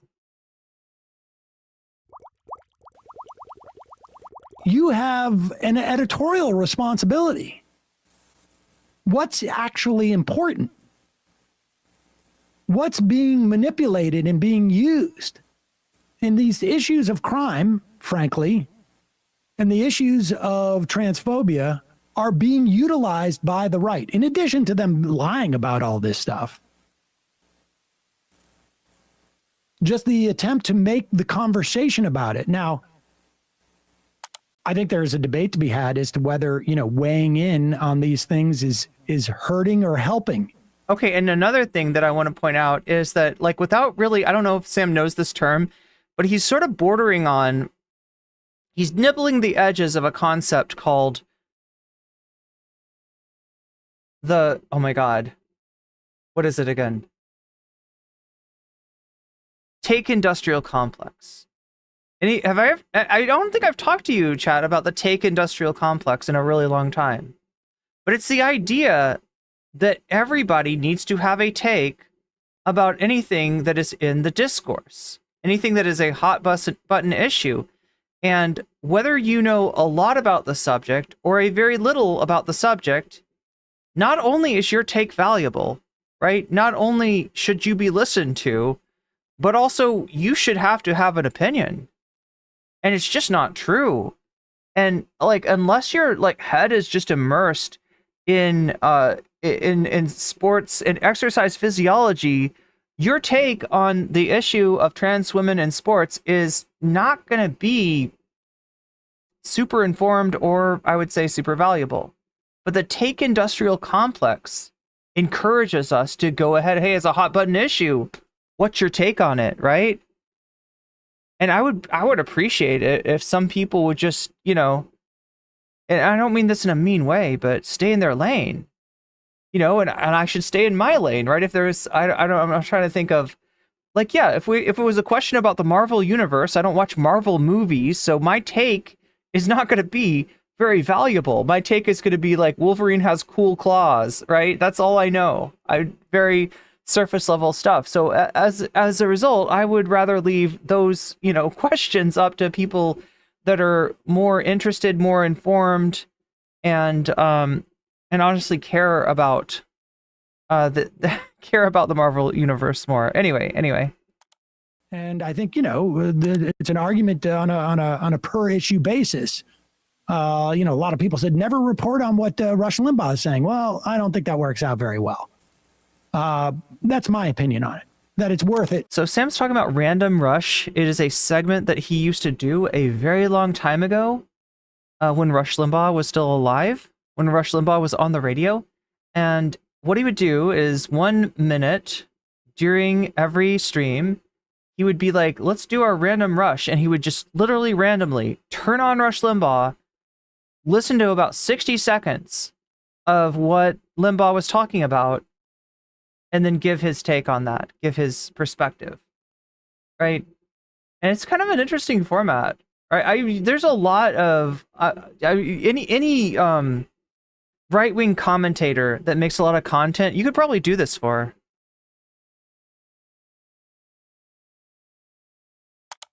Engaging in it, but you have to be engaging in it with an awareness of, like, you're also, every time you open your mouth about it, you're helping push some type of false narrative, and you need to make sure that what you're doing dispels it.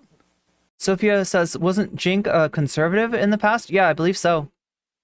And I mean, like, within the context of the Rashida Tlaib story, every time we mention the accusation, the certain percentage of it continues to bleed in the accusation that she was anti-Semitic when she was clearly not. I mean, so this is all part of it. But the fact of the matter is that people who are going around saying that we had some type of abnormal crime spurt following the once in a lifetime, hopefully, certainly once in 100 years so far, pandemic, or that there was some type of crisis in, girls' sports or women's sports or sports in general because of trans people is absurd. It's absurd. There's some type of crisis because people are using birthing persons instead of women in some very narrow circumstances. I mean, give me a break. All that stuff transparently fabricated and inflated for a transparent purpose, and that should be part of the job is ascertaining that purpose that these sorts of blind alleys 100%. lead you. And to be clear, still going on. Still going on. We have Republican candidates across the country still running on this stuff. We have ads going out. I don't know if it was in Florida or maybe it's in Ohio, where Marino is running against Sherrod Brown by putting out transphobic advertising. I mean, this stuff is being weaponized. And the victims, incidentally, because I don't think that it really has the electoral resonance that the Republicans seem to think it has. But there are real victims here. They are children who are stigmatized. There are trans people who are subject to full-on violence, to murder, to assault, to getting fired from work, to losing housing, to being ostracized by their family. I mean, across the board, there are victims here. Make no mistake about it. But it's not the people who you have to go around and I don't know if I'm a woman or if I'm a birthing person. I've lost my sense of who I am. Somehow my rights have been abrogated because of it. It's absurd.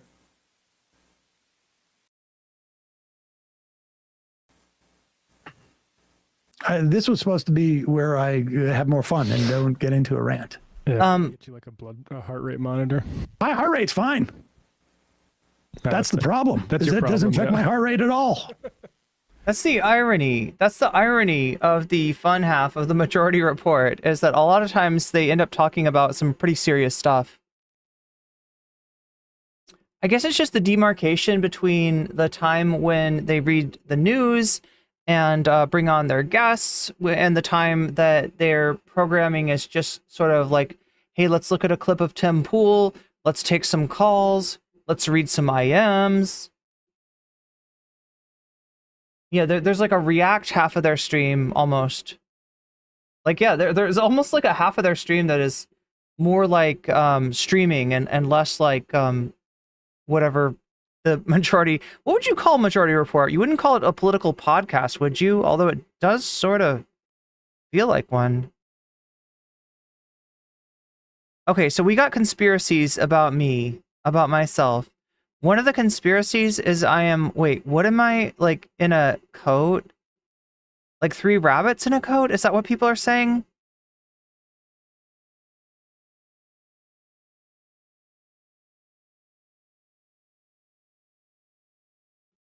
My hot take is that tempeh is better than tofu. You're not wrong. Oh yeah, speaking of hot takes, chat, speaking of controversies.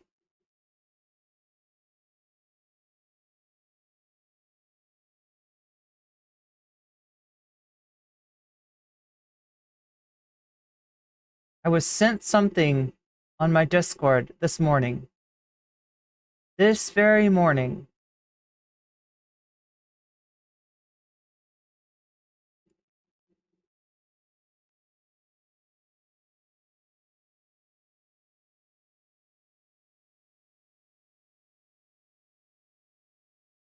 Crap.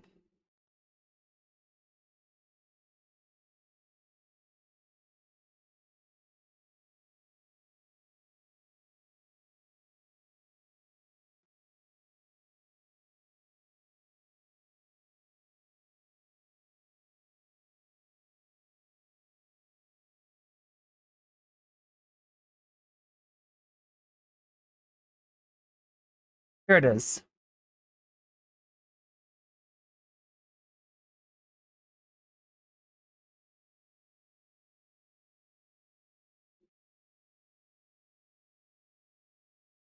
All right, we got to read this, right? Because there's an accusation that's been thrown out there. Now, we didn't cover Mayor Eric Adams today and the allegations of bribery. However, I do feel like I need to respond to this in particular because I don't know. I just want to get ahead of the allegations, right? All right, so check this out. Specifically, Adams, in a private meeting in Manhattan, met with the aforementioned Twitch streamer at a luxury hotel midtown. During the meeting, Adams knowingly and willingly accepted a large bribe in the form of a pallet of Zyn nicotine pouches, an in-kind gift with an estimated value of $50,000, delivered in exchange for Adams's commitment to grant preferential treatment in future city licensing regulations affecting the gaming industry. The bribe took the form of an unusually large shipment of Zyn nicotine patches delivered to a private location in New York City. On or about the morning of August 15th, 2024, a pallet containing 50,000 units of Zyn, a popular smokeless nicotine product, were delivered to a secure warehouse in Brooklyn, New York. The delivery was directly connected to the illegal agreement brokered between Adams and the Twitch streamer. Now, since they're talking about a Twitch streamer, right, I've got to point out that if it was me, right, this would not have been 50,000 packets of Zyn. What would this have been? It would have been like 5,000 pounds of red lentils, 5,000 jars of tahini. What else do I eat?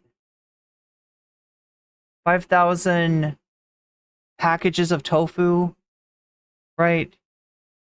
So yeah, just so you know, before anybody tells you different, this was not me.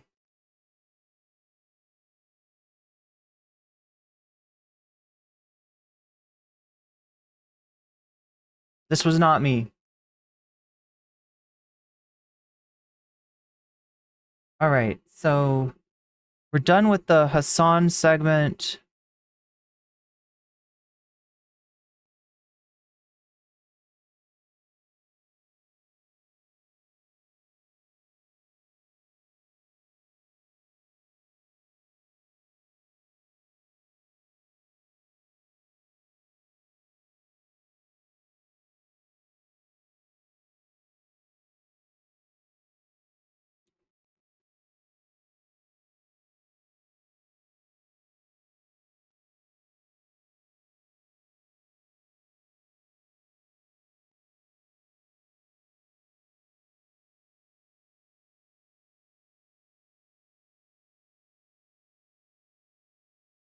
We got this. This is the Tucker Carlson show. And he's put the show on the road. He's in Fort Worth, Texas. And he has Roseanne with him.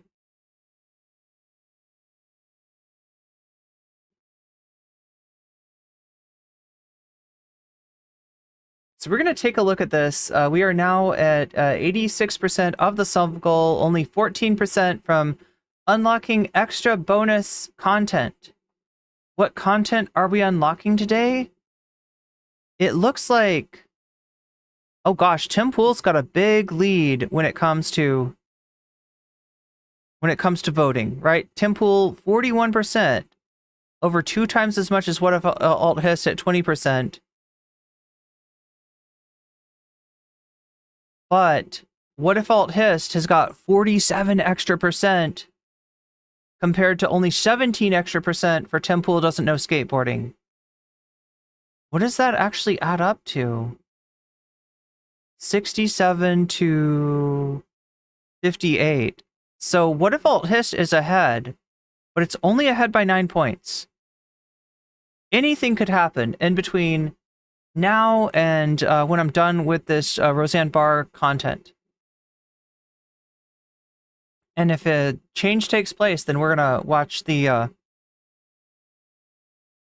What a Fault His, or the Tim Pool skateboarding instead. We've also got Vanguard has covered John Adderalla in a weird, awkward situation with Ana Kasparian. It's got to be so weird to be Adderalla, doesn't it? It's got to be so weird to be John Adderalla. To be on TYT, you know, it's probably a job that he needs to have, but to have to deal with the reactionary nature of both Cenk and Ana. But yeah, that's in third place, I'd say, with Comrade Kamala. Only 11% of you wanting to see that Comrade Kamala story.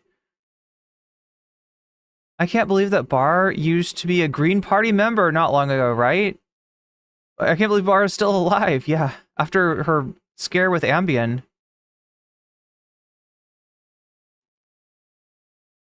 Double Dostoevsky says, I need to learn how to cook. I admire people who are good at it.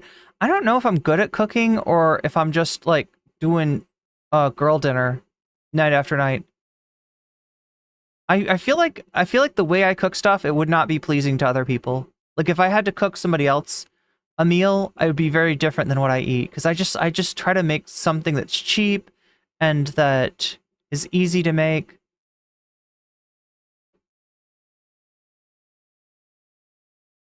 Corwin Chelway says, a wall of Zen is not really worth anything. Like, how do you move that? A wall of Zen? 69 void copies. There we go, Globits. That's probably it. It appears to be fake news. True. Well, it's a shit post is what it is. It's a joke. The joke is that it's Hassan, right? If anybody doesn't get that, if I need to explain that to anyone, right?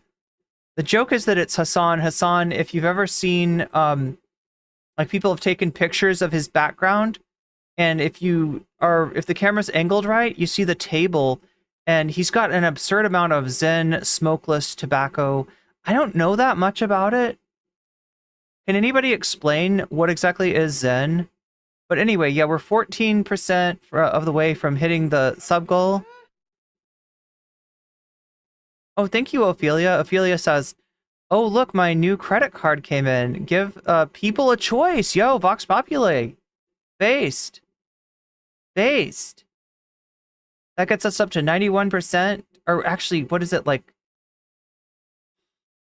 I'm so bad at converting Canadian dollars. I think it's 90% at the very least. And then Vox Populi with 4 extra percent. That pulls everything down by 4. Is it a dip? Is it actually dip? Is it actually like tobacco? Or is it some kind of weird, like, extract of nicotine? Is the streamer Kai Sanat, does Kai, I think Kai also likes Zen. What is that one mobile game that's called like Zenless Zone or something? I'll have to look it up to know for sure. I mean, the Green Party does have a lot of conspiracy theorist types. I think there's a certain pipeline. Not saying all Greens are like that, of course. I'm sure you cook fine, but you use Brussels sprout, which I can't accept. God, you know, when they're in season, they're really good. And you can cook, you can kind of like roast them. You can roast them pretty hard.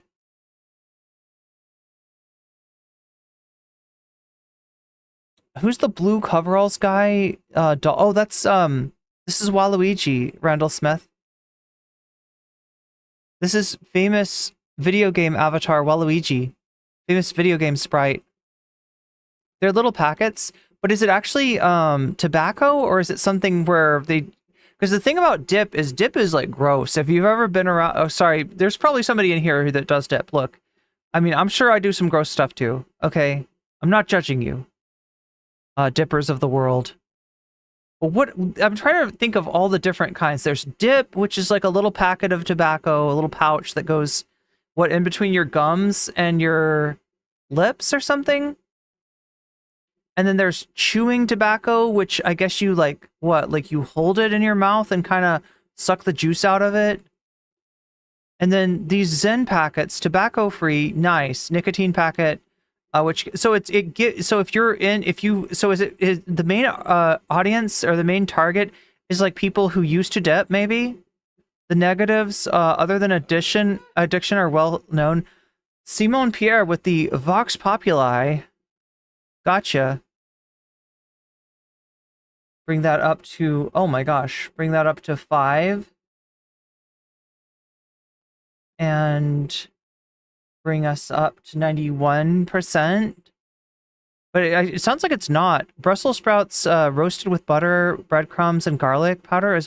Oh my god, I gotta start putting garlic powder on mine. If Brussels were soaked in butter and garlic, they might be good, but I've never had that. I mean, I feel like... Okay, so what... Brussels haters, what is your main complaint about Brussels sprouts? Is it that they have like a weird floral... Is it that floral taste?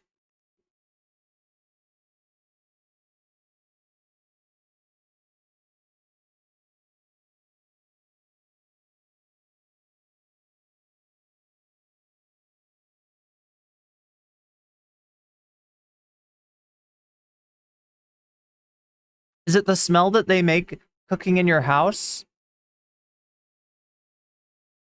Is it the texture? The mouthfeel? What is it about, like, the Brussels sprout? Like, I can imagine myself as a kid not liking them.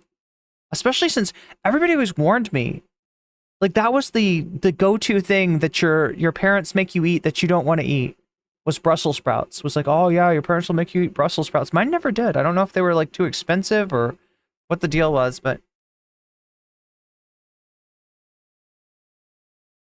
okra is the worst vegetable, says Sassy. I only like okra when it's pickled. I really do not care for okra otherwise. I guess it could be good breaded. That's another way to make it, but I feel like breading stuff is just like, it's an art, and most people don't have that art. I like sprouts high in iron. Sprouts are really good, yeah. I like, salad. That's the one thing that I haven't eaten enough lately. Salad is good.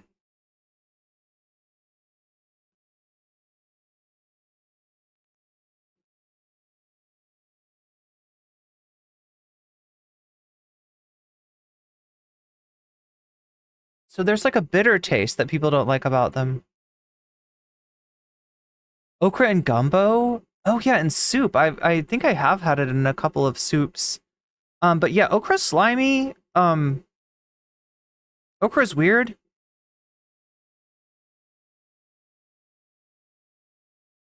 But if you pickle it, it's so good.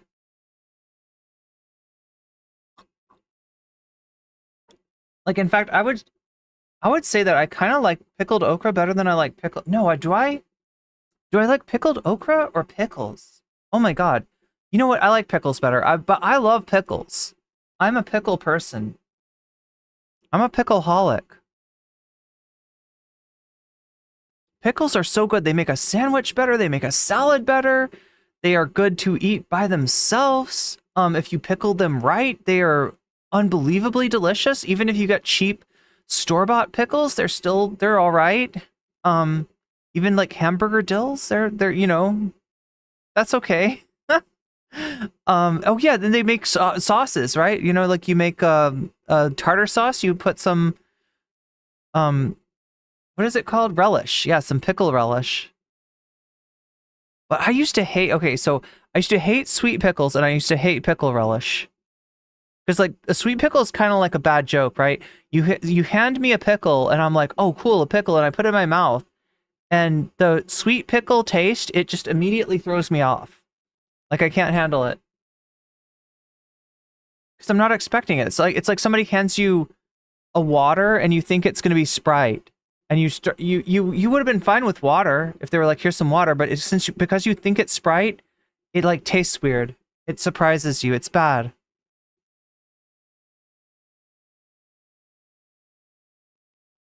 Not as bad. Not as bad as the top of the hour ad break though, which comes every hour on Twitch and forces you to watch 3 minutes of ads at a time. Unless you're able to get out of that 3 minutes for free with a Twitch Prime sub or a discounted rate. I think it's less than $6 during the month of September, you get a special deal on that, or possibly by being gifted a sub, which is more likely to happen if you're active in the chat. Has there anybody that I haven't gotten your I haven't added your dono to the topic of your choice yet? Remember, you can keep on voting in chat right now. We're 41% Tempool, 27% Vanguard, 22% What If Alt Hist, and 10% Comrade Kamala. But yeah, keep on voting. We got 106 votes. We got 72 likes. So making any of these numbers bigger would be great. Would be amazing. You lost 60 pounds going vegan? That's awesome. That's pretty, that's...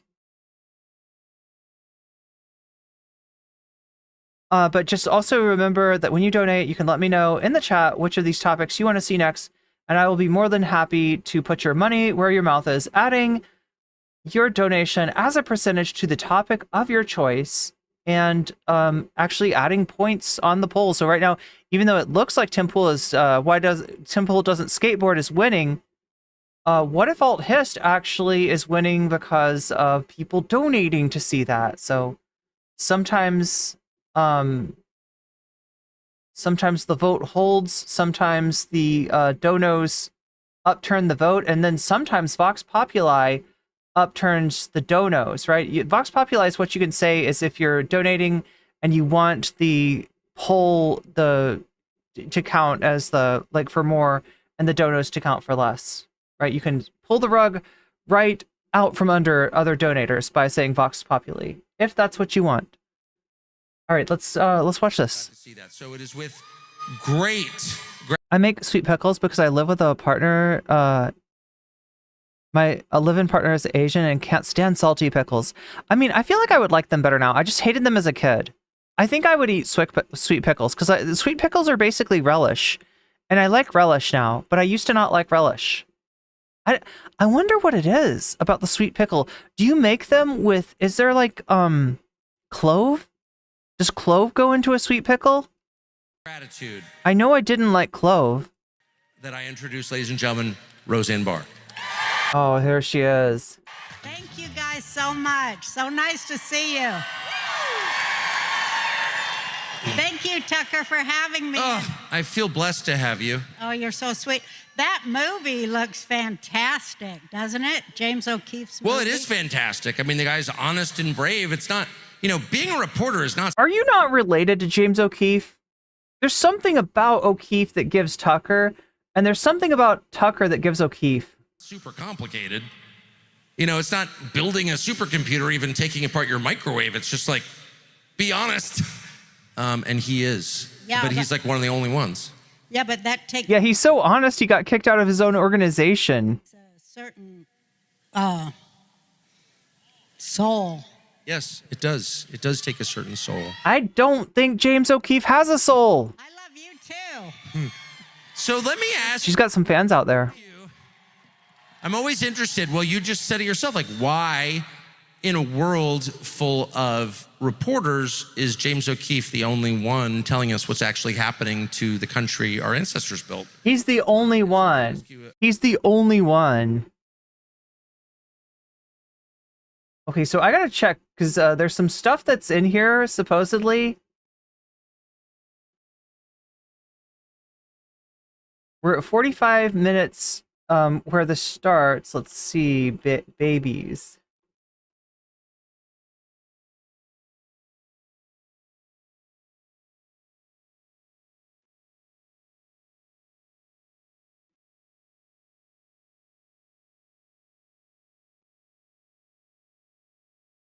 Okay, so it's like 1 hour and 30 minutes into here. Let me show you a highlight, if you don't mind. So one thing I'm noticing about this interview is she talks about babies a lot. Let's see what she's saying. Oh my God, let's start back here. They don't even see it. That's what They're I'm not telling even you. investigating the Epstein murder. They promised an investigation. They've never done it. No. Right. But I think all of them, the uniparty. She gives him a look. She takes a beat. She's expecting a reaction. What is your reaction supposed to be if you're a Trumpist? What are you supposed to react to the uniparty? You're supposed to nod your head? What do you do? What do you do when somebody? They are just trying to, they're scared to death, and they're just trying to protect themselves, because when that list comes out and all the other stuff is declassed, you know, it's going to be like worse than the emperor naked. Excuse me? Like the naked emperor is a reference to a fairy tale of somebody who looks ridiculous, but is surrounded by people whose interest it is not to point out that they look ridiculous. But the entire public can see that is the emperor's scrot hanging out there. But what is this? Oh no, chat, I shouldn't have asked. I know what it is now. My mind just made the connection. This has got to be some QAnon thing. There's got to be some phrase that they talk about naked emperors or emperors getting naked or some. There's got to be some. It sounds like QAnon shit, and you're about to hear some real QAnon shit coming up here. It's going to be the emperor went to Epstein Island and ate people. And you know they do that. You know they eat babies. That is not bullshit. Of course not. Of course not. They eat people. Chat. You know that, right? They eat people. That is not bullshit. It's true. So it's not just the dogs and the cats. Is she getting a reaction? It's not just the dogs and cats. Is she getting a reaction from the audience? Is that what's going on here? Is it like she seems defensive? Like, then again, this is a pretty far down the rabbit hole QAnon theory, right? This is beyond they're eating the cats and eating the dogs. This is they're eating the babies on pizza in the Comet Ping Pong Pizzeria basement, which doesn't exist. Yeah. That's what these people believe. That's what they unironically believe. You know they eat babies. That is not bullshit. Baby, it's what's for dinner. It's true. So it's not just the dogs and the cats, not just the pets. Is he trolling her? It's not just the dogs and the cats. They're full-on vampires. And full on. Everybody still thinks I'm crazy, but I'm not crazy. They're full-on. You didn't, oh, okay.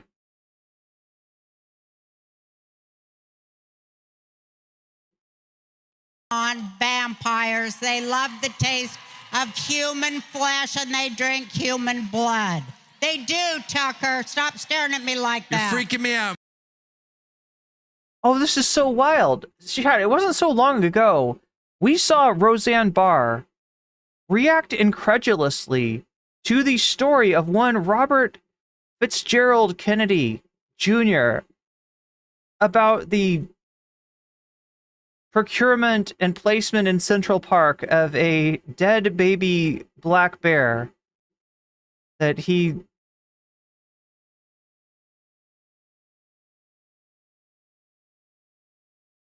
made to look like was hit with a bicycle. Speaking of delicious food, Kaki Mime says, I feel like Brussels sprouts would be good with balsamic glaze or vinaigrette. That sounds really good. That sounds really, really good. I have balsamic. Or no, I don't have balsamic. I have a Brussels. But I don't know if I have any balsamic. Man. Because I want my baby back. Baby. Is that what chat's talking about?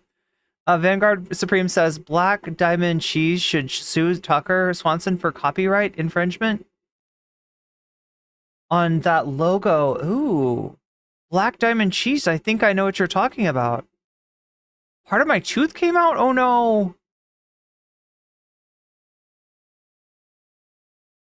Literal blood libel. It is very parallel. Like the QAnon theory is very parallel to. And the way that they're always like, they and the rampant anti-Semitism in QAnon spaces, yeah, it kind of makes it. It kind of has that vibe. You spent your life in the entertainment business, so I think you have some authority on this. So many kids that I was in mental institutions with over the years, they are all from those cults. And they've covered it all up. They covered it all up. And, you know, I just pray to God. I'm just going to pray to God that he opens everybody's eyes in this country. Okay, so my thought is that Tucker doesn't believe her and that it's really obvious. But thank you for the recipe idea, Kakimine. And Kakimine. And also thank you for following on... Omega Star says, I don't think you got all mine. What am I missing, Omega?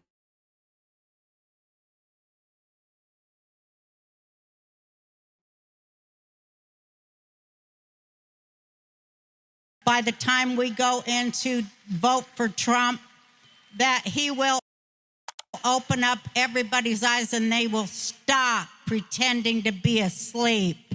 You know what they say, you can't wake people up that are pretending to be asleep, but I pray to God, please wake up even those who are pretending to be asleep with the irrefutable truth. Is she praying? She's praying. And this isn't the only person on Tucker's Roadshow that's going to be praying. Russell Brand is one of his other guests. I don't know who does better for just like raw, like that shittery. Probably Roseanne. Pretending to be asleep, but I pray to God, please wake up even those who are pretending to be asleep. And you know they do that. You know they eat babies. That is not bullshit.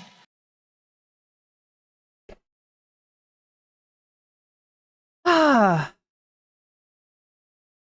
She has such a way with words. It's true. So it's not just the dogs and the cats, not just the pets. She's reacting to... I'm trying to figure out, is it Tucker that's giving her the side eye? It's not just the dogs and the cats. They're full-on vampires. And everybody still thinks I'm crazy, but I'm not crazy. They're full-on vampires. Tim Pool. Okay, gotcha. Of human flesh, and they drink human blood. They do, Tucker. Stop staring at me like that. You're freaking me out, man. Okay, that's undeniable. That's undeniable.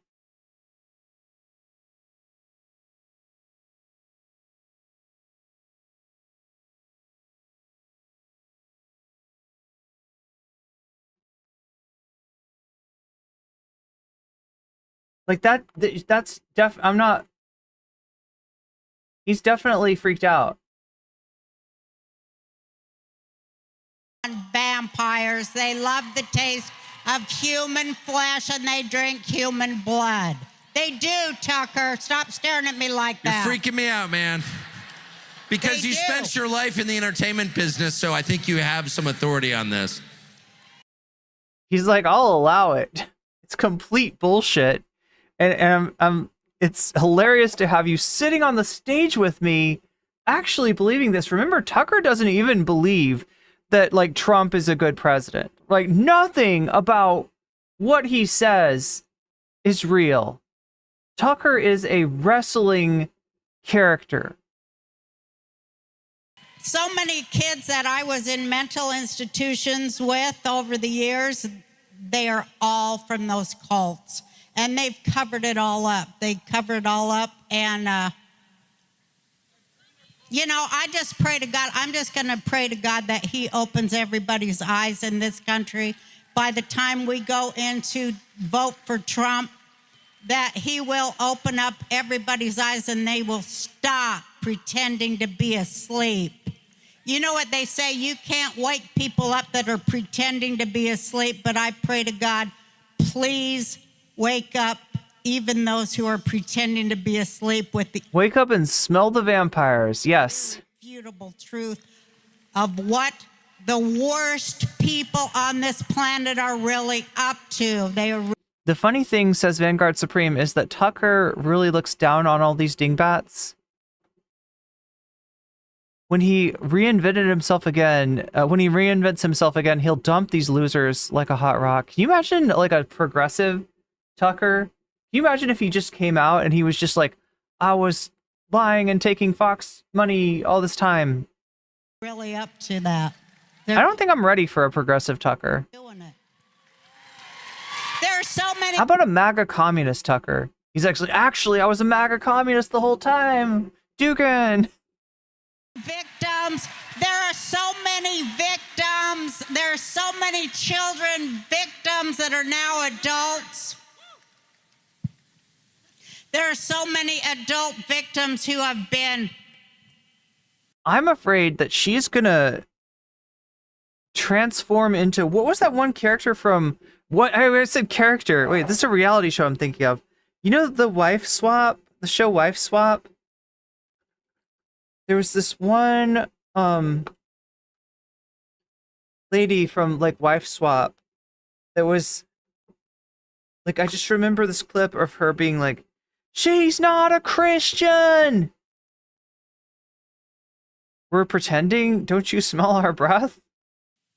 Raped and brutalized and seen their brother. Oh, Megastar says I was eaten as a child, but I got better. If vampires are like Asterion, I'm fine with that. Brothers and sisters murdered in these houses where their parents are, you know, drug addicts, and because that happened to them too. It is at, you know, what did they call it when excuse me, so houses and the parents were pizza gated themselves, and then they like grow up, they have kids, and the kids get pizza gated? It's called God Warrior? Yeah. Python-esque? She's not a Christian! COVID, what was that? The big lie? No, that big lie. Yeah. But they said pandemic. What's the word? Epidemic. Thank you, honey. The epidemic in America. The epidemic in America is child sexual abuse, and I just want people to see it. I want people to open up their eyes and see how prevalent and horrible it is. 1 of 3 girls, 1 of 4 boys in this country today. It's just horrible, and you just can't lie it away anymore. It's going to get more and more apparent. And was she trying to say plandemic? Quite possibly. I bet she's used that word before. Maybe she's trying not to say plandemic. Maybe she like mixed it. She's forgotten that pandemic and epidemic are a thing, and she only has plandemic. You got to choose your side. Wait, you know what I said? And when they didn't pass that SAFE law, boy, am I getting mad. Do you know Tucker? I better shut up. Uh-oh, the feds are going to get you, Roseanne. The deep state. Do you know how many people I had? Do you know what I do? Do you know what I've done since they stole that election in 2020? They gave us a goddamn COVID so we'd send in those mail order ballots and all that bullshit, and the post office cheated too. Everybody in this country. Actually, the post office is kind of cheating, but not 4 years ago, rather this year, right? There's a what is the deal with the post office? Is the appointee somehow like a Trump appointee? There's something weird going on with the post office, but they're literally slowing down the mail strategically in like certain districts, right? Now, this is not a conspiracy theory. This is not telling you you shouldn't vote by mail, but this is just all the more reason to vote early. Because the Republicans are trying to fuck with the law right now to make it so that votes that get there after the election day, even if they're postmarked before, those won't be counted, right? And this is in Mississippi, and it's a really strange legal case because the Republicans are on both sides. The Republican, like, legal apparatus is suing the Republican state government to try to take down a law that the government was willing to repeal. A law that would say that you can't count any votes that arrive after the election day, right? It's even if they were postmarked before. So when the state offered to repeal this law, the National Republicans said, don't do it. Don't do it. Keep the law. We're going to sue you. And then whether they win, and they've just kind of guaranteed themselves, like, if either side, which are both Republicans, could basically appeal whatever the result is to the Supreme Court.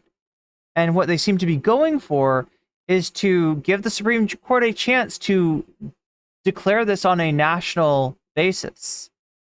Declare it on a national basis that no vote that arrives after the day of the election or after whatever time, even if it's postmarked, can count. But anyway, just another nice little thing to worry about. Still, you should, that's all the more reason to vote early, if you can.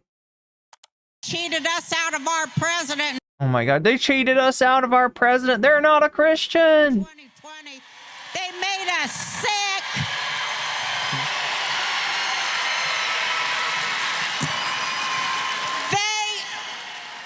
I'm sorry. Go, baby. Here we go. Here we go. Are you ready? They overthrew the United States of America.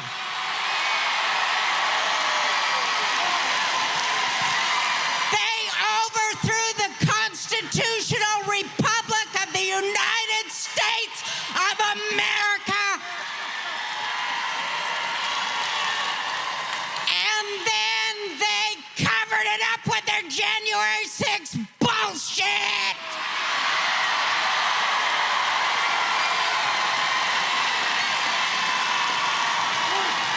With their insurrection.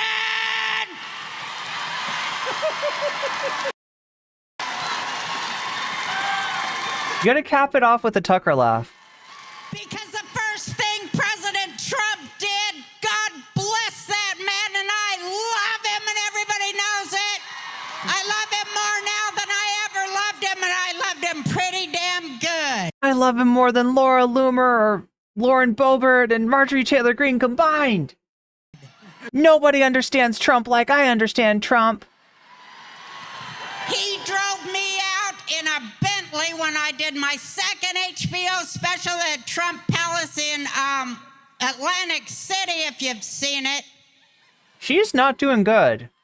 She really is not doing good. Been a good friend and a good man, and to me, and to a lot of other people. And what was I? I think she might have broken a blood vessel or something. Like, she fucked herself up with that intense screaming. Saying? I'm old. I forget what I'm saying. What was I saying? Well, I wasn't kidding about Roseanne being interesting, was I? I mean... No, I'm sorry. No, it's true. I forgot what I was saying. You said they overthrew Trump. Yeah. They used the COVID. Yeah, they made and then up January COVID. 6th. They got a... Fauci gave everybody AIDS, too. Did you...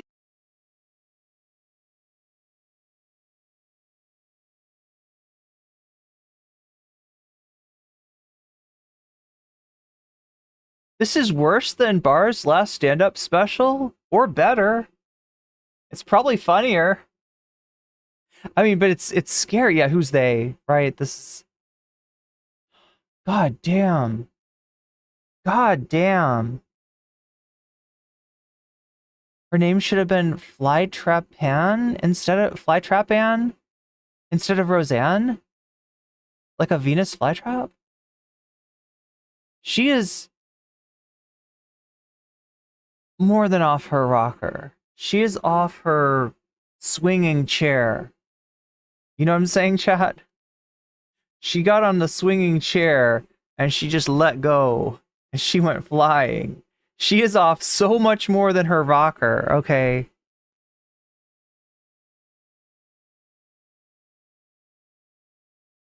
This is scary. She needs help. Yeah, Fauci gave everyone AIDS. That apparently. Yep. That's what she says. Wait, is this like a South Park thing? Is the joke gonna be that like it was actually just like AIDS to help everyone? Like that Fauci was like, you get an aid and you get an aid, and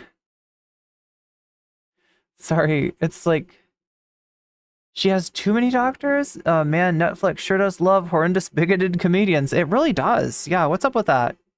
You know that? He did. He's can't hold back his laughter. Google it. He's like, is he gonna get in trouble? You're not allowed to fucking laugh at this shit, right? Even if you don't entirely believe it, even if you get off the train at like Fauci gave us AIDS, or the COVID didn't exist, or whatever the hell else other ridiculous, right? Even if you're one of those people that was like, well, no, it does exist, it's just a bioweapon from China, right? You're still required to sit there and let Roseanne pop off with this. I am pretty sure there is no check within the the Republican side of things, the Trumpy side of things, where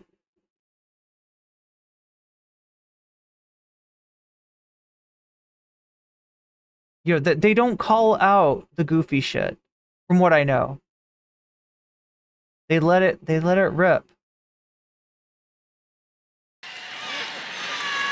He withheld the AIDS treatment from dying people and came back to give us COVID, and he's working on a whole new one. Nobody stops any of these people.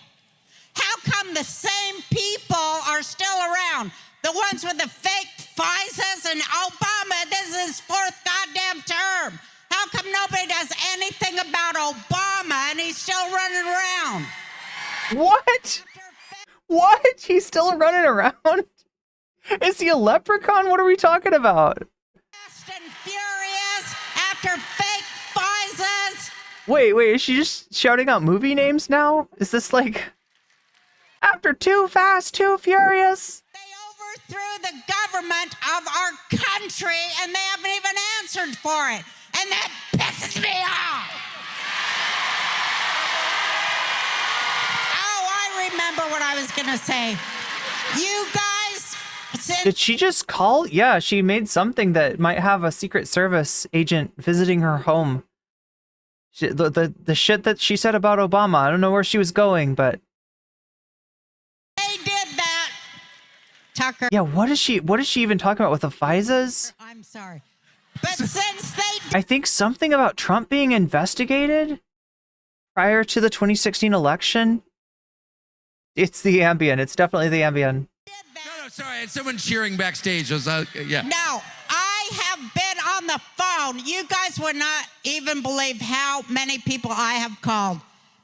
Every day I am on the phone, and I'm causing trouble every single place I can, wall to wall, coast to coast. Now, I saw this on David Pakman earlier. Don't ask, Chad. I just ended up watching a David Pakman video for some reason today. But what he did was showed where they pan out to the audience. And it kind of looked like Roseanne's audience might be confined to the pit, right? That there was only people like down in front, and that the people on the side in the stadium had gone, right? You see it pan to the area out there a few other times with other people there, and it does seem like it's a little bit less empty. So she might have actually, I mean, I'd be surprised though to see MAGAs like get up and run and be like, oh no, I'm out. She's too crazy. She said Fauci gave people AIDS. No, not. Like, I feel like they're just like, well, that's her interpretation. Maybe he did.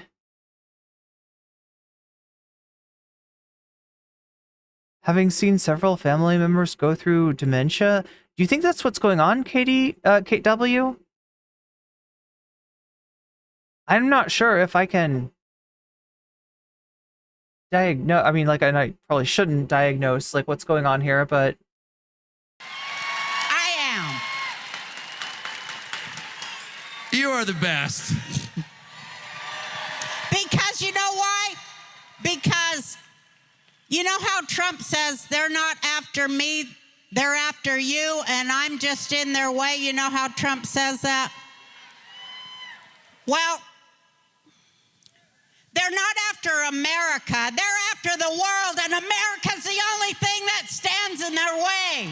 That is true. If they take America, they're how does anybody believe he's so transparent to me?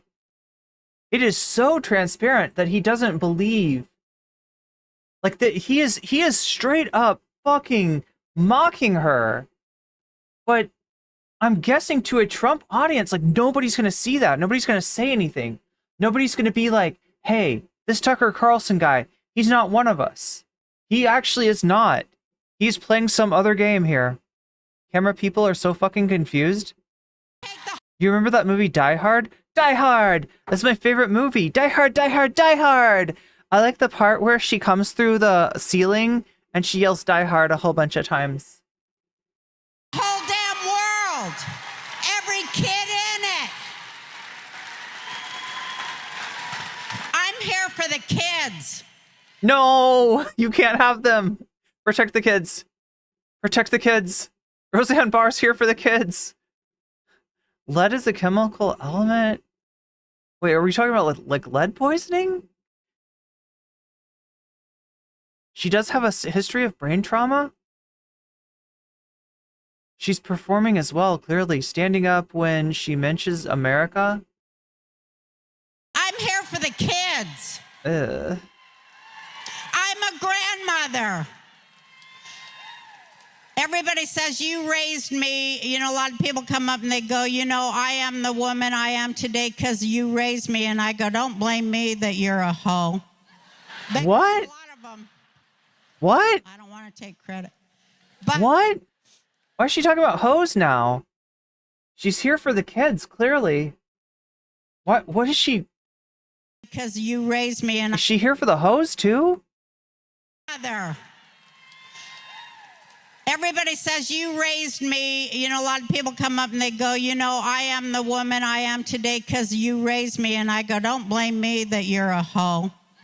Because a lot of them. I don't get it. Why are they a hoe?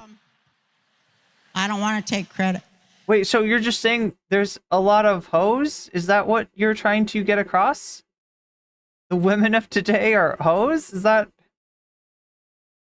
what she's saying? But he can't hold it together. I just feel he can't do it. Like I'm He's gonna pop. No, but I feel like I am a grandma, and to these people, they say, you know, you raised me, and now my kids watch you. Well, that means something to me. And they watch you do what? What do the kids watch? Do they watch your weird, shitty stand-up? Like, what is she doing? What is she putting out there? Oh no, her podcast. Is she talking about her podcast? I really hope the kids are not watching. There's no way. There's no kid could watch that podcast. That's just not happening. I never would take that for granted. I never would. It means something to me. So peaceful up here, and but now there are freaking so Chat, I gotta point out that we are so freaking close to being over 9,000 in terms of subs. We are so very close, and if I can figure out YouTube Shorts a little bit better, we'll be over that 1,000 mark before too long. We're gonna be scaring some other streamers that never really thought of us as much of a challenge, right? So I hope you're ready for that. I'm trying to keep the drama to a minimum right now for that reason. Because I know from experience that when it's this weird thing, when you hit 1,000, when I hit 1,000, that was the first time that they fucking came for me, right? When I hit 10,000, I don't know what to expect, but I'm expecting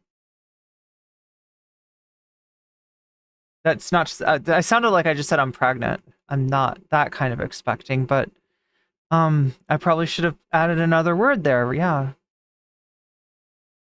Something to her, but a moment ago. It means something to her, but a moment ago, was willing to call people who look up to her hoes. Where are we if we count the doms too?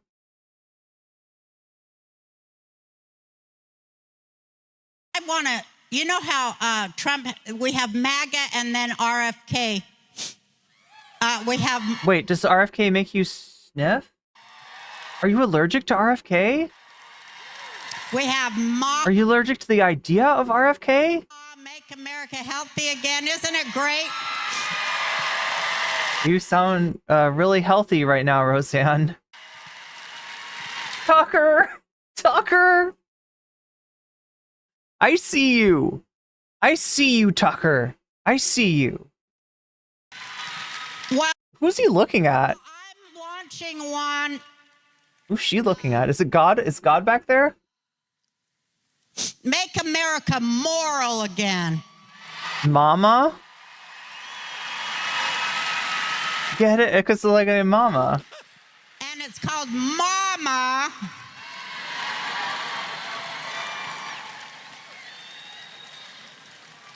And what that means is no more double standards, America. No more double standards anywhere, because that means you don't have no standards. One law for everybody. Amen. He's like, all right, can you finish up? In the position to be America's grandmother now. Like officially? By God, I'm going to do it. You know, I don't know why. This is from my act.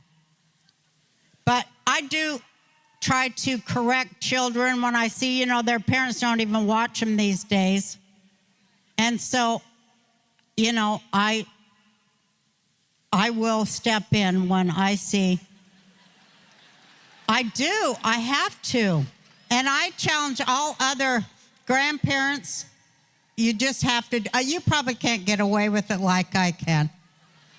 But, you know, I just have to do it. I'm just a nosy old woman, and I feel like God wants me to do it. He wants me to do it like these kids were screaming in the hall in my hotel, you know? And, no, but she's hearing voices. She's talking to God, and God is telling her to go over and, what, yell at people's kids? I do this, and my son said, you better stop it, Mother, because someone's going to sue you. But... Well, what did you do? Yeah, what did you do? Now Tucker's sussed. Well, these two kids, it was the day of the football game Saturday, and these people was getting in the elevator, and they was all dressed. Their outfits were for the Baltimores. And... what does that mean? Oh, the Baltimores. Yeah. Yeah. What does that mean? Yeah, no. Come on. What? He's making fun of her. Whatever. And so they get, I don't know. So they get in the elevator and the door closed, and there was these two, like, I guess they're like probably 12 and 13 boys. And when the elevator door closed, they go, Cowboys! Like that. They scream. Wait, what are they screaming? In the hall, you know. I'm going in the elevator. And just like reflex, because I think God wants me to be the world's Jewish grandmother. He does. Because it just came out of me. I go, shut up! Wait, what the fuck happened? Wait, can somebody explain? Do we need to rewind this one more time and see what the fuck Roseanne is talking about exactly? I don't think Tucker knows. Their outfits were for the Baltimores. I don't know what that means. Oh, the Baltimores. Yeah. It's a sports thing? Yeah. And wait, they're wearing Baltimore sports merchandise? Is that it? Is that it? Scared to hoe around because I fall in love with a drill sergeant sociopath? Oh, I thought you were gonna say like she's gonna become a drill sergeant. And so they get, I don't know. So they get in the elevator and the door closed, and there was these two, like, I guess they're like probably 12 and 13 boys. And when the elevator door closed, they go, Cowboys! Is there a Baltimore Cowboys team? Ravens AFC? Wait, okay, so Baltimore Ravens, but what is Cowboys? Or what did she say? So she's got some sports fanatics. They're being too loud in the elevator. Is that what it is?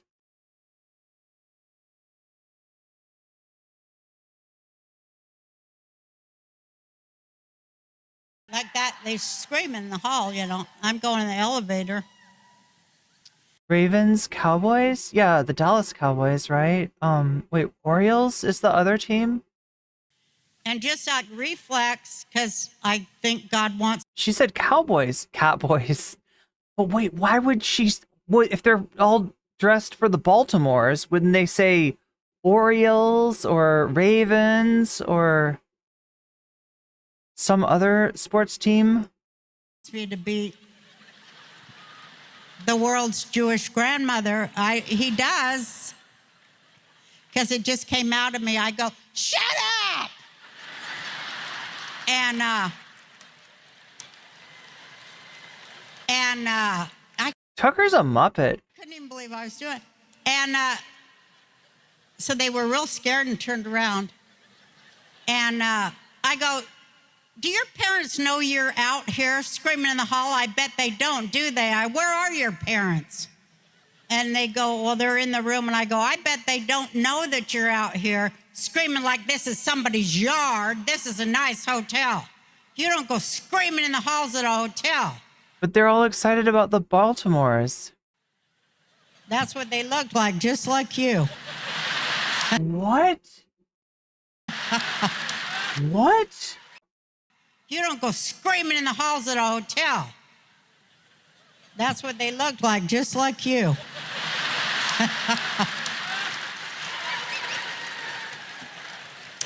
And so I said, you don't do that.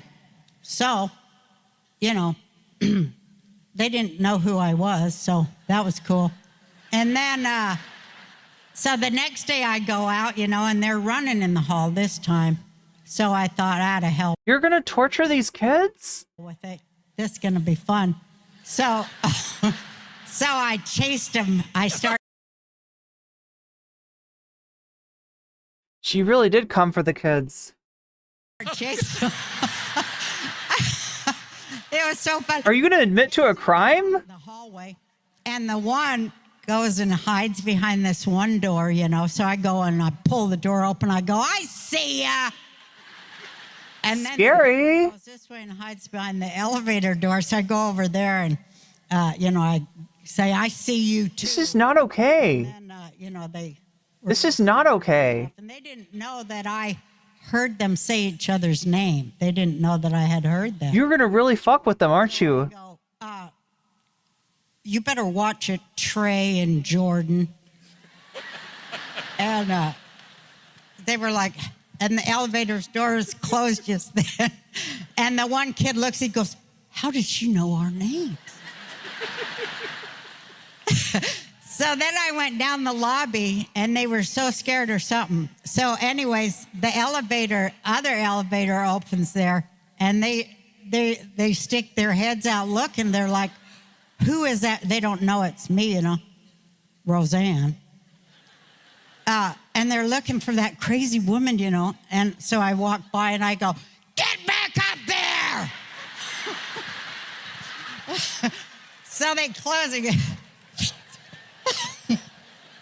You're definitely getting sued.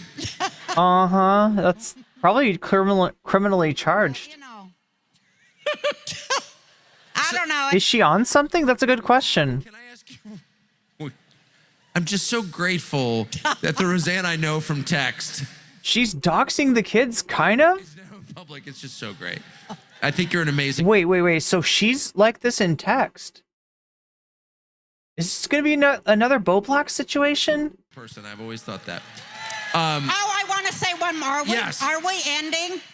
Well, I'm going to ask you one more big question. Oh, because I got something at the end. Okay. You can hit him if you want.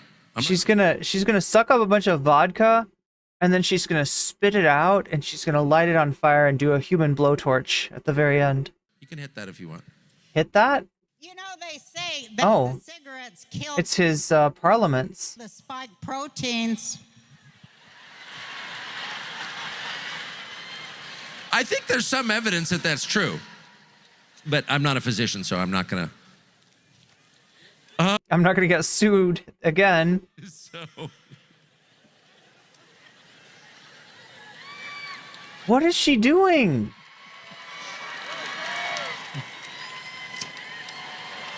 She does seem like she's had an edible.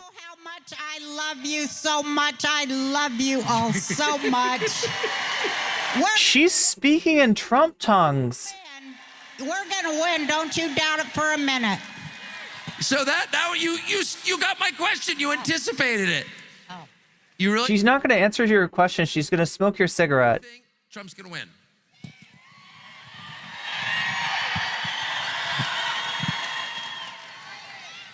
I don't know what in the hell's going to happen. I mean, it could go so many different ways. I don't know what's going to happen. I'm being real honest. But you seem hopeful despite, everything that you said. Yeah, I'm hopeful because I know there's a God and God always wins. Yeah. I know he's trying to wake us up. I know he's playing some kind of game with us where it's like, no, that's not going to work anymore. You are going to have to repent. Vamp says Roseanne's complete lack of comedy is brought to you by Ambien. I think he's telling us, no, you're going to have to face what you did and say you're sorry and make, recompense for it and come to me with a clean heart this time because we're not playing games no more. This is it. You want to save your country, start with yourself. Start with loving each other and, love me. You want to save your country, start there, start at home. I think that's what he's telling us. I feel that so deeply. I think you're exactly right. Yes, I do. If you want to save your country, start with yourself. Tell the truth. And Tucker, you're not truthful. This isn't what you believe. You hate Trump. This is so wild. Oh my God. And be real about it. Be rigorous about it. Super rigorous. Be braver than you've ever been in your life. Be brave. Brave till it hurts. Have courage. Even when you're shaking in your boots, do it anyway. Do it for God. Do it for Jesus. Do it for Jesus. Do it for Jesus, folks. Do it for Jesus. There's no you. There's only God. Right? my mind is completely blown. Ladies and gentlemen. Roseanne Bar. Me in applauding No, Roseanne. don't applaud. I got to tell you one more thing. Oh no, she won't leave quietly, will she? What made you think she was going to leave quietly? Really? No, Do you see the fear in his eyes? He's realizing that he does not have this under control. No, wait, no.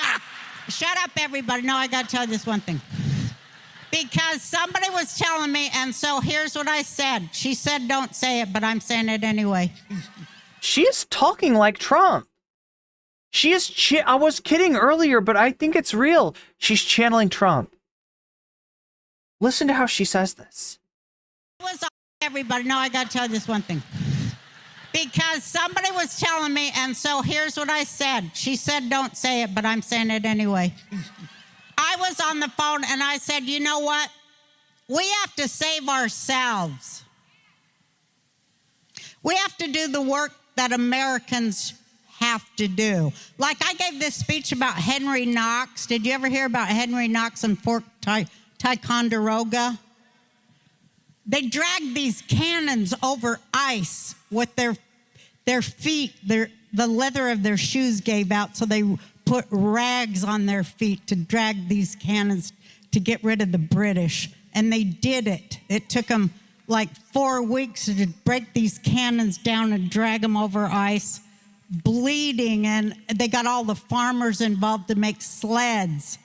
All the farmers, everybody, every American of every walk of life got involved together to make the sleds. What is she talking about? To surround Boston, to win the war. And that's what we have to do. We have to put rags around our feet, not just sit there on the internet. I'm telling you, we have to, this is what I want to see happen. We've got to march. She's got to cough up a hairball. I can hear it back there. I think we have to march. I think we've got to get all the truckers in our country. I think we have to get all the farmers in our country. I think we have to get everybody who's so pissed off that they are going to try this shit again, and we're not going to let them. We have to say no. We have to say no, and they have to see us say no. They have to see us say no. We can't be coward. We can't go, oh, I'm afraid they're going to dox me or fire me or I'm not going to get a paycheck. Fuck it. We have to go. We have to go. I'm just putting it in your head. So if you hear about me organizing a great big friggin' march, think about coming.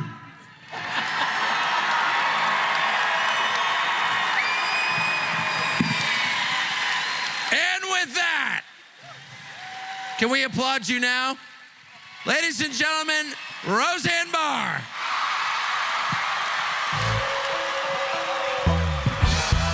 Okay, so here's what I'm seeing.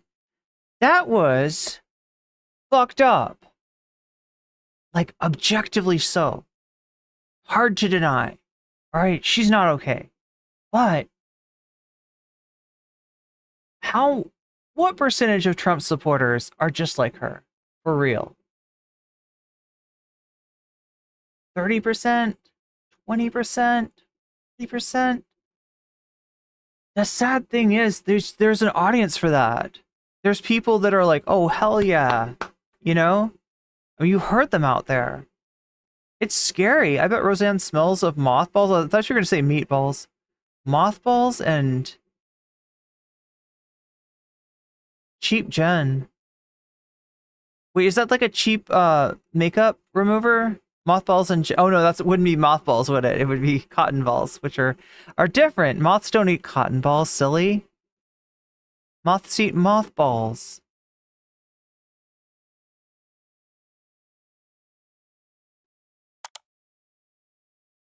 All right, so let me take a look at the poll once again, see where we're at for bonus content tonight. Tim Pool is at 42%, Vanguard is at 28%, What Default Hist is at 19%, and Comrade Kamala is at 11%.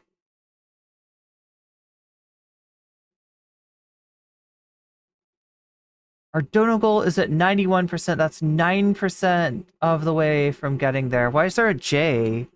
Oh, probably because I was trying to jog the Roseanne content around to see. God damn, she is amazingly bad. Also, is there anybody who's dono that I missed placing in one of these topics? We got an extra 32% for Tim Pool and an extra 47% for What Default Hist. That means it's very close. It's very, very, very close.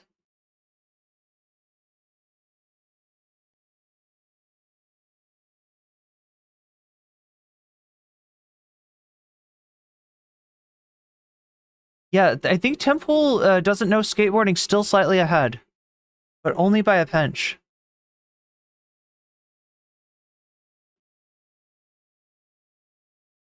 The last thing I'll ever do is think about Roseanne Barr and coming. Oh no.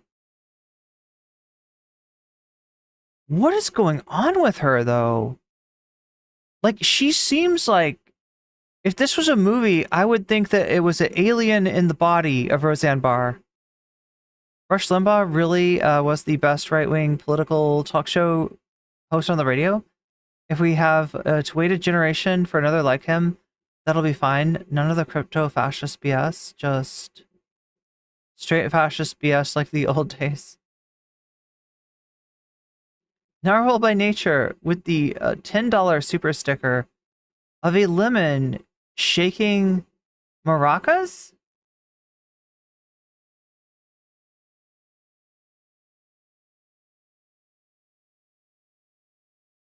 And the all-important question, when you donate, which of these topics would you like to see as bonus content? So that I can put your money where your mouth is and add it to the topic of your choice, or add it to Irene Sings, which is a new topic that somebody told me to put on there. How does Temple not know skateboard? He showed me his skates. His skates?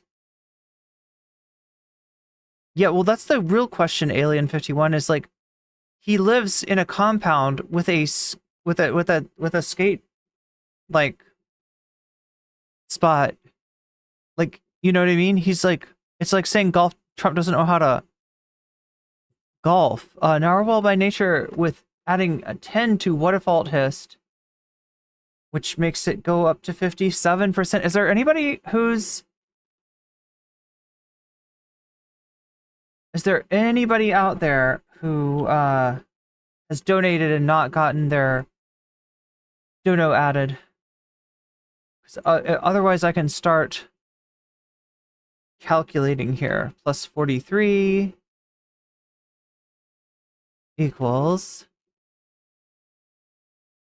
57 plus... Oh my god, why did that do that?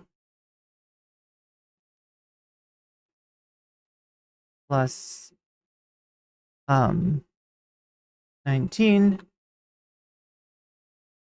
equals... So it's going to be one of these two, for sure. For sure. These are the only two I need to do. 32 plus 43 is 75. 75. 57 plus 19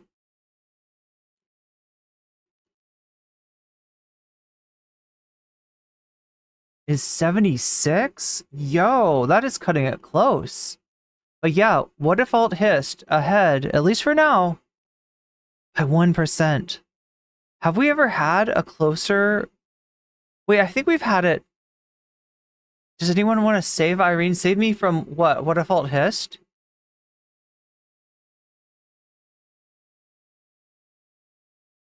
How does Donald not know disc golf?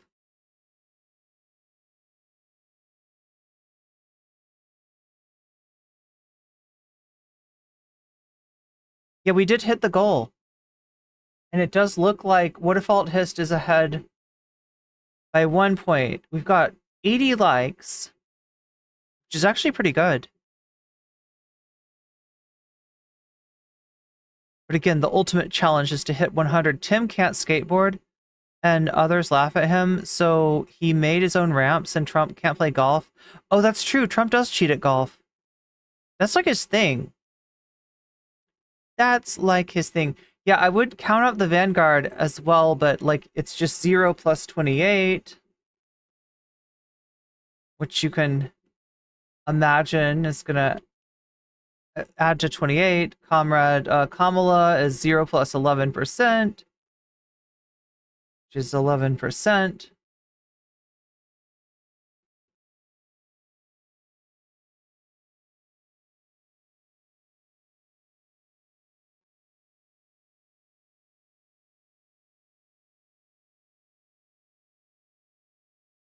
Trump is Goldfinger? Wait, Goldfinger from the James Bond or from the other thing that's like a parody of James Bond.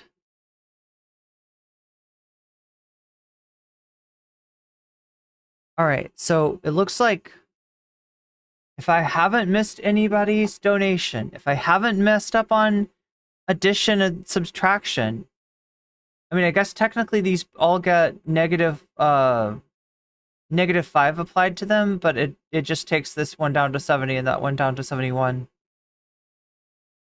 So technically it's like that.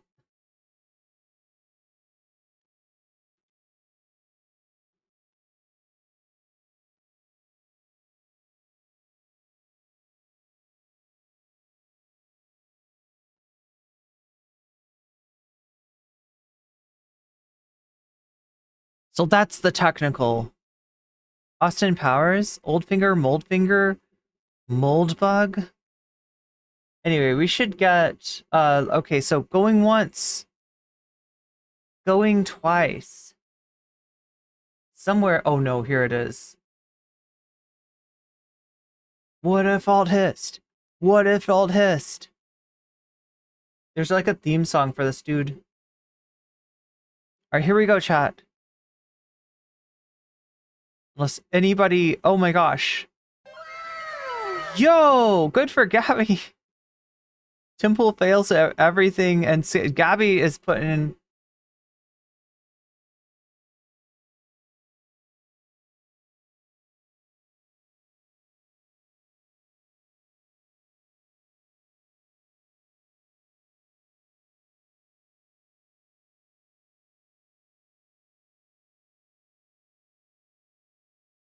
that 20 behind.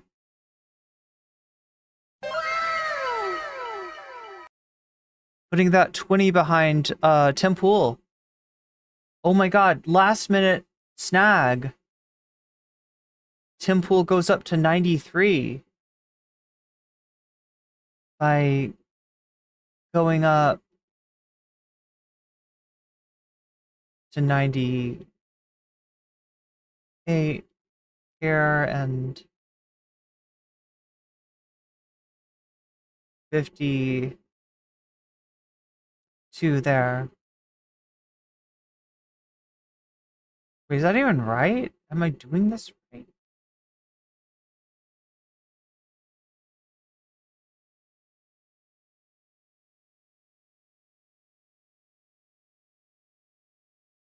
Oh. There it is.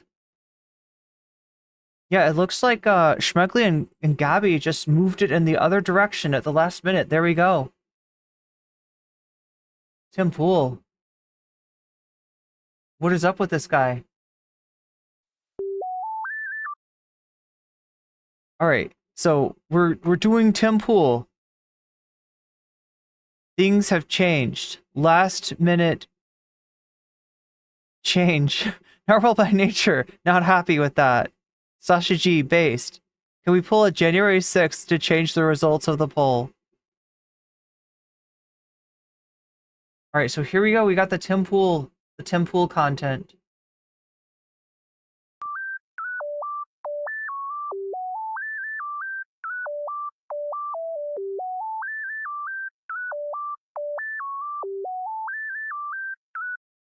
The fuck?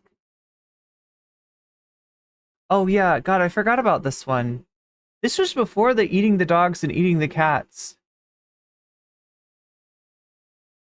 So that shows you that this motif had been in the Trump id for a long time. Should I do the like going once, going twice thing? All right, so out of nowhere,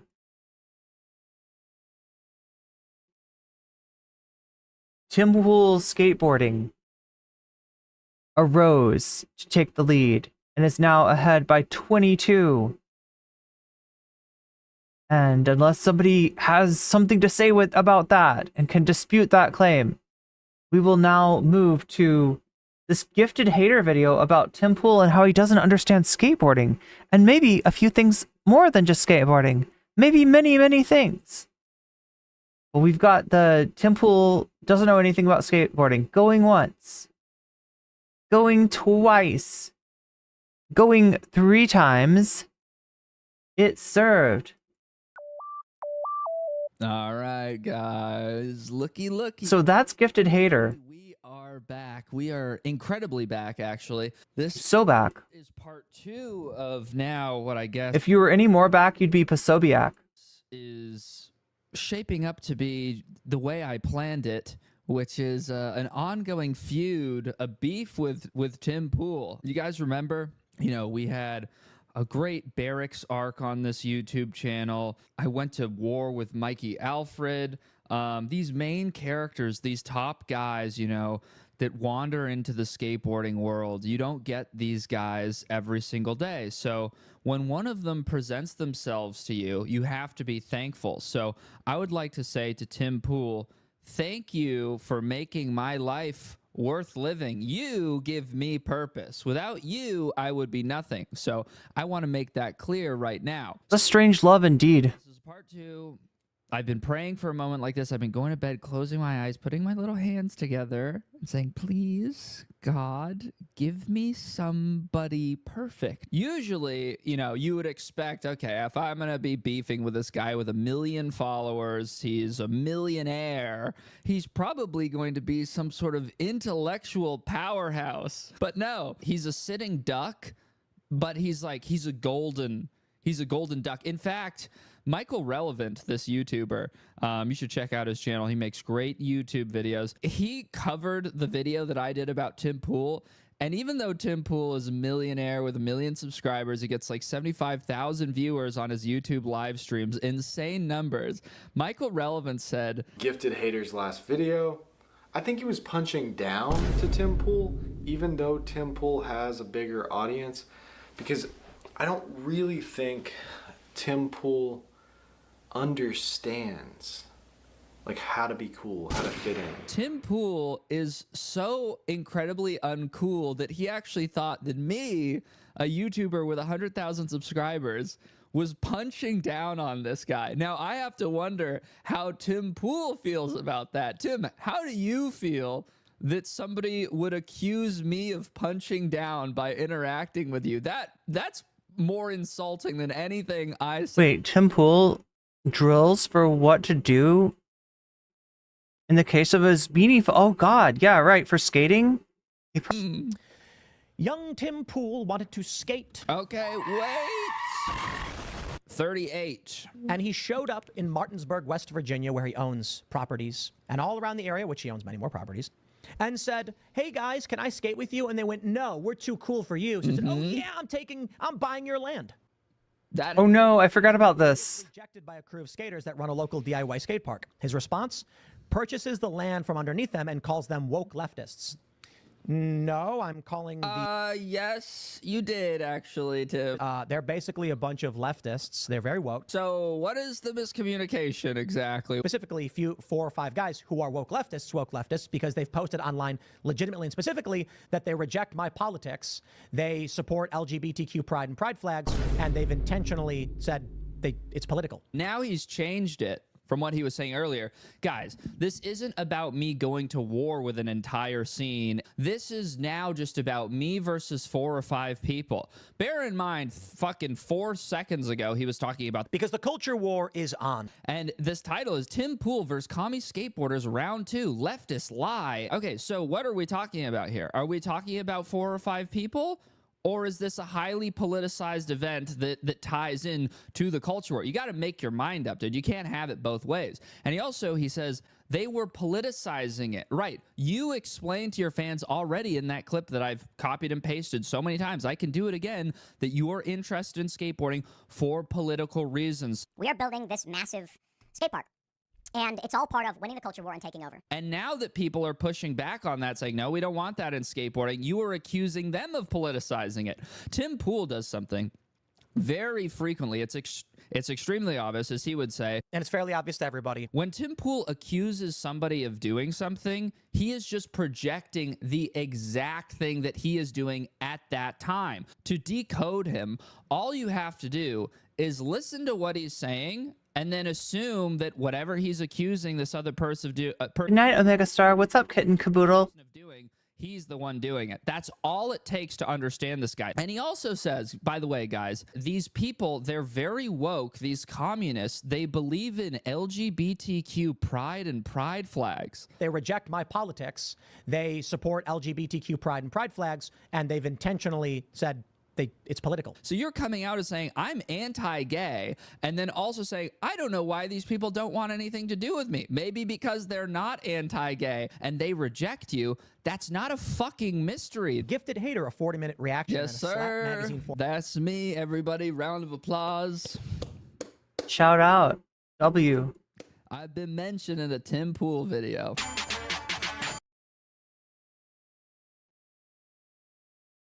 The culture war rages on, my friends. Yes, this is the culture war. This, I'm balls deep in the culture war with Tim. From the Surfs. You guys know, Lance from the Surfs. I don't know this guy. IRL. Never seen this guy before. Videos. Tim Pool buys and closes DIY skate park? The corner is on the case. No such thing happened. Certainly no such W. Lance. thing happened. Do I have the Gifted Hater video pulled up? Of course you do. Don't pretend like you don't know all about my video, Tim. Yes. Gifted Haters video, skateboarding's new supervillain. Yes, sir. That's right, ladies and gentlemen. I am skateboarding's new supervillain. To communists, liars, grifters, clout chasers, and haters. No. Got him. I didn't shut down a skate park. That's laughable. In fact, I've paid for repairs and improvements to the park already and posted this on Instagram, which I will start out by proving instantly to you.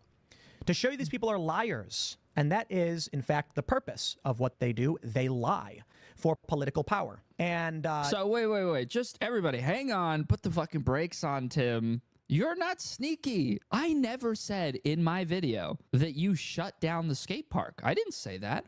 I said that you bought the land that the skate park is on, which you did. We know that. We've all seen the deed. So the fact that you pull up a video that has 20,000 views from this random scrub called The Surfs, and then you say these people are liars. I don't know that guy. I've never heard of that guy. The bread tube hate is real. I have nothing to do with him. You cannot then pretend and lump me in with this person and pretend that I also said that. I never said that. Tim knows what he's doing. He is combining sources and just acting like it's all one thing. These people are liars. I didn't lie. Tim, if you're going to call me a liar, you need to substantiate it. The difference between Tim's videos, my videos, I sit down, I play a video of Tim Pool speaking, and then based off the things that Tim Pool says, I will speak. I will respond. What Tim Pool does, look at this title and then look at this other video. This is what these people are saying without ever playing the video. So how does anyone know what I'm saying? Yeah, he definitely doesn't want to platform his own L's. His audience, they don't know. They just take Tim Pool's word for it. So he can lie and misinform his audience, misillustrate the situation however he pleases. He can victimize himself because he doesn't have to go off of fact. As exemplified by the fact that... This is good. This is one of the smartest things I've heard Tim Pool say. Listen to how he explains that I am a liar. These people, which I am included, are liars. Liars. And that is, in fact, the purpose of what they do. They lie for political power, as exemplified by the fact that they're literally lying. Oh, that's circular, Tim. You can't say these people are... You're not allowed to say, like, literally lying. Like, right? You're just like, you're not allowed to say... Can't say... Dingus Gambit. And you definitely can't say... Cheers, my dude. Love ya. No homo. Well, you could probably say no homo, but... Prove it. They're liars. The lies that the left lies is pushing. And I exemplify what lies? Literally the Surfs and Destiny, etc.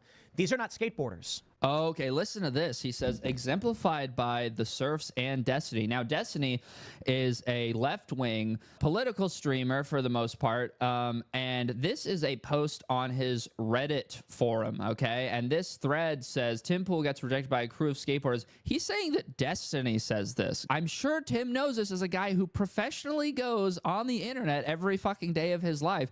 Just because somebody posts on a forum on somebody's... Oh no, really? Oh no! Does he think that that is Destiny posting this? Does he think that Destiny is the, like, well, there it is. It says Destiny. This must be Destiny.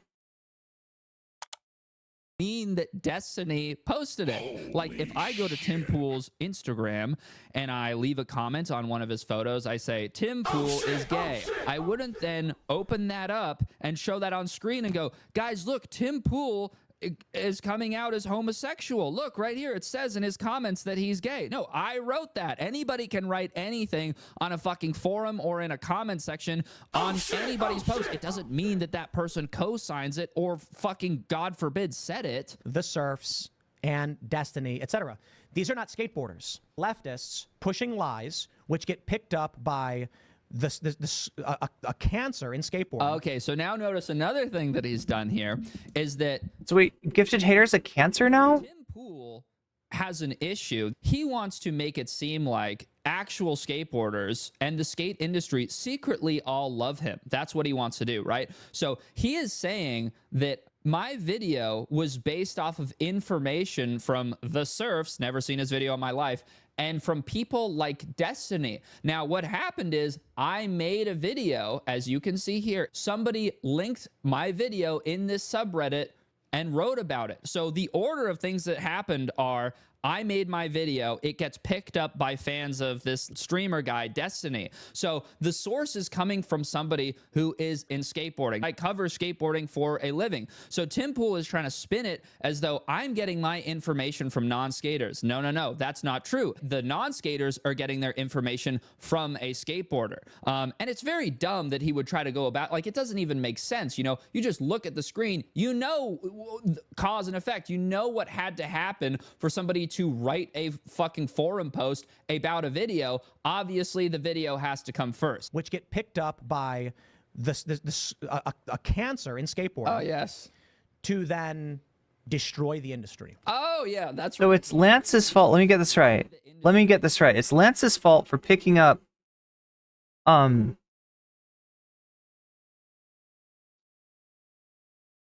it's Lance influenced Gifted Hater, right? Is that what is he fucking saying?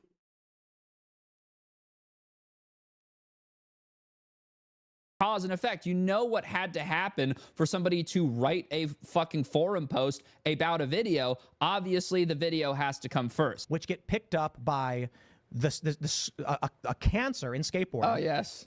To then destroy the industry. Oh. So Lance makes the rhetoric. Gifted Hater comes along, picks it up, and uses it to destroy the industry. That's what's going on?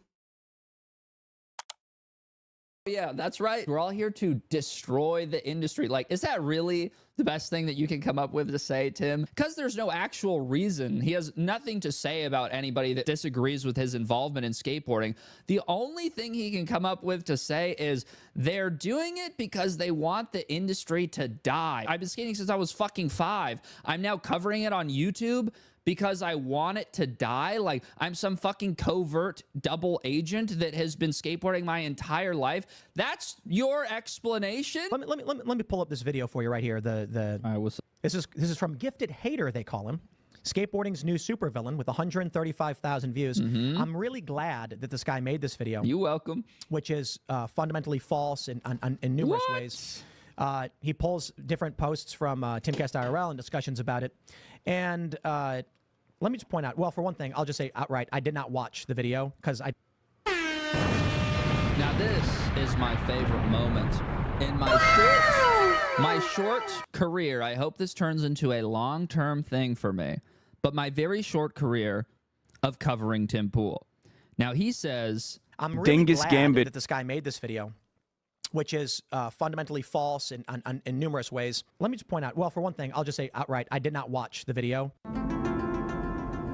Dingus Gambit. So my video is fundamentally false in numerous ways. However, Tim has not seen my video, which begs the question, How do you know? And will not be watching your video on that particular stream.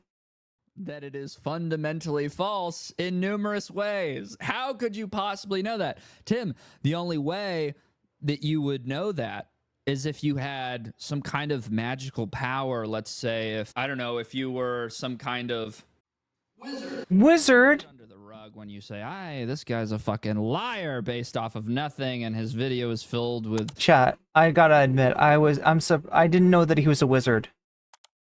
mistruths and fibs, even though I didn't watch it. So how would I know that? Nobody fucking knows. It doesn't make any sense. Who cares? But the biggest lie that you've ever told, Tim, is the lie that you don't care. I'll just say outright, I did not watch the video because I don't really care for the most part. Because I don't really care. Okay, what are you doing making a video about it? And why are you uploading videos of yourself doing fruity cancel flips down 5 stairs on Instagram right after I drop my video? Is it because you don't care? Tim, nobody cares more. What are fruity cancel flips? You care the most. You care so much you spent $1 million because a crew of local skaters rejected you. You care so much you're going bald. You care so much it's killing you. This is not just about skating. This isn't about left versus right. This is personal for Tim. This is about the fact he never fit in. Nobody's ever loved Tim. Tim cares so little, he just uploaded another video about me on his main channel where he brags about how good he is at skateboarding, and he's so good, and he never cared about getting sponsored. That's why he's done all these cool tricks that nobody has ever seen him do. I just never really even felt like filming it. Come the fuck on. My girlfriend goes to a different school, ass motherfucker. For those that have ever watched any video of me skateboarding, you've never actually seen me actually skate. I've never. Oh, he's never done it. He's not really going for it. I've skated stair sets. I just don't film. I didn't care to be sponsored. I hate the industry. I don't post a lot of skate clips. Never really did. There's some people who are like, Tim's a bit fatter than he was back. So it's like this. I'm skating, but I'm not really skating. I'm doing just really, nothing. Nothing, basically, right? Because I don't have anything to prove. Of course, Tim. Of course. Because I got a video on YouTube when I was 18. I was actually fatter before that. Because, I got fat when I was... Dude, this guy... He's defending. He doesn't need to. A national treasure. Yeah, Tim, I am the first person ever to hard flip backsmith Hollywood 16. I just hate no idea. The skateboarding industry so much. I never filmed it. I just did it. I did it for my... Wait, these are like the what do you call them? The speedrun people that have gotten a record, but they didn't document it or something. 369 weeks ago, jumping higher than that guy could probably jump if his life depended on it. He shows a still image of him jumping really high and then saying, I bet I can jump higher than Gifted Hater. That's how he proves that he's better than me at skating. After saying he doesn't film anything because he doesn't care, he shows a still of him jumping. This is identical to the Facebook profile pictures that kids would make when I was in fucking middle school of them faking skateboarding tricks, trying to make people at school think that they were cool. And you hard posted this to Instagram as an adult, you fucking moron. Here's me hanging out with Bark Bark at Slab City Skate Park 479 weeks ago. Who the fuck is that guy? Who the fuck is that? Here's a video I filmed 421 weeks ago of Geo Skates doing a kickflip backside lip slide at North Hollywood. So now you're proving how good you are at skating by showing a clip of someone else? Yeah, what is this? Oh my god, dude, you're fucking unbelievable. What is this? You're like the coolest guy I've ever fucking seen. This is about revenge for Tim. This is about proving the cool kids wrong. Even if you spent $1 billion on skateboarding, you would never be cool. He mentions that Tim Pool's not really working with professional skateboarders. Whoa, how do you know? Followers, and then looking at I don't know, Ricky Glazer, I think. Just a random name maybe that is in the video? Might be on there, I don't know. And saying haha, that's the people who he's working with. He's not working with pros in the industry.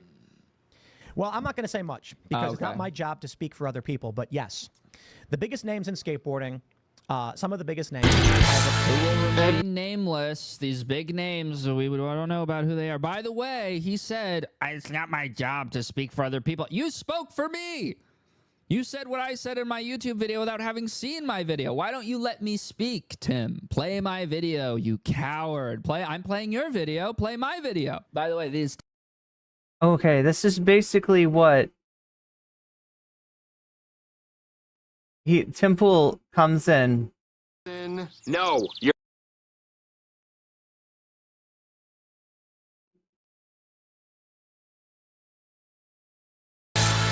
Admit it, Benson. No, you're not cool.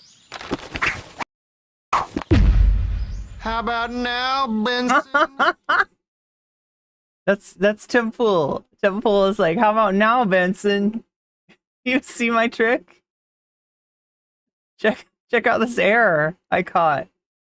Top name pros he might be talking about. Later on in this video, he makes reference to Moose. So I think that maybe possibly some of these big name pros that he's working with.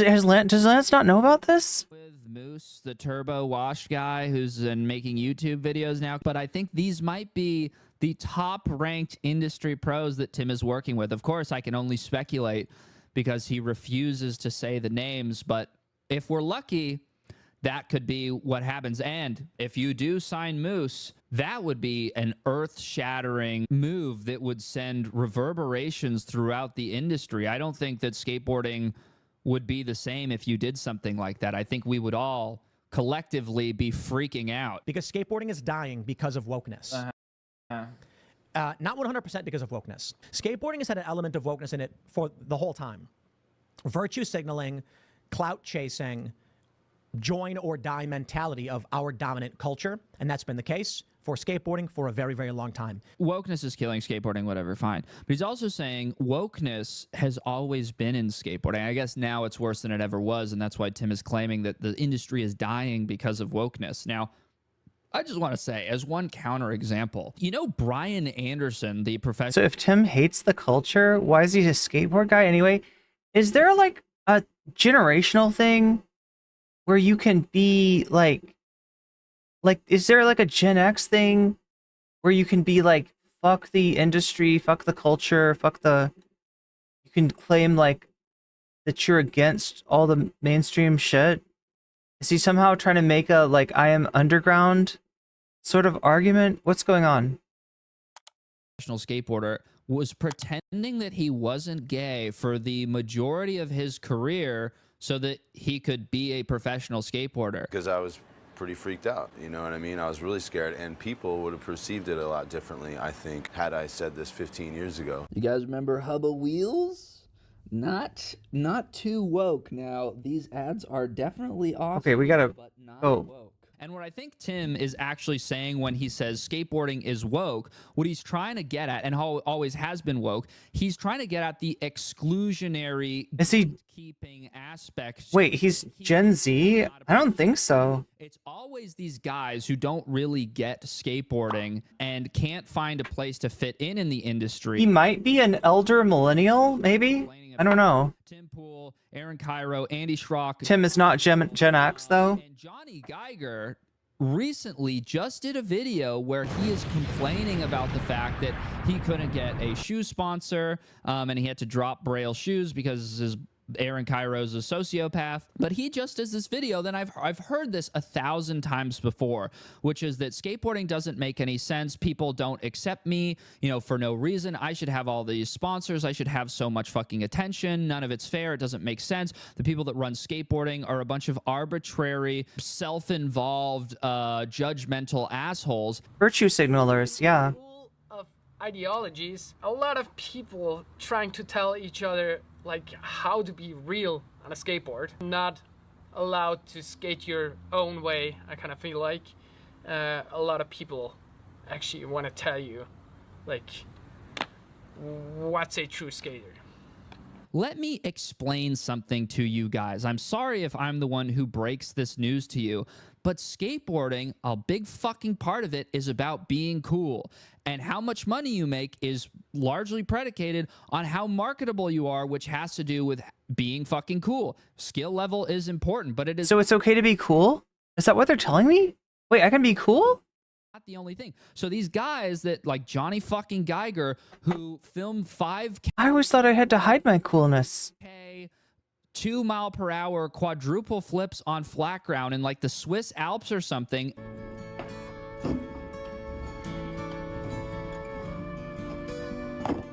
Upload that to their YouTube channel and wonder why Nike isn't breaking down their door to pay them $1 million fucking dollars a year. Because nobody gives a fuck, dude. That is why Nike can't sell that to random people who want to buy shoes. They don't think it's cool. Skaters are going to prefer watching Nick Stain do a manual on a fucking curb.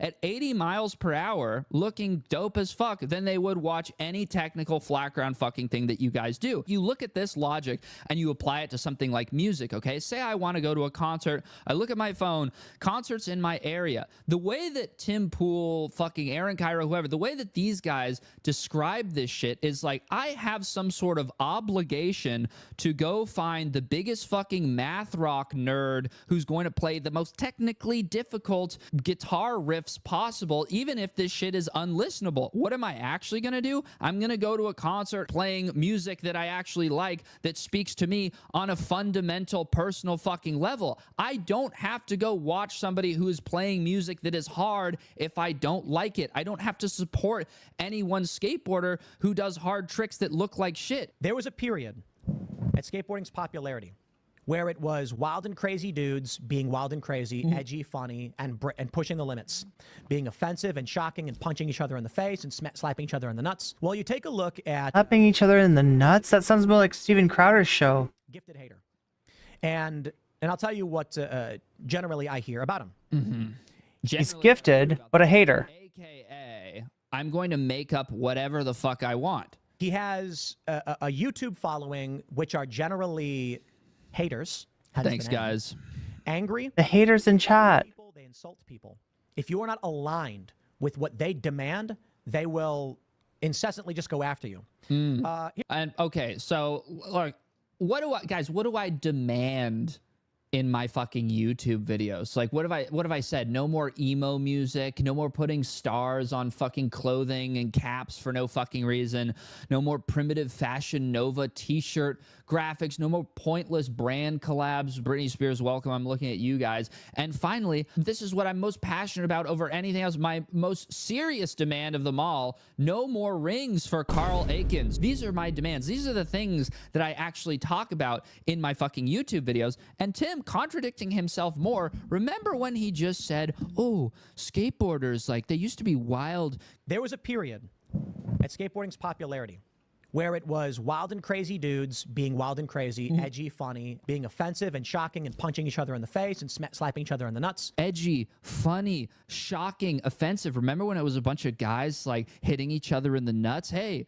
you know, let me tell you. That sounds like fun. You're a woke communist. Back in the day when skateboarding had these attributes of being funny and... He wants to put the balls. That got people into it. But right now he's saying, because somebody who has those attributes that made a negative video about him, those reasons now that were once responsible for growing skateboarding and being an appeal in skateboarding, those are now reasons that skateboarding is dying. Skateboarding suffers greatly from cultural gatekeeping with people like Gifted Hater, who are just a drag on the culture in an industry that is being attacked and destroyed by this scourge, this cancer of hatred. So we got to get kids skating. But how are you going to do that when you have people like this who are intentionally hateful, hurtful, spiteful, and nasty, who lie, cheat, and steal? Every argument that he makes is a paradox. He contradicts himself. Look at this. 4 days ago, someone commented on a picture of us fixing the DIY. Gifted Hater just trashed you on this. It was great. Oh, let's look at the lies, Tim. You're such a sneaky little weasel, aren't you? This is what the comment says, okay? Gifted Hater just trashed you on his YouTube. It was great. Gifted Hater just trashed you on this. It was great. Why is he trashing me for giving money to help fix a local skate park? He is deliberately misreading a comment and trying to make it look like I said something that I never said. I did not say that, Tim. Also, let's not forget, that's your skate park. You are repairing your own skate park. You purchased it. It's your responsibility. Tim tries to act like he's being treated so unfairly when this hit piece gets put on him that's filled with lies and How much are all these fuckers just cribbing off of Trump? I'm serious, chat. I'm seeing a pattern. Trump has somehow managed to make persecution complexes cool. And these little minions, these little Trump Juniors, are just repeating his silly trick, and it somehow works with their crowd. truths. None of them, of course. They're all like Xander Halls, you know what I mean? You have this victim complex. Which he will cite or reference directly, these apparent lies, you know? And he's saying that people are coming to his page and bullying him. When you made this video about me and you referenced my video, do you know what happened? I had almost a pristine like to dislike ratio. I had like 100 dislikes, maybe 50 dislikes, you know, maybe 8,000 likes. It was perfect. After you make your video, I get dislike bombed. That's never happened to me before. I've never had such a negative response randomly with this influx of dislikers. And it's because you made your video. I wouldn't now sit here, Tim, and say, Tim Pool has set up a witch hunt, you know, to defame me. Even though you call me a liar like 20 times and a cancer and a scourge. So actually you kind of are doing that. Unsubstantiated, by the way, no proof. And you have people like this who are intentionally hateful, hurtful, spiteful, and nasty, who lie, cheat, and steal. When Tim Pool accuses somebody of doing something, he is just projecting the exact thing that he is doing at that time. I know it's how the internet works, as you are very well aware. You make a video, your fans go and shit talk me. I make a video, my fans go and shit talk you. That's very basic shit. I'm sure you understand that. There's no way you don't understand that. And what I want to know is a lot of these comments I got from Tim Pool fans, like skateboarding is, you know, a bunch of pussies now. And Tim Pool sits there in his chair like, oh, the crying woke left. There's a bunch of snowflakes. They're always fucking complaining. Dude, all you do is complain. You are Zero PE says, I told you all Trump supporters want to be Trump. About the fact that you got a negative comment on your Instagram page. All you do is bitch and moan. The left is doing this. This is what the left is doing. The left is lying. And then Wait, we're just too wild and crazy, guys? The SNL skit actually launched the skateboard in the American culture? Little known fact. Where was the skateboard from? Like, was it like supposed to be... you accuse everybody else of fucking complaining all the time. I complain, you complain, we all fucking complain. The skateboard industry is a bunch of fucking complainers. We all complain, whinge, moan, and talk shit on whatever is going on. That's the way that we function, okay? So, you know, for the first time, I actually feel like Tim maybe fits in a little bit. I announced that we were going to be participating in our local skate jam in Martinsburg, for which we are allowed to because we own property there and we skate there. Okay, pause again. I gotta correct the record again because, you know, I did all of this in my first video, but Tim says, I announced we will be participating in our local skate jam. No. The locals from Martinsburg were planning an event. You saw that they were planning an event, and then you attempted to hijack it. You said, I'm giving away $20,000 at a best trick contest at this DIY, and my friend Richie Jackson will be one of the judges. You never contacted these people to ask, hey guys, is this okay? No, you just announced that this would be happening, which you can't do for a variety of reasons. First of all, if you just threw $20K at this event, do you know what would happen? I know what would happen because I talked to a local source. Hello? Hey buddy, can you hear me? He put up $20,000 in a best trick contest, which is a lot of money. No local here, right? We're not fucking New York. We don't have a million skaters here. Locals probably weren't gonna win that money. You know, skaters from DC, skaters from Philly, Pittsburgh, like all these big hubs where they do have a really lively and really good skaters, they're going to come here, they're going to win the contest, and then they're going to leave. And the only thing we're going to get out of it are the 50 bags of trash that we're going to have to clean up after this giant event. Secondly, Well, yeah, and Tim Pool. this DIY is not, in infrastructure-wise, is not even capable of hosting the amount of people that would show up if you had 20K on the line for a best trick contest. One more thing is I could literally like go to the spot and show you there's 30 parking spots generously, very generously, maybe 30 spots to park. We accounted for maybe 200 people showing up to the 10th anniversary jam. Whenever you don't ask and then tweet out our flyer to, you know, fucking, what does he have on Twitter? Like 1.5 million followers or something? Yeah. Obviously, not everybody's going to come here, but even if 200 people see his tweet and then come here, we no longer have the infrastructure to house that many people. It's essentially like, imagine if you were going to throw like a backyard barbecue. Yeah. You can house maybe 100 people. You're going to have 2 local bands. And then I say, hey, Gifted Hater, I love what you're doing. I saw your flyer. I'm going to put a roller coaster around your fucking house, and we're going to have a Ferris wheel. We're going to have 10,000 people there. We're going to bring a ton of money. It's all going to be up for grabs. And it's like, wait, dude, we literally cannot do that. Thirdly, probably most importantly, the only reason that the city was considering even building a skate park in the first place, an actual skate park, is because the locals proved over a 10-year period that they could maintain a DIY, keep it as a respectable place, and they showed the city, if you guys build us an actual skate park, it's not going to become a complete shithole where a bunch of drug addicts hang out, like Tim Pool says. And we use the DIY to establish a relationship with the city to show them, like, you know, we can have nice things. It's worth building a park. We use the DIY as a project of, you know, we can take care of our things. We're not hooligans. We're not disrespectful. We ran security. We kept the homeless out. And we kept the place clean. Whenever we got there, we had to do tons of landscaping ourselves, obviously, because we're not, you know, we're not making 100,000 views of videos, so we can't just pay landscapers to go in there. We get our tools from work, because most of us either work construction or blue-collar people.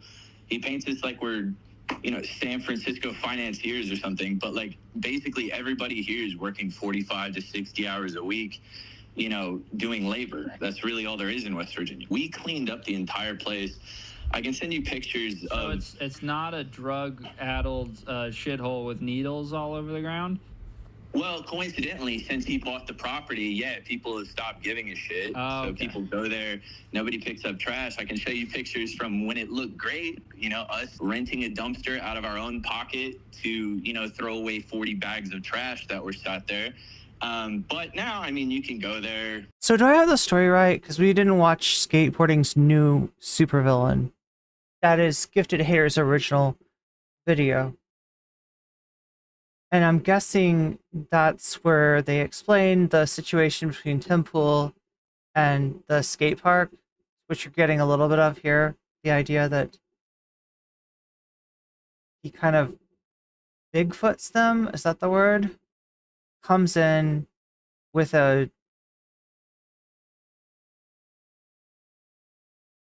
you know, an addition that he wants to do in the skate park, like within the event.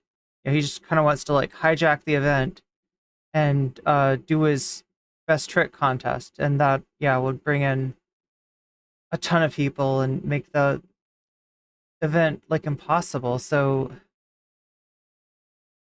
when that, you know, that and maybe they don't want to be associated with Tim Pool, and so when they decline it, he goes in and he buys the land. That's what happened.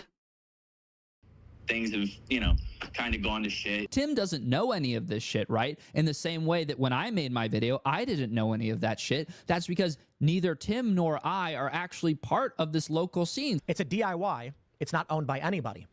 And so it was falling into disrepair. It is now. Oh, it's fallen into disrepair. Yeah, it's a DIY. Tim, you are making excuses for how shitty your manual pad was because it's a DIY. You know, this concrete hasn't even finished drying yet, and your manual pad is already falling into disrepair. And so I announced $20,000, no strings attached, free of charge to this event. No strings and attached. They threatened me with physical violence. Not part of the culture war, guys. No strings attached whatsoever. The problem was skateboarding is not supposed to ever be exclusive. Skateboarding is for everybody, even the gifted haters, even the clout chasers and the whiners and the losers and the virtue signalers. But you don't get to tell people what to do. And if your intention is to hurt the culture and attack... Guys, you don't get to tell people what to do. That's why I bought the skate park. Now I have control over it. Anybody who wants to be a part of it, you are the reason skateboarding is dying, and it is. I'm going to break that all down for you. Okay. So, guys, skateboarding is for everybody. Here's a clip of him, by the way, complaining about skateboarding being too diverse for the sake of it. You end up with advertisements promoting brands where they're not doing any kind of athletic feat.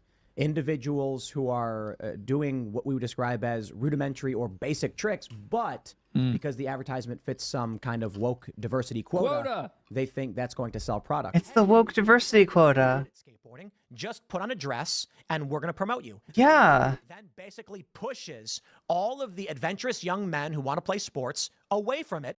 What? You can't say that skateboarding is for everybody. Complain about what is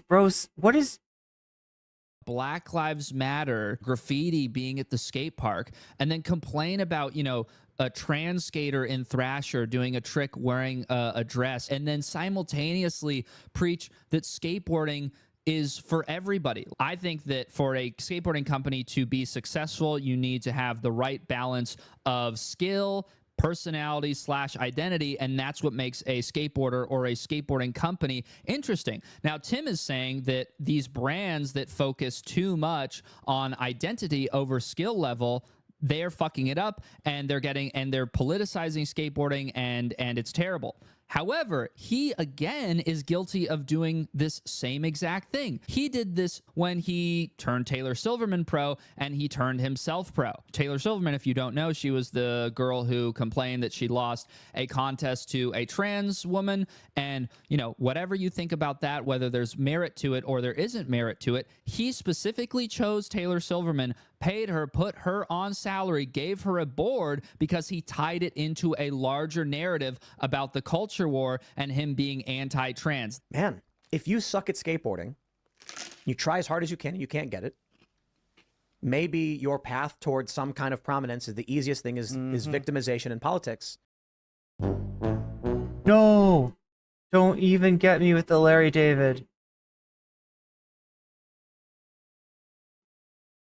So from a unknowing person, an outsider's perspective, they see skateboarding as this like extreme, dangerous sport that's too hard for women. Even Nyjah used to say, I don't think skateboarding is for girls at all. That was, you know, you can find the fucking quote of him in Thrasher saying that. That was the image that skateboarding had. And the idea that any of these people who are trying to make skateboarding, you know, something that is possible for a wider group of people are doing something wrong. Like, I think that they have pretty good intentions versus you, Tim, whose intention is to exclude people from getting into it while saying the people who are trying to get more people into skateboarding are the problem. And I understand, yes, I brought up Beatrice. I think that there are times that the industry promotes people who don't necessarily either have the skill requirement or, in this case, my opinion, because I don't think skateboarding is that important when it comes to skill, even the general body of work that would merit or justify them being a professional skateboarder. It's like, if I say I'm going to be a fan of a musician,